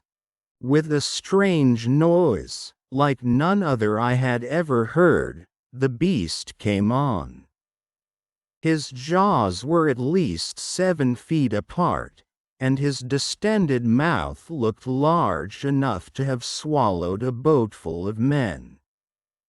We were about 10 feet distant when I discovered that much as his body resembled that of a crocodile, his mouth was wholly that of a shark. His twofold nature now became apparent. To snatch us up at a mouthful it was necessary for him to turn on his back, which motion necessarily caused his legs to kick up helplessly in the air. I actually laughed even in the very jaws of death. But next minute, with a wild cry, I darted away into the interior of the cave, leaving my unhappy comrades to their fate. This cavern was deep and dreary. After about 100 yards, I paused and looked around. The whole floor, composed of sand and malachite, was strewn with bones. Freshly gnawed bones of reptiles and fish, with a mixture of mammalia. My very soul grew sick as my body shuddered with horror. I had truly, according to the old proverb, fallen out of the frying pan into the fire. Some beast larger and more ferocious even than the shark crocodile inhabited this den. What could I do? The mouth of the cave was guarded by one ferocious monster. The interior was inhabited by something too hideous to contemplate. Flight was impossible. Only one resource remained, and that was to find some small hiding place to which the fearful denizens of the cavern could not penetrate. I gazed wildly around, and at last discovered a fissure in the rock, to which I rushed in the hope of recovering my scattered senses. Crouching down, I waited shivering as in an ague fit. No man is brave in presence of an earthquake, or a bursting boiler, or an exploding torpedo. I could not be expected to feel much courage in presence of the fearful fate that appeared to await me. An hour passed. I heard all the time a strange rumbling outside the cave. What was the fate of my unhappy companions? It was impossible for me to pause to inquire. My own wretched existence was all I could think of. Suddenly a groaning, as of 50 bears in a fight, fell upon my ears. Hisses, spitting, moaning, hideous to hear, and then I saw never. Were ages to pass over my head, shall I forget the horrible apparition? It was the ape gigans. 14 feet high, covered with coarse hair, of a blackish brown, the hair on the arms. From the shoulder to the elbow joints, pointing downwards. While that from the wrist to the elbow pointed upwards, it advanced. Its arms were as long as its body, while its legs were prodigious. It had thick, long, and sharply pointed teeth like a mammoth saw. It struck its breast as it came on, smelling and sniffing, reminding me of the stories we read in our early childhood of giants who ate the flesh of men and little boys. Suddenly it stopped.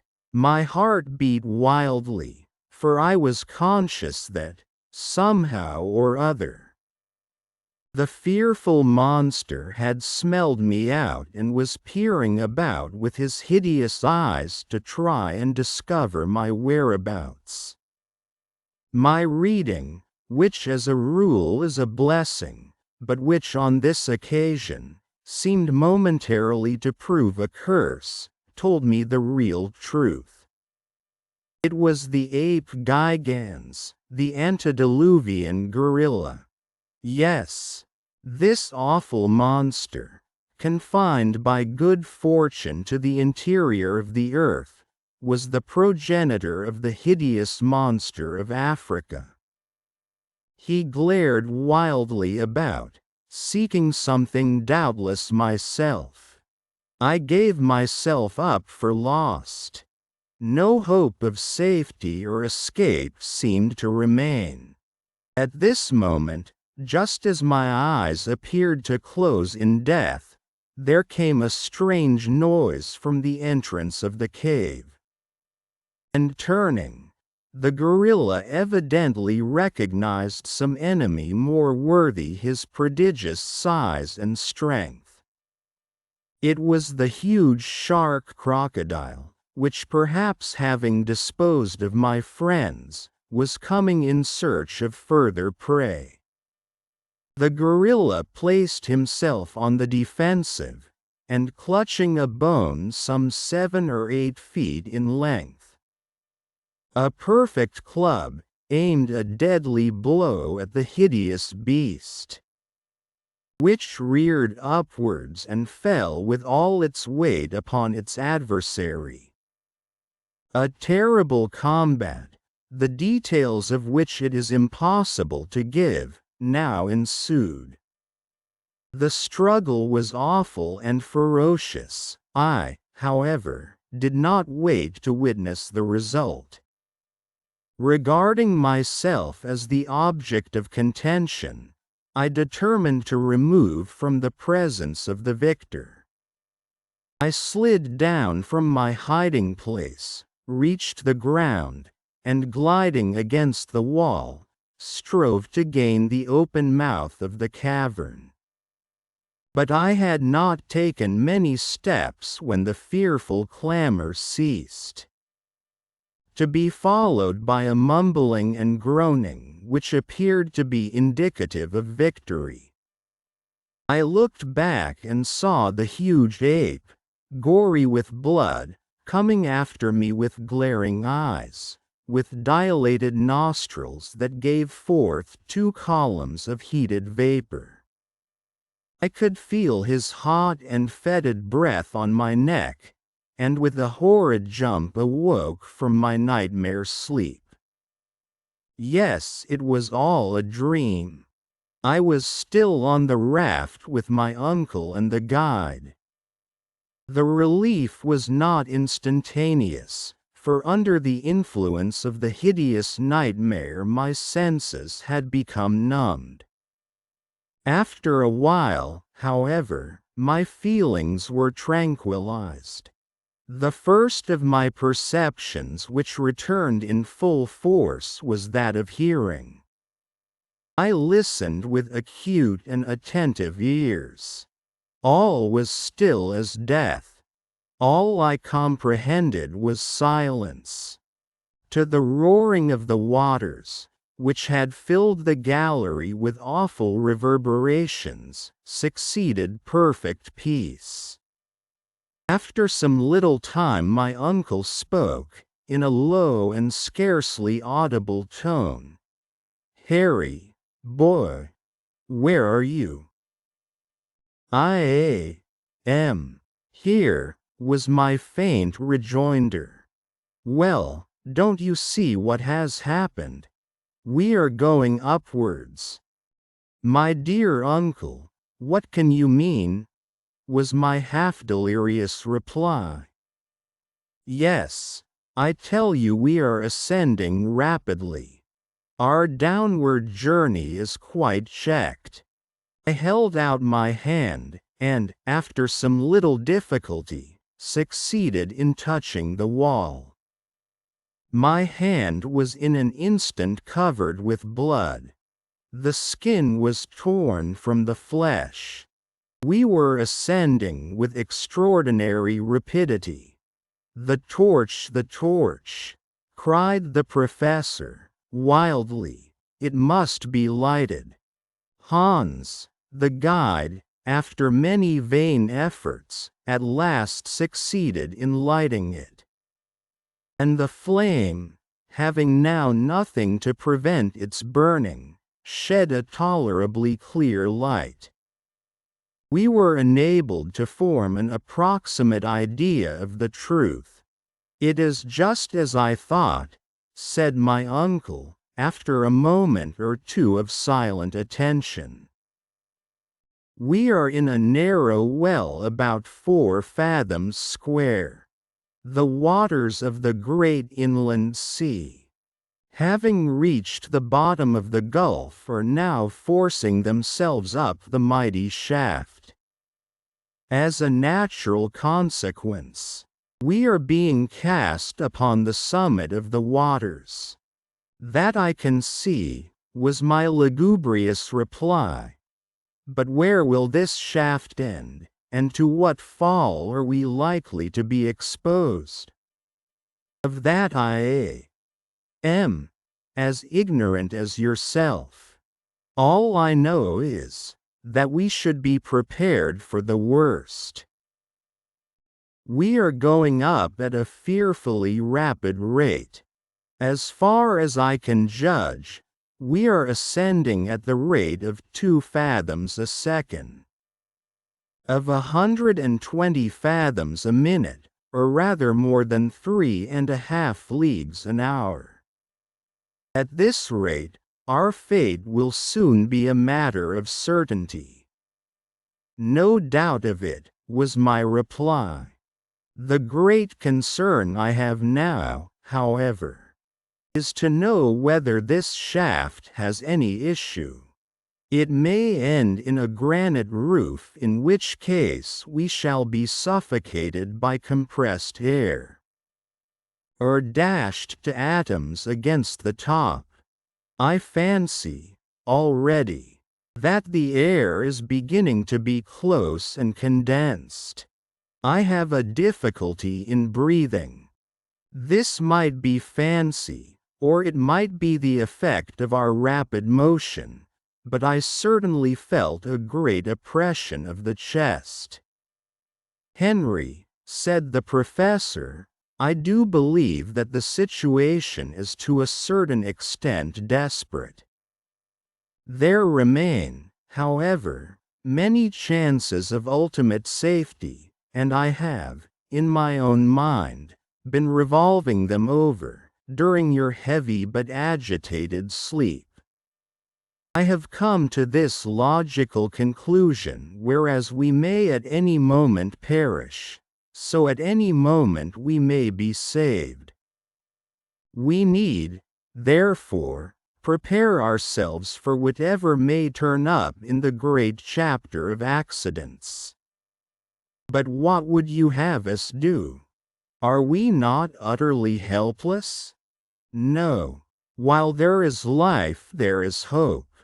At all events, there is one thing we can do: eat, and thus obtain strength to face victory or death. As he spoke, I looked at my uncle with a haggard glance. I had put off the fatal communication as long as possible. It was now forced upon me, and I must tell him the truth.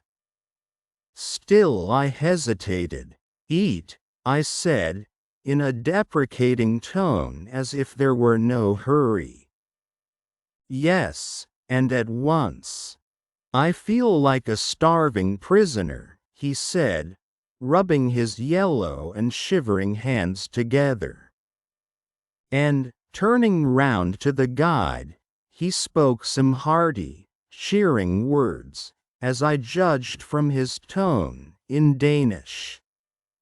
Hans shook his head in a terribly significant manner. I tried to look unconcerned. What? Cried the professor. You do not mean to say that all our provisions are lost? Yes, was my lowly spoken reply, as I held out something in my hand. This morsel of dried meat is all that remains for us 3. My uncle gazed at me as if he could not fully appreciate the meaning of my words. The blow seemed to stun him by its severity. I allowed him to reflect for some moments. Well, said I, after a short pause. What do you think now? Is there any chance of our escaping from our horrible subterranean dangers?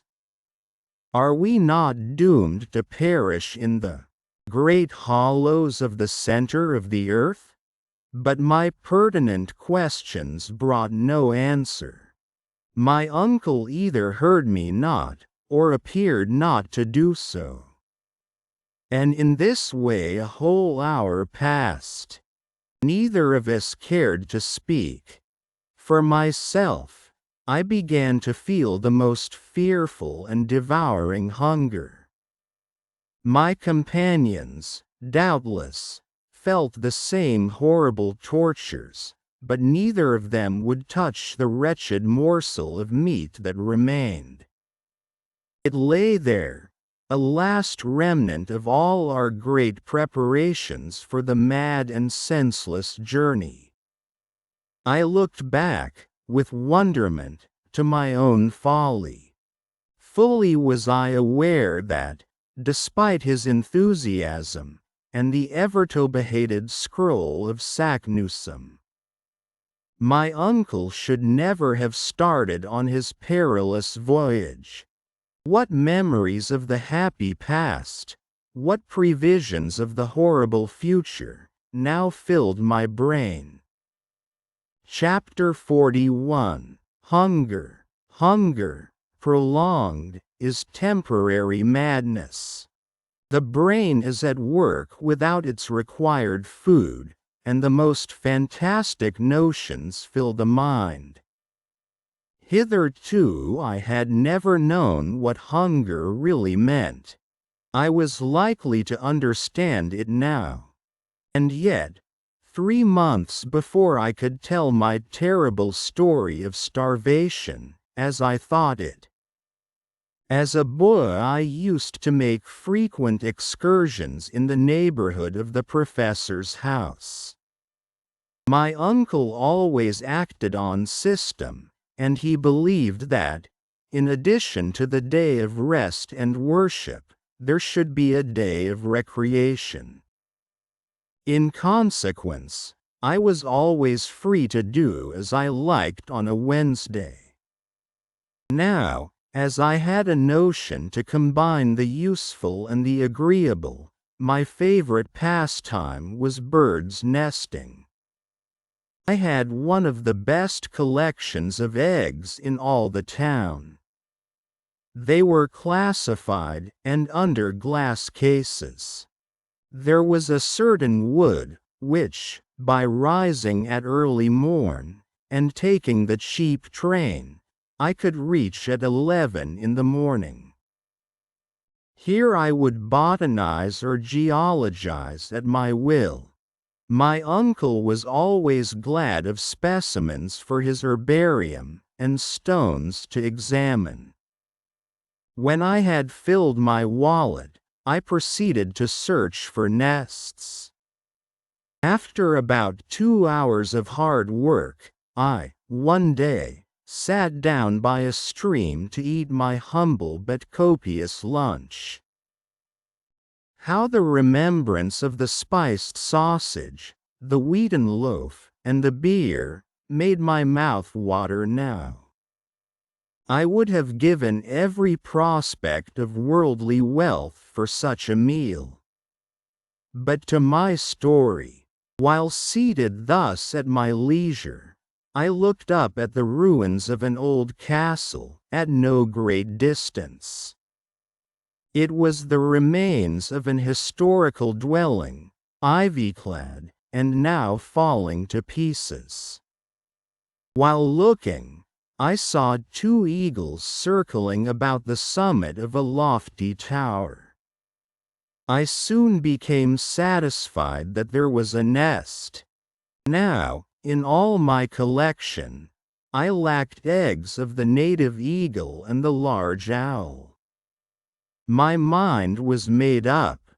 I would reach the summit of that tower, or perish in the attempt. I went nearer, and surveyed the ruins. The old staircase, years before, had fallen in.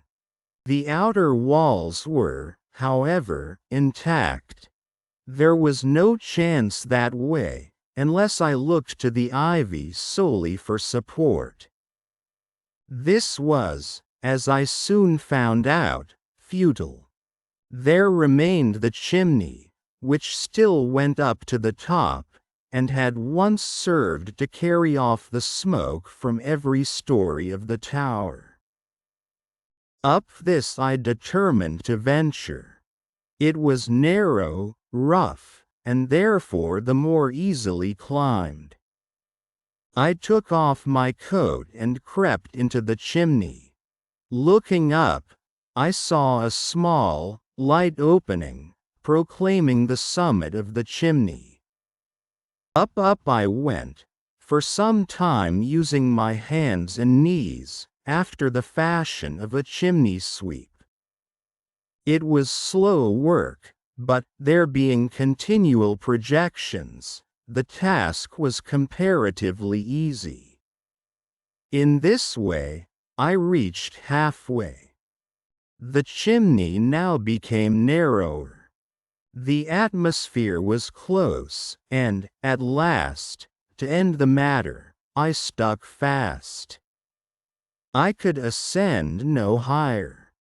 There could be no doubt of this, and there remained no resource but to descend, and give up my glorious prey in despair. I yielded to fate and endeavored to descend. But I could not move. Some unseen and mysterious obstacle intervened and stopped me.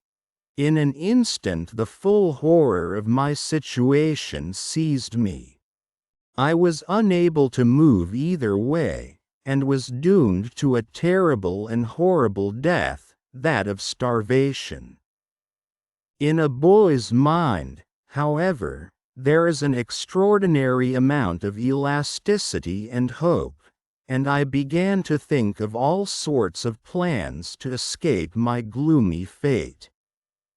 In the first place, I required no food just at present, having had an excellent meal, and was therefore allowed time for reflection. My first thought was to try and move the mortar with my hand. Had I possessed a knife, something might have been done, but that useful instrument I had left in my coat pocket. I soon found that all efforts of this kind were vain and useless, and that all I could hope to do was to wriggle downwards. But though I jerked and struggled, and strove to turn, it was all in vain. I could not move an inch, one way or the other. And time flew rapidly. My early rising probably contributed to the fact that I felt sleepy, and gradually gave way to the sensation of drowsiness. I slept, and awoke in darkness, ravenously hungry. Night had come, and still I could not move. I was tight-bound, and did not succeed in changing my position an inch. I groaned aloud. Never since the days of my happy childhood, when it was a hardship to go from meal to meal without eating, had I really experienced hunger. The sensation was as novel as it was painful.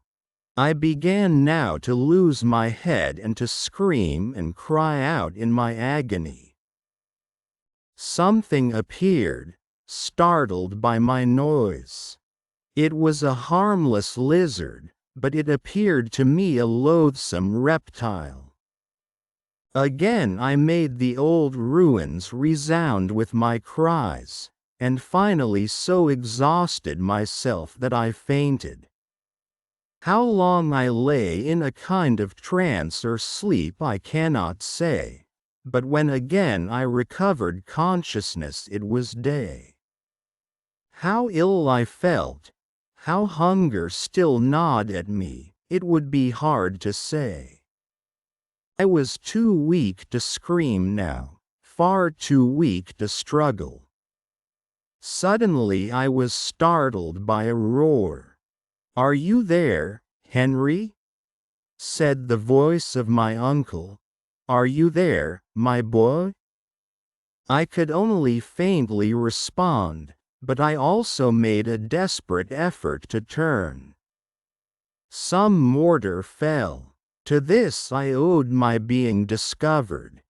When the search took place, it was easily seen that mortar and small pieces of stone had recently fallen from above. Hence my uncle's cry. "Be calm," he cried, "if we pull down the whole ruin, you shall be saved." They were delicious words, but I had little hope. Soon, however, about a quarter of an hour later, I heard a voice above me, at one of the upper fireplaces. "Are you below or above?" "Below," was my reply. In an instant a basket was lowered with milk, a biscuit, and an egg. My uncle was fearful to be too ready with his supply of food. I drank the milk first, for thirst had nearly deadened hunger. I then, much refreshed, ate my bread and hard egg. They were now at work at the wall. I could hear a pickaxe. Wishing to escape all danger from this terrible weapon, I made a desperate struggle, and the belt, which surrounded my waist and which had been hitched on a stone, gave way. I was free, and only escaped falling down by a rapid motion of my hands and knees. In 10 minutes more I was in my uncle's arms, after being 2 days and nights in that horrible prison. My occasional delirium prevented me from counting time.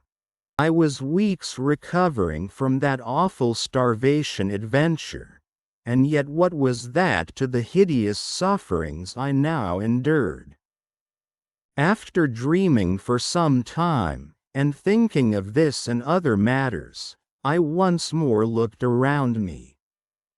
We were still ascending with fearful rapidity. Every now and then the air appeared to check our respiration as it does that of aeronauts when the ascension of the balloon is too rapid. But if they feel a degree of cold in proportion to the elevation they attain in the atmosphere, we experienced quite a contrary effect. The heat began to increase in a most threatening and exceptional manner. I cannot tell exactly the mean, but I think it must have reached 122 degrees Fahrenheit. What was the meaning of this extraordinary change in the temperature?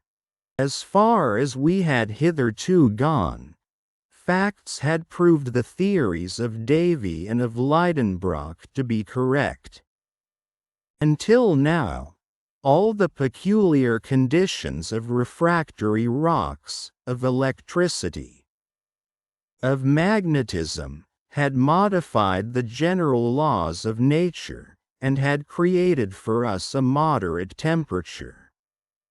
For the theory of the central fire remained, in my eyes, the only explainable one.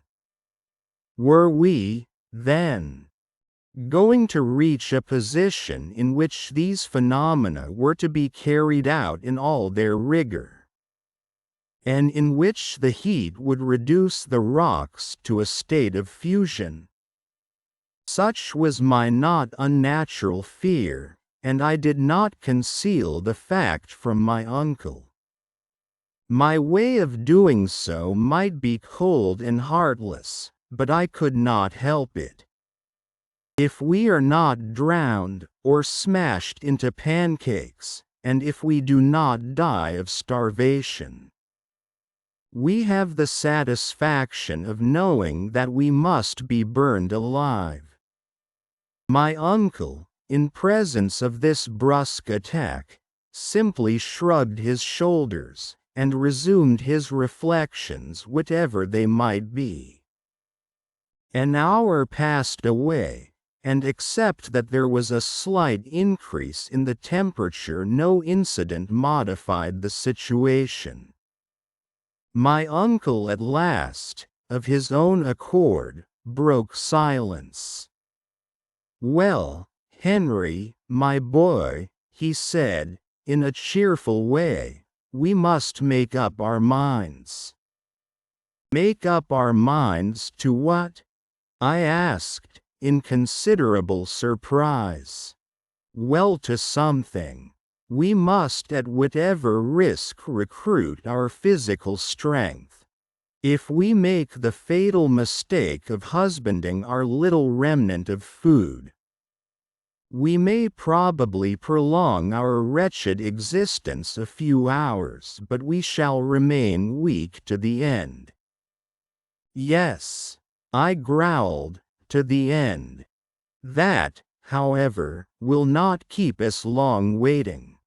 Well, only let a chance of safety present itself, only allow that a moment of action be necessary. Where shall we find the means of action if we allow ourselves to be reduced to physical weakness by inanition? When this piece of meat is devoured, uncle, what hope will there remain unto us?" "None, my dear Henry, none. But will it do you any good to devour it with your eyes? You appear to me to reason like one without will or decision, like a being without energy." "Then," cried I, exasperated to a degree which is scarcely to be explained, "you do not mean to tell me that you have not lost all hope?" "Certainly not," replied the professor with consummate coolness.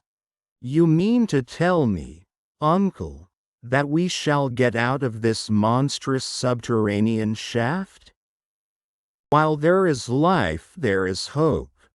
I beg to assert, Henry, that as long as a man's heart beats, as long as a man's flesh quivers, I do not allow that a being gifted with thought and will can allow himself to despair. What a nerve!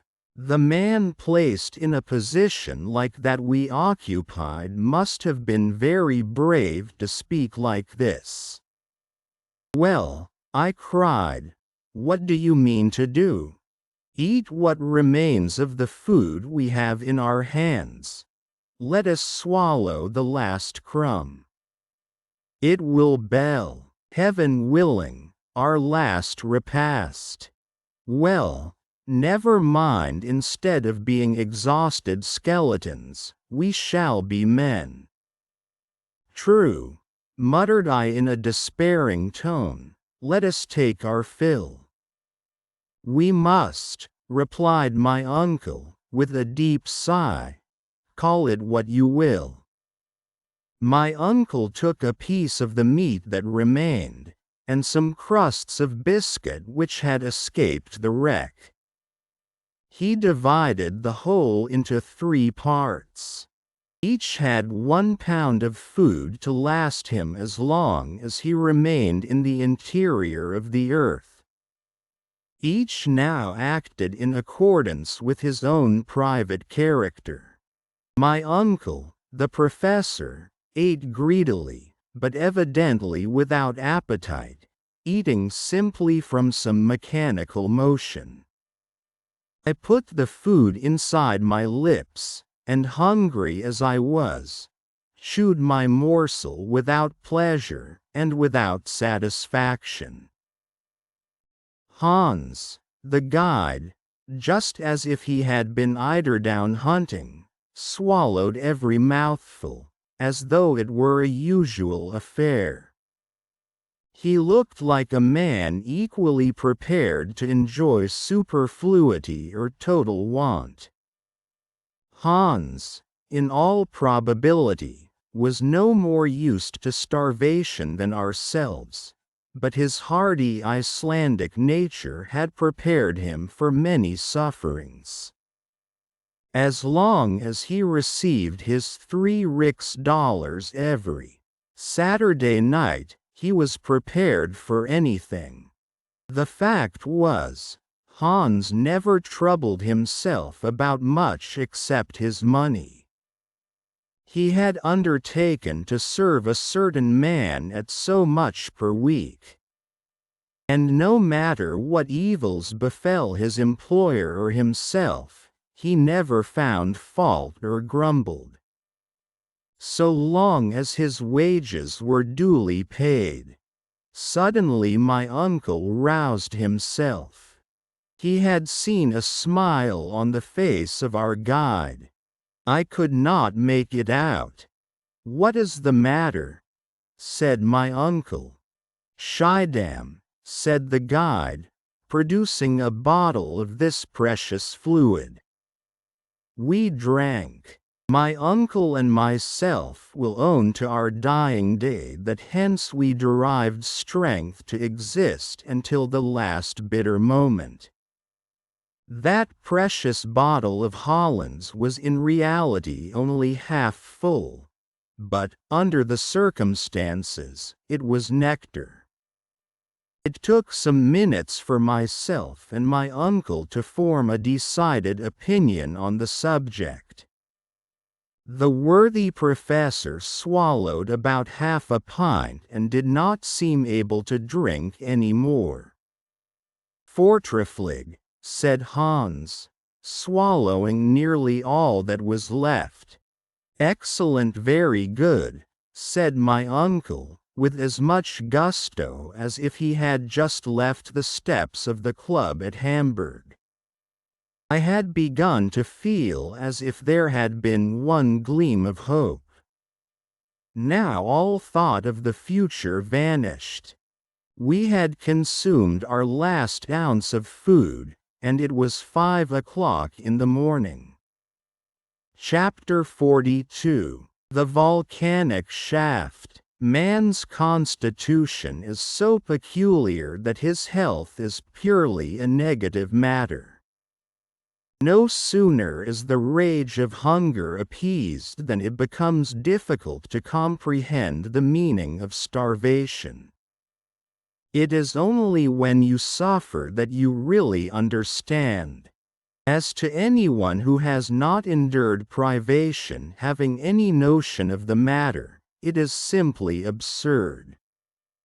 With us, after a long fast, some mouthfuls of bread and meat, a little mouldy biscuit and salt beef triumphed over all our previous gloomy and saturnine thoughts. Nevertheless, after this repast each gave way to his own reflections. I wondered what were those of Hans, the man of the extreme north, who was yet gifted with the fatalistic resignation of Oriental character. But the utmost stretch of the imagination would not allow me to realize the truth. As for my individual self, my thoughts had ceased to be anything but memories of the past, and were all connected with that upper world which I never should have left. I saw it all now, the beautiful house in the Königstrasse, my poor Gretchen, the good Martha. They all passed before my mind like visions of the past. Every time any of the lugubrious groanings which were to be distinguished in the hollows around fell upon my ears, I fancied I heard the distant murmur of the great cities above my head. As for my uncle, always thinking of his science, he examined the nature of the shaft by means of a torch. He closely examined the different strata one above the other, in order to recognize his situation by geological theory. This calculation, or rather this estimation, could by no means be anything but approximate. But a learned man, a philosopher, is nothing if not a philosopher, when he keeps his ideas calm and collected. And certainly the professor possessed this quality to perfection. I heard him, as I sat in silence, murmuring words of geological science. As I understood his object and his meaning, I could not but interest myself despite my preoccupation in that terrible hour. Eruptive granite, he said to himself, we are still in the primitive epoch. But we are going up, still going up. But who knows? Who knows? Then he still hoped. He felt along the vertical sides of the shaft with his hand, and some few minutes later, he would go on again in the following style. This is nice. This is mica schist silicious mineral. Good again. This is the epoch of transition. At all events, we are close to them and then. What could the professor mean? Could he, by any conceivable means, measure the thickness of the crust of the earth suspended above our heads? Did he possess any possible means of making any approximation to this calculation? The manometer was wanting, and no summary estimation could take the place of it. And yet, as we progressed, the temperature increased in the most extraordinary degree. And I began to feel as if I were bathed in a hot and burning atmosphere. Never before had I felt anything like it. I could only compare it to the hot vapor from an iron foundry, when the liquid iron is in a state of ebullition and runs over. By degrees, and one after the other, Hans, my uncle, and myself had taken off our coats and waistcoats. They were unbearable. Even the slightest garment was not only uncomfortable, but the cause of extreme suffering. Are we ascending to a living fire? I cried. When, to my horror and astonishment, the heat became greater than before. No, no, said my uncle, it is simply impossible, quite impossible. And yet, said I, touching the side of the shaft with my naked hand, this wall is literally burning. At this moment, feeling as I did that the sides of this extraordinary wall were red hot, I plunged my hands into the water to cool them. I drew them back with a cry of despair. The water is boiling. My uncle, the professor, made no reply other than a gesture of rage and despair. Something very like the truth had probably struck his imagination. But I could take no share in either what was going on, or in his speculations. An invincible dread had taken possession of my brain and soul. I could only look forward to an immediate catastrophe, such a catastrophe as not even the most vivid imagination could have thought of. An idea, at first vague and uncertain, was gradually being changed into certainty. I tremulously rejected it at first, but it forced itself upon me by degrees with extreme obstinacy. It was so terrible an idea that I scarcely dared to whisper it to myself. And yet all the while certain, and as it were, involuntary observations determined my convictions. By the doubtful glare of the torch, I could make out some singular changes in the granitic strata. A strange and terrible phenomenon was about to be produced, in which electricity played a part. Then this boiling water, this terrible and excessive heat? I determined as a last resource to examine the compass. The compass had gone mad. Yes, wholly stark staring mad. The needle jumped from pole to pole with sudden and surprising jerks, ran round. Or as it is said, boxed the compass, and then ran suddenly back again as if it had the vertigo. I was aware that, according to the best acknowledged theories, it was a received notion that the mineral crust of the globe is never, and never has been, in a state of complete repose. It is perpetually undergoing the modifications caused by the decomposition of internal matter. The agitation consequent on the flowing of extensive liquid currents. The excessive action of magnetism which tends to shake it incessantly, at a time when even the multitudinous beings on its surface do not suspect the seething process to be going on. Still, this phenomenon would not have alarmed me alone. It would not have aroused in my mind a terrible, an awful idea. But other facts could not allow my self-delusion to last. Terrible detonations, like heaven's artillery, began to multiply themselves with fearful intensity. I could only compare them with the noise made by hundreds of heavily laden chariots being madly driven over a stone pavement. It was a continuous roll of heavy thunder. And then the mad compass, shaken by the wild electric phenomena, confirmed me in my rapidly formed opinion. The mineral crust was about to burst. The heavy granite masses were about to rejoin. The fissure was about to close, the void was about to be filled up.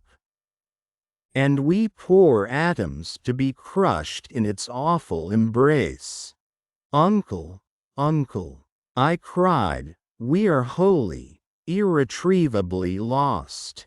What, then, my young friend, is your new cause of terror and alarm? He said in his calmest manner. What fear you now? What do I fear now? I cried in fierce and angry tones.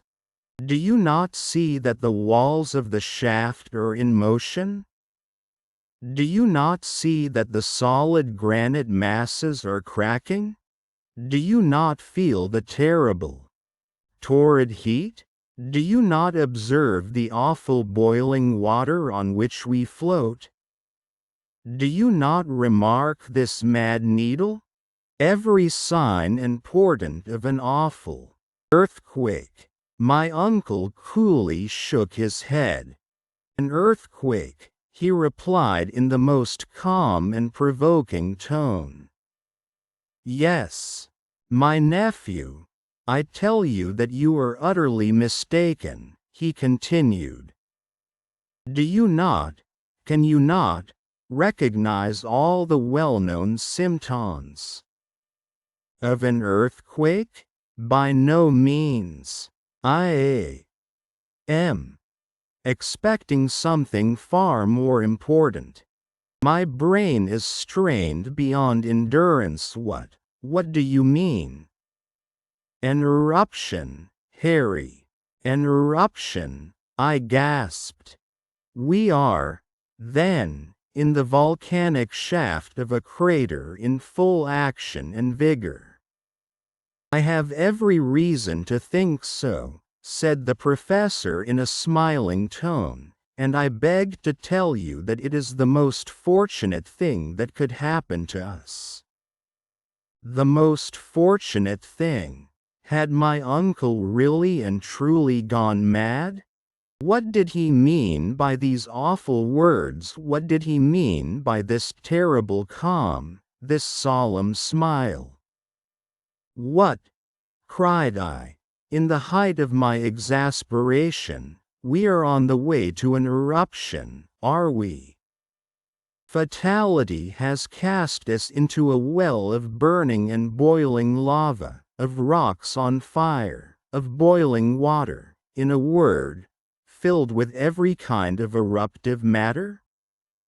We are about to be expelled, thrown up, vomited, spit out of the interior of the earth, in common with huge blocks of granite, with showers of cinders and scoriae, in a wild whirlwind of flame.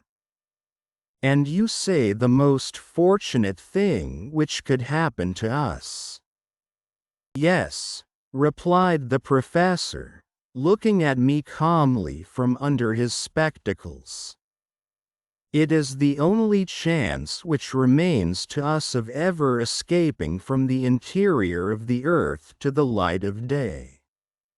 It is quite impossible that I can put on paper the thousand strange, wild thoughts which followed this extraordinary announcement.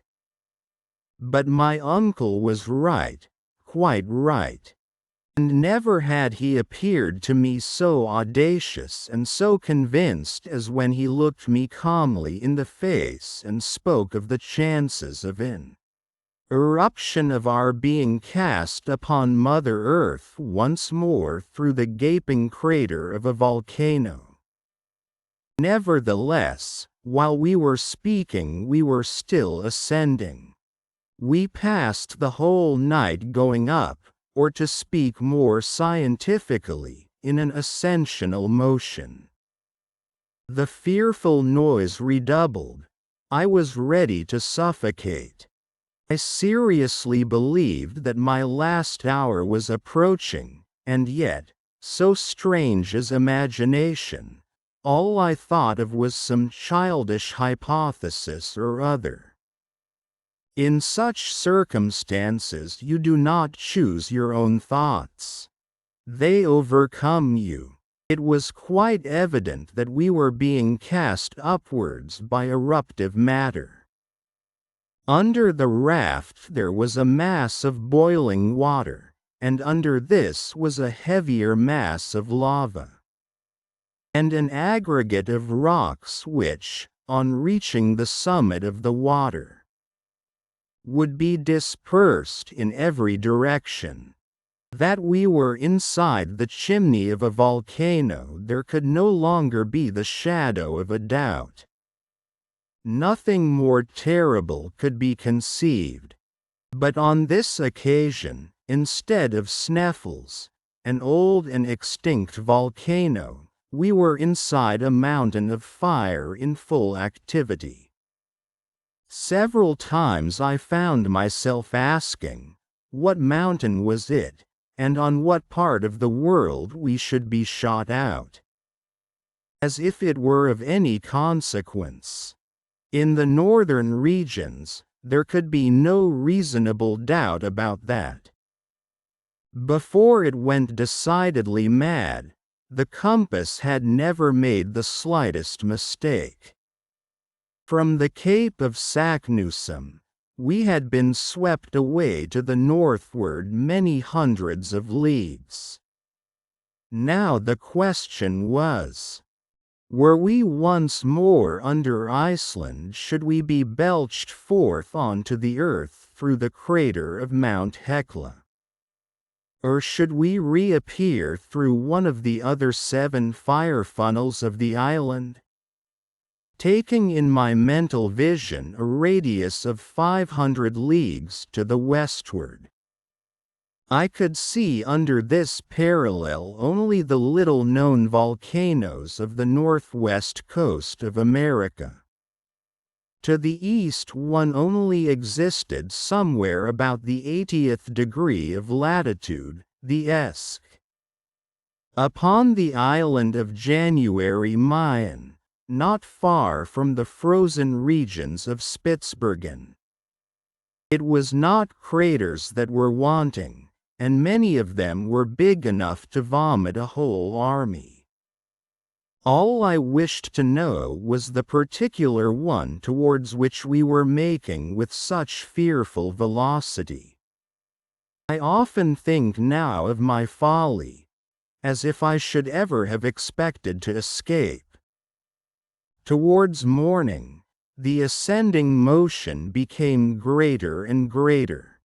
If the degree of heat increased instead of decreasing, as we approached the surface of the earth, it was simply because the causes were local and wholly due to volcanic influence. Our very style of locomotion left in my mind no doubt upon the subject. An enormous force, a force of several hundreds of atmospheres produced by the vapors accumulated and long compressed in the interior of the earth, was hoisting us upwards with irresistible power. But though we were approaching the light of day, to what fearful dangers were we about to be exposed? Instant death appeared the only fate which we could expect or contemplate. Soon a dim, sepulchral light penetrated the vertical gallery, which became wider and wider. I could make out to the right and left long dark corridors like immense tunnels, from which awful and horrid vapors poured out. Tongues of fire, sparkling and crackling, appeared about to lick us up. The hour had come. Look, uncle, look. Well, what you see are the great sulphurous flames. Nothing more common in connection with an eruption. But if they lap us round, I angrily replied, they will not lap us round, was his quiet and serene answer. But it will be all the same in the end if they stifle us, I cried. We shall not be stifled. The gallery is rapidly becoming wider and wider, and if it be necessary, we will presently leave the raft and take refuge in some fissure in the rock. But the water, which is continually ascending, I despairingly replied. There is no longer any water, Harry, he answered, but a kind of lava paste, which is heaving us up, in company with itself, to the mouth of the crater. In truth, the liquid column of water had wholly disappeared to give place to dense masses of boiling eruptive matter. The temperature was becoming utterly insupportable, and a thermometer exposed to this atmosphere would have marked between 189 and 190 degrees Fahrenheit. Perspiration rushed from every pore. But for the extraordinary rapidity of our ascent we should have been stifled. Nevertheless, the professor did not carry out his proposition of abandoning the raft, and he did quite wisely. Those few ill-joined beams offered, anyway, a solid surface, a support which elsewhere must have utterly failed us. Towards 8 o'clock in the morning a new incident startled us. The ascensional movement suddenly ceased. The raft became still and motionless. "What is the matter now?" I said, querulously, very much startled by this change. "A simple halt," replied my uncle. "Is the eruption about to fail?" "I hope not." Without making any reply, I rose. I tried to look around me. Perhaps the raft, checked by some projecting rock, opposed a momentary resistance to the eruptive mass. In this case, it was absolutely necessary to release it as quickly as possible. Nothing of the kind had occurred. The column of cinders, of scoriae, of broken rocks and earth, had wholly ceased to ascend. "I tell you, uncle, that the eruption has stopped," was my oracular decision. "Ah," said my uncle, "you think so, my boy. You are wrong. Do not be in the least alarmed.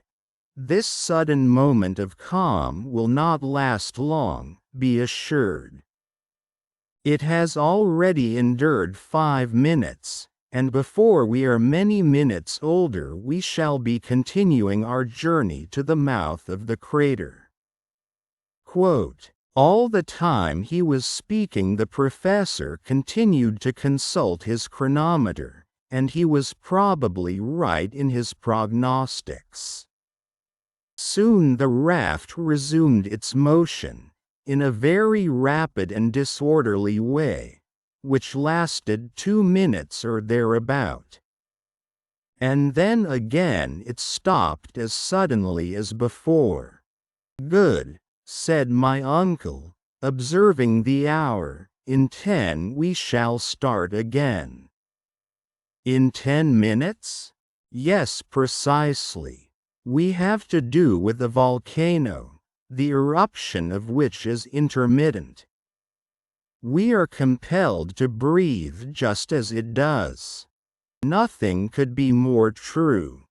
At the exact minute he had indicated, we were again launched on high with extreme rapidity. Not to be cast off the raft, it was necessary to hold on to the beams.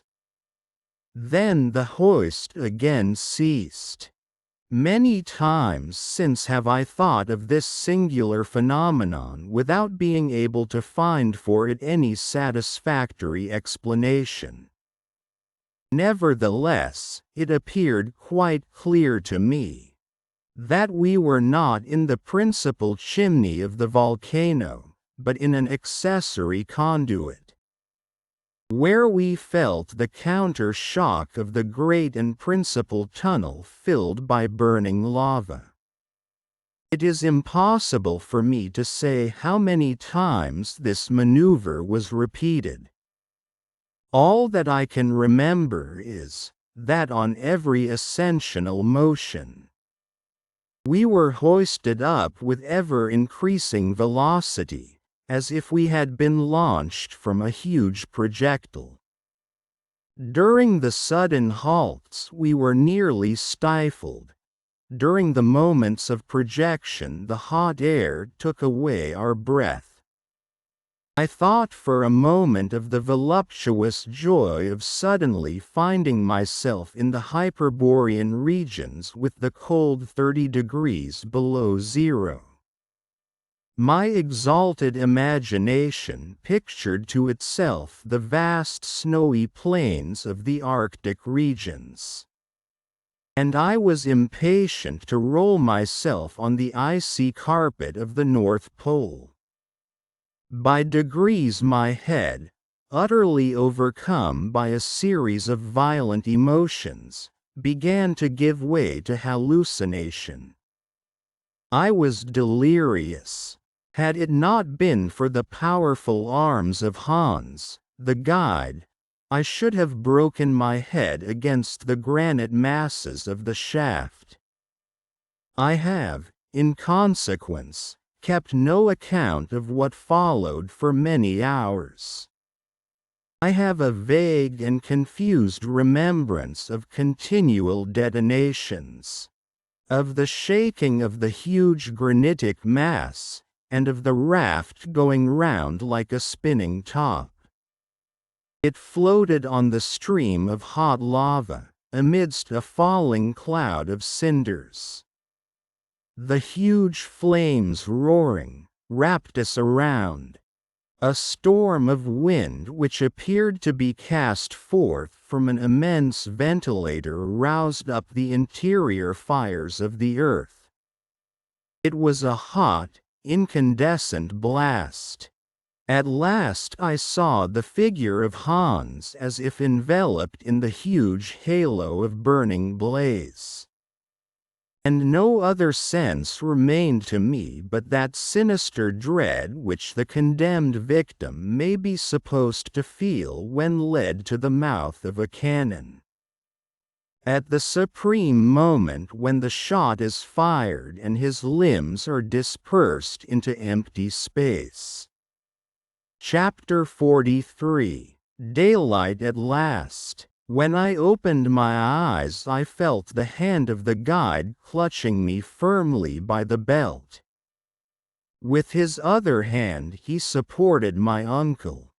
I was not grievously wounded, but bruised all over in the most remarkable manner. After a moment I looked around, and found that I was lying down on the slope of a mountain not 2 yards from a yawning gulf into which I should have fallen had I made the slightest false step. Hans had saved me from death, while I rolled insensible on the flanks of the crater. "Where are we?" dreamily asked my uncle, who literally appeared to be disgusted at having returned to earth. The eider-down hunter simply shrugged his shoulders as a mark of total ignorance. "In Iceland," said I, not positively but interrogatively. "Nay," said Hans. "How do you mean?" cried the professor. "No, what are your reasons?" "Hans is wrong," said I, rising. After all the innumerable surprises of this journey, a yet more singular one was reserved to us. I expected to see a cone covered by snow, by extensive and widespread glaciers. In the midst of the arid deserts of the extreme northern regions. Beneath the full rays of a polar sky, beyond the highest latitudes. But contrary to all our expectations, I, my uncle, and the Icelander were cast upon the slope of a mountain calcined by the burning rays of a sun which was literally baking us with its fires. I could not believe my eyes, but the actual heat which affected my body allowed me no chance of doubting. We came out of the crater half naked, and the radiant star from which we had asked nothing for 2 months was good enough to be prodigal to us of light and warmth, a light and warmth we could easily have dispensed with. When our eyes were accustomed to the light we had lost sight of so long, I used them to rectify the errors of my imagination. Whatever happened, we should have been at Spitzbergen, and I was in no humor to yield to anything but the most absolute proof. After some delay, the professor spoke. He said, in a hesitating kind of way, "It really does not look like Iceland. But supposing it were the island of January Mayan?" I ventured to observe.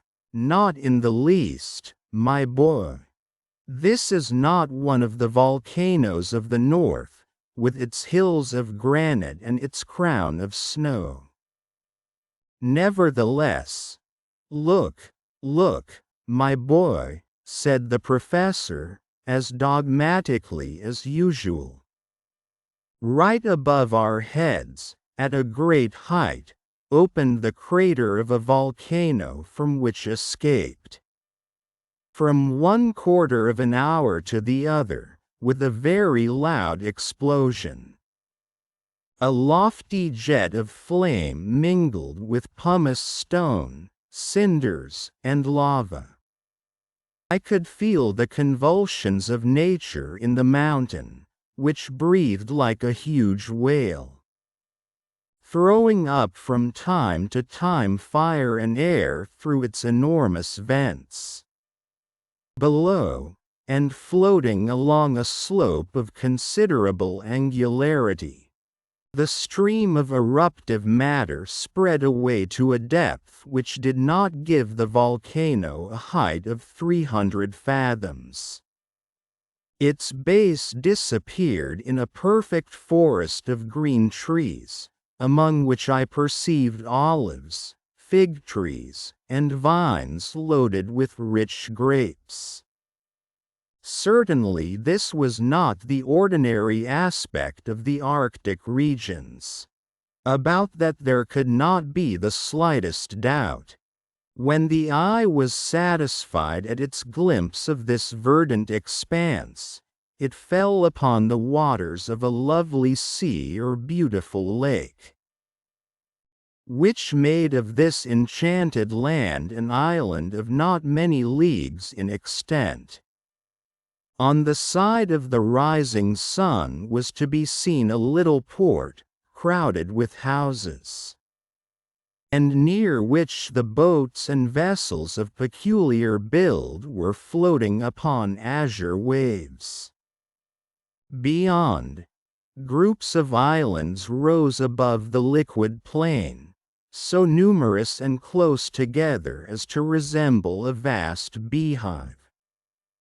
Towards the setting sun, some distant shores were to be made out on the edge of the horizon.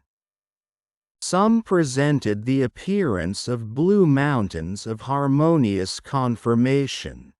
Upon others, much more distant, there appeared a prodigiously lofty cone, above the summit of which hung dark and heavy clouds.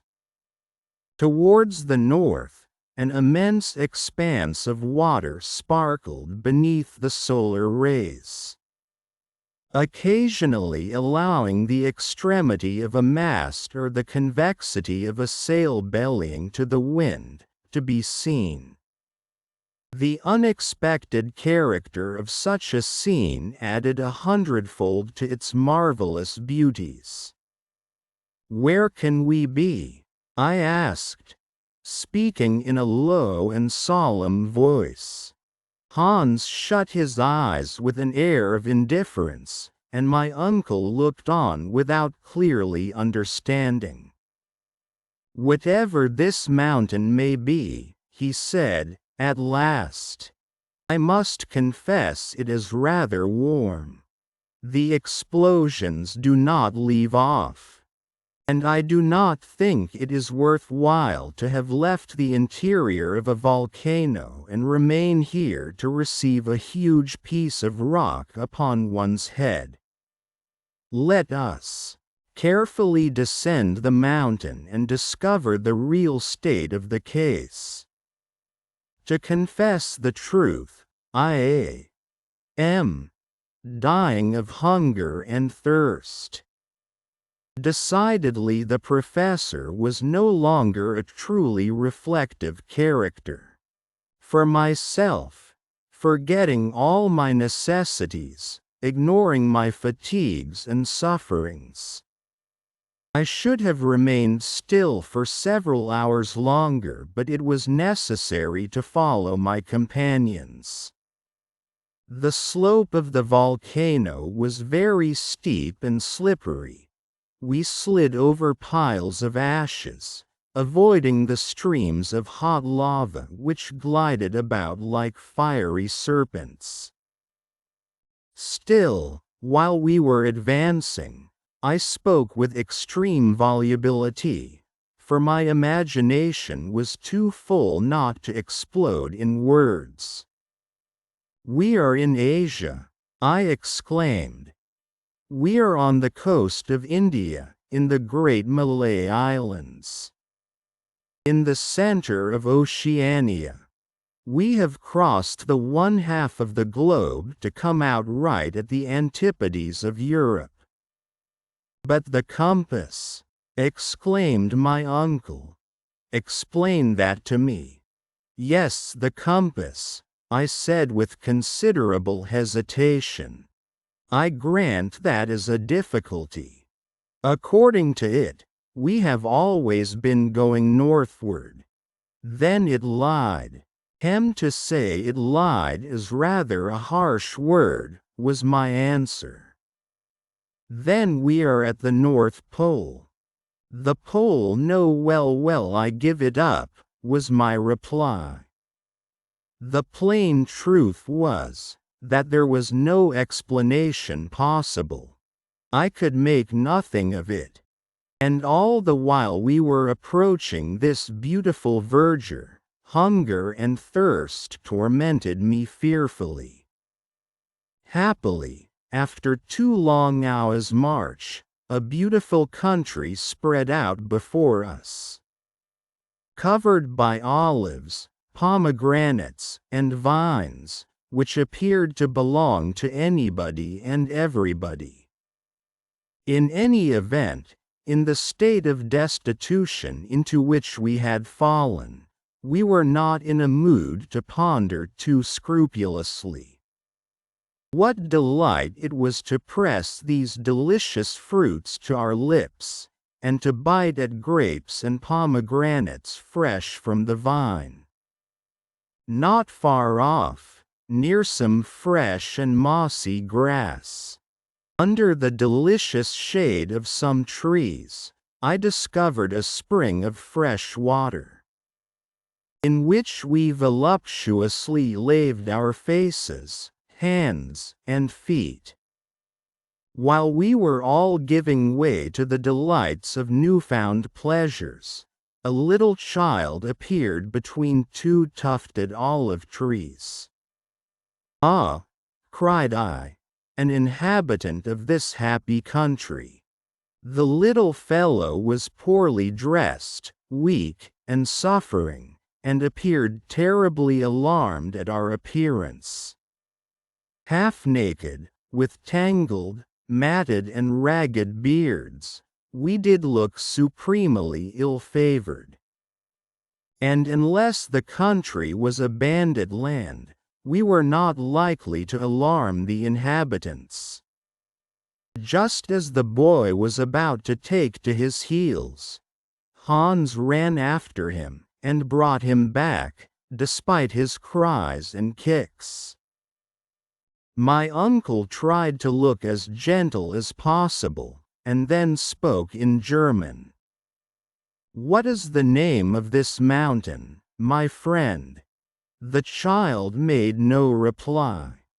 "Good," said my uncle, with a very positive air of conviction, "we are not in Germany."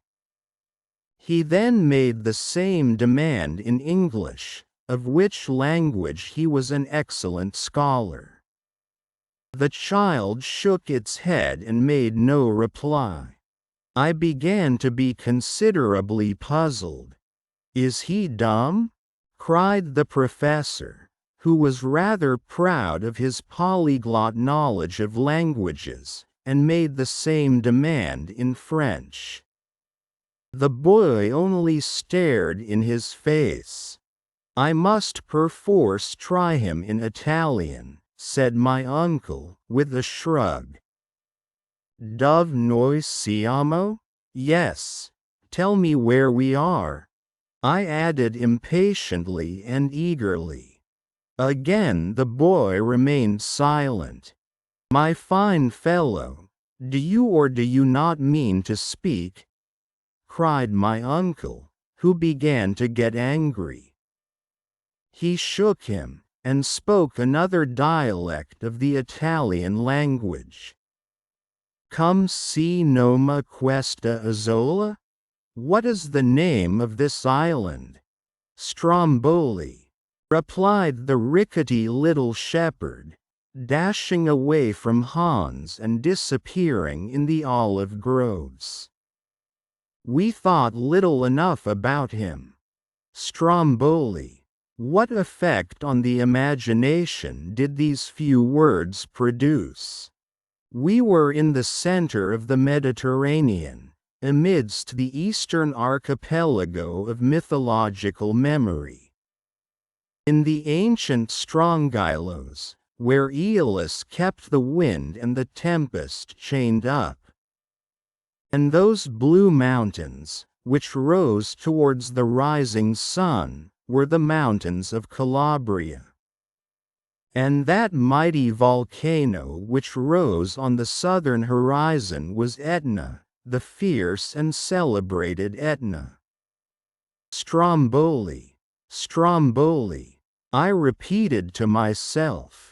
My uncle played a regular accompaniment to my gestures and words. We were singing together like an ancient chorus. Ah, what a journey, what a marvelous and extraordinary journey! Here we had entered the earth by one volcano, and we had come out by another.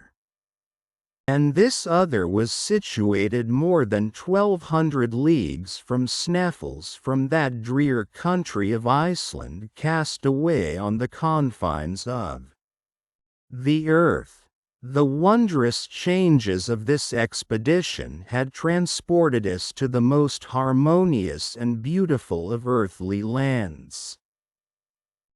We had abandoned the region of eternal snows for that of infinite verdure, and had left over our heads the gray fog of the icy regions to come back to the azure sky of Sicily. After a delicious repast of fruits and fresh water, we again continued our journey in order to reach the port of Stromboli. To say how we had reached the island would scarcely have been prudent.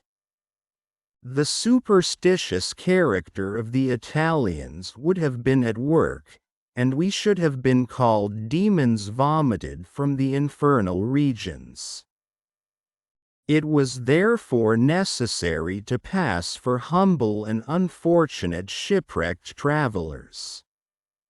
It was certainly less striking and romantic, but it was decidedly safer. As we advanced, I could hear my worthy uncle muttering to himself, "But the compass." The compass most certainly marked north. This is a fact I cannot explain in any way. Well, the fact is, said I, with an air of disdain, we must not explain anything. It will be much more easy. I should like to see a professor of the Johanneum institution who is unable to explain a cosmic phenomenon. It would indeed be strange.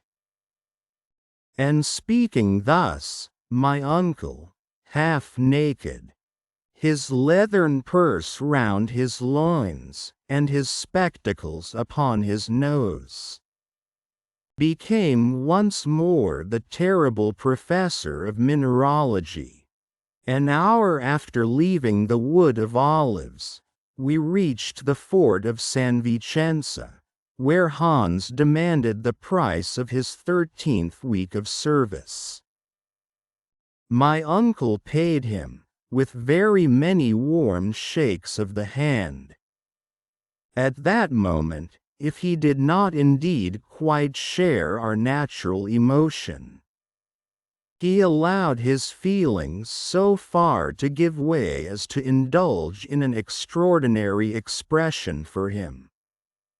With the tips of 2 fingers he gently pressed our hands and smiled. Chapter 44. The journey ended. This is the final conclusion of a narrative which will be probably disbelieved even by people who are astonished at nothing.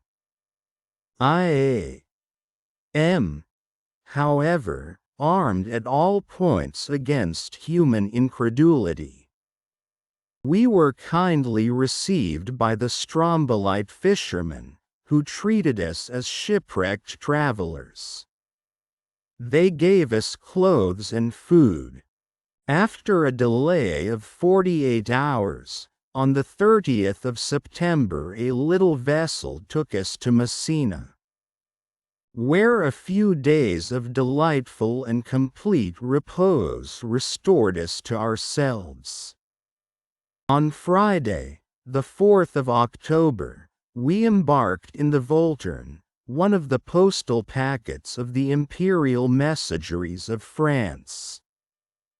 And 3 days later we landed at Marseille, having no other care on our minds but that of our precious but erratic compass. This inexplicable circumstance tormented me terribly. On the 9th of October, in the evening, we reached Hamburg. What was the astonishment of Martha, what the joy of Gretchen? I will not attempt to define it. "Now then, Harry, that you really are a hero," she said, "there is no reason why you should ever leave me again." I looked at her. She was weeping tears of joy. I leave it to be imagined if the return of Professor Hardwigg made or did not make a sensation in Hamburg. Thanks to the indiscretion of Martha, the news of his departure for the interior of the earth had been spread over the whole world. No one would believe it, and when they saw him come back in safety they believed it all the less.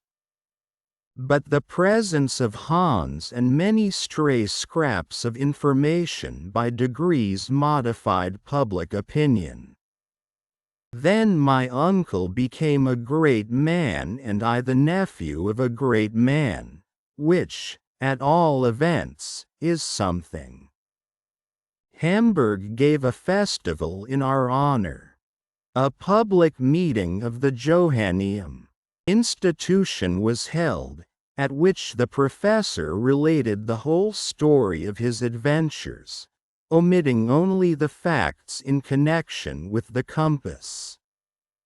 That same day he deposited in the archives of the town the document he had found written by Saknussemm. And he expressed his great regret that circumstances, stronger than his will, did not allow him to follow the Icelandic traveler's track into the very center of the earth. He was modest in his glory, but his reputation only increased. So much honor necessarily created for him many envious enemies. Of course they existed, and as his theories, supported by certain facts, contradicted the system of science upon the question of central heat, he maintained his own views both with pen and speech against the learned of every country. Although I still believe in the theory of central heat, I confess that certain circumstances, hitherto very ill-defined, may modify the laws of such natural phenomena. At the moment when these questions were being discussed with interest, my uncle received a rude shock, one that he felt very much. Hans, despite everything he could say to the contrary, quitted Hamburg. The man to whom we owed so much would not allow us to pay our deep debt of gratitude. He was taken with nostalgia, a love for his Icelandic home. "Farvel," said he, one day, and with this one short word of adieu, he started for Reykjavik, which he soon reached in safety. We were deeply attached to our brave eiderduck hunter. His absence will never cause him to be forgotten by those whose lives he saved, and I hope, at some not distant day, to see him again. To conclude, I may say that our journey into the interior of the earth created an enormous sensation throughout the civilized world. It was translated and printed in many languages. All the leading journals published extracts from it, which were commentated, discussed, attacked, and supported with equal animation by those who believed in its episodes, and by those who were utterly incredulous. Wonderful.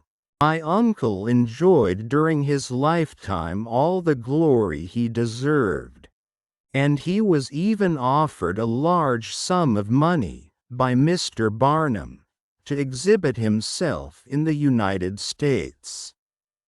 While I am credibly informed by a traveler that he is to be seen in waxwork at Madame Tussauds. But one care preyed upon his mind, a care which rendered him very unhappy. One fact remained inexplicable, that of the compass. For a learned man to be baffled by such an inexplicable phenomenon was very aggravating. But heaven was merciful, and in the end my uncle was happy. One day, while he put some minerals belonging to his collection in order, I fell upon the famous compass and examined it keenly. For 6 months it had lain unnoticed and untouched. I looked at it with curiosity, which soon became surprise. I gave a loud cry. The professor, who was at hand, soon joined me. "What is the matter?" "The compass." "What then?" "Why, its needle points to the south and not to the north." "My dear boy, you must be dreaming."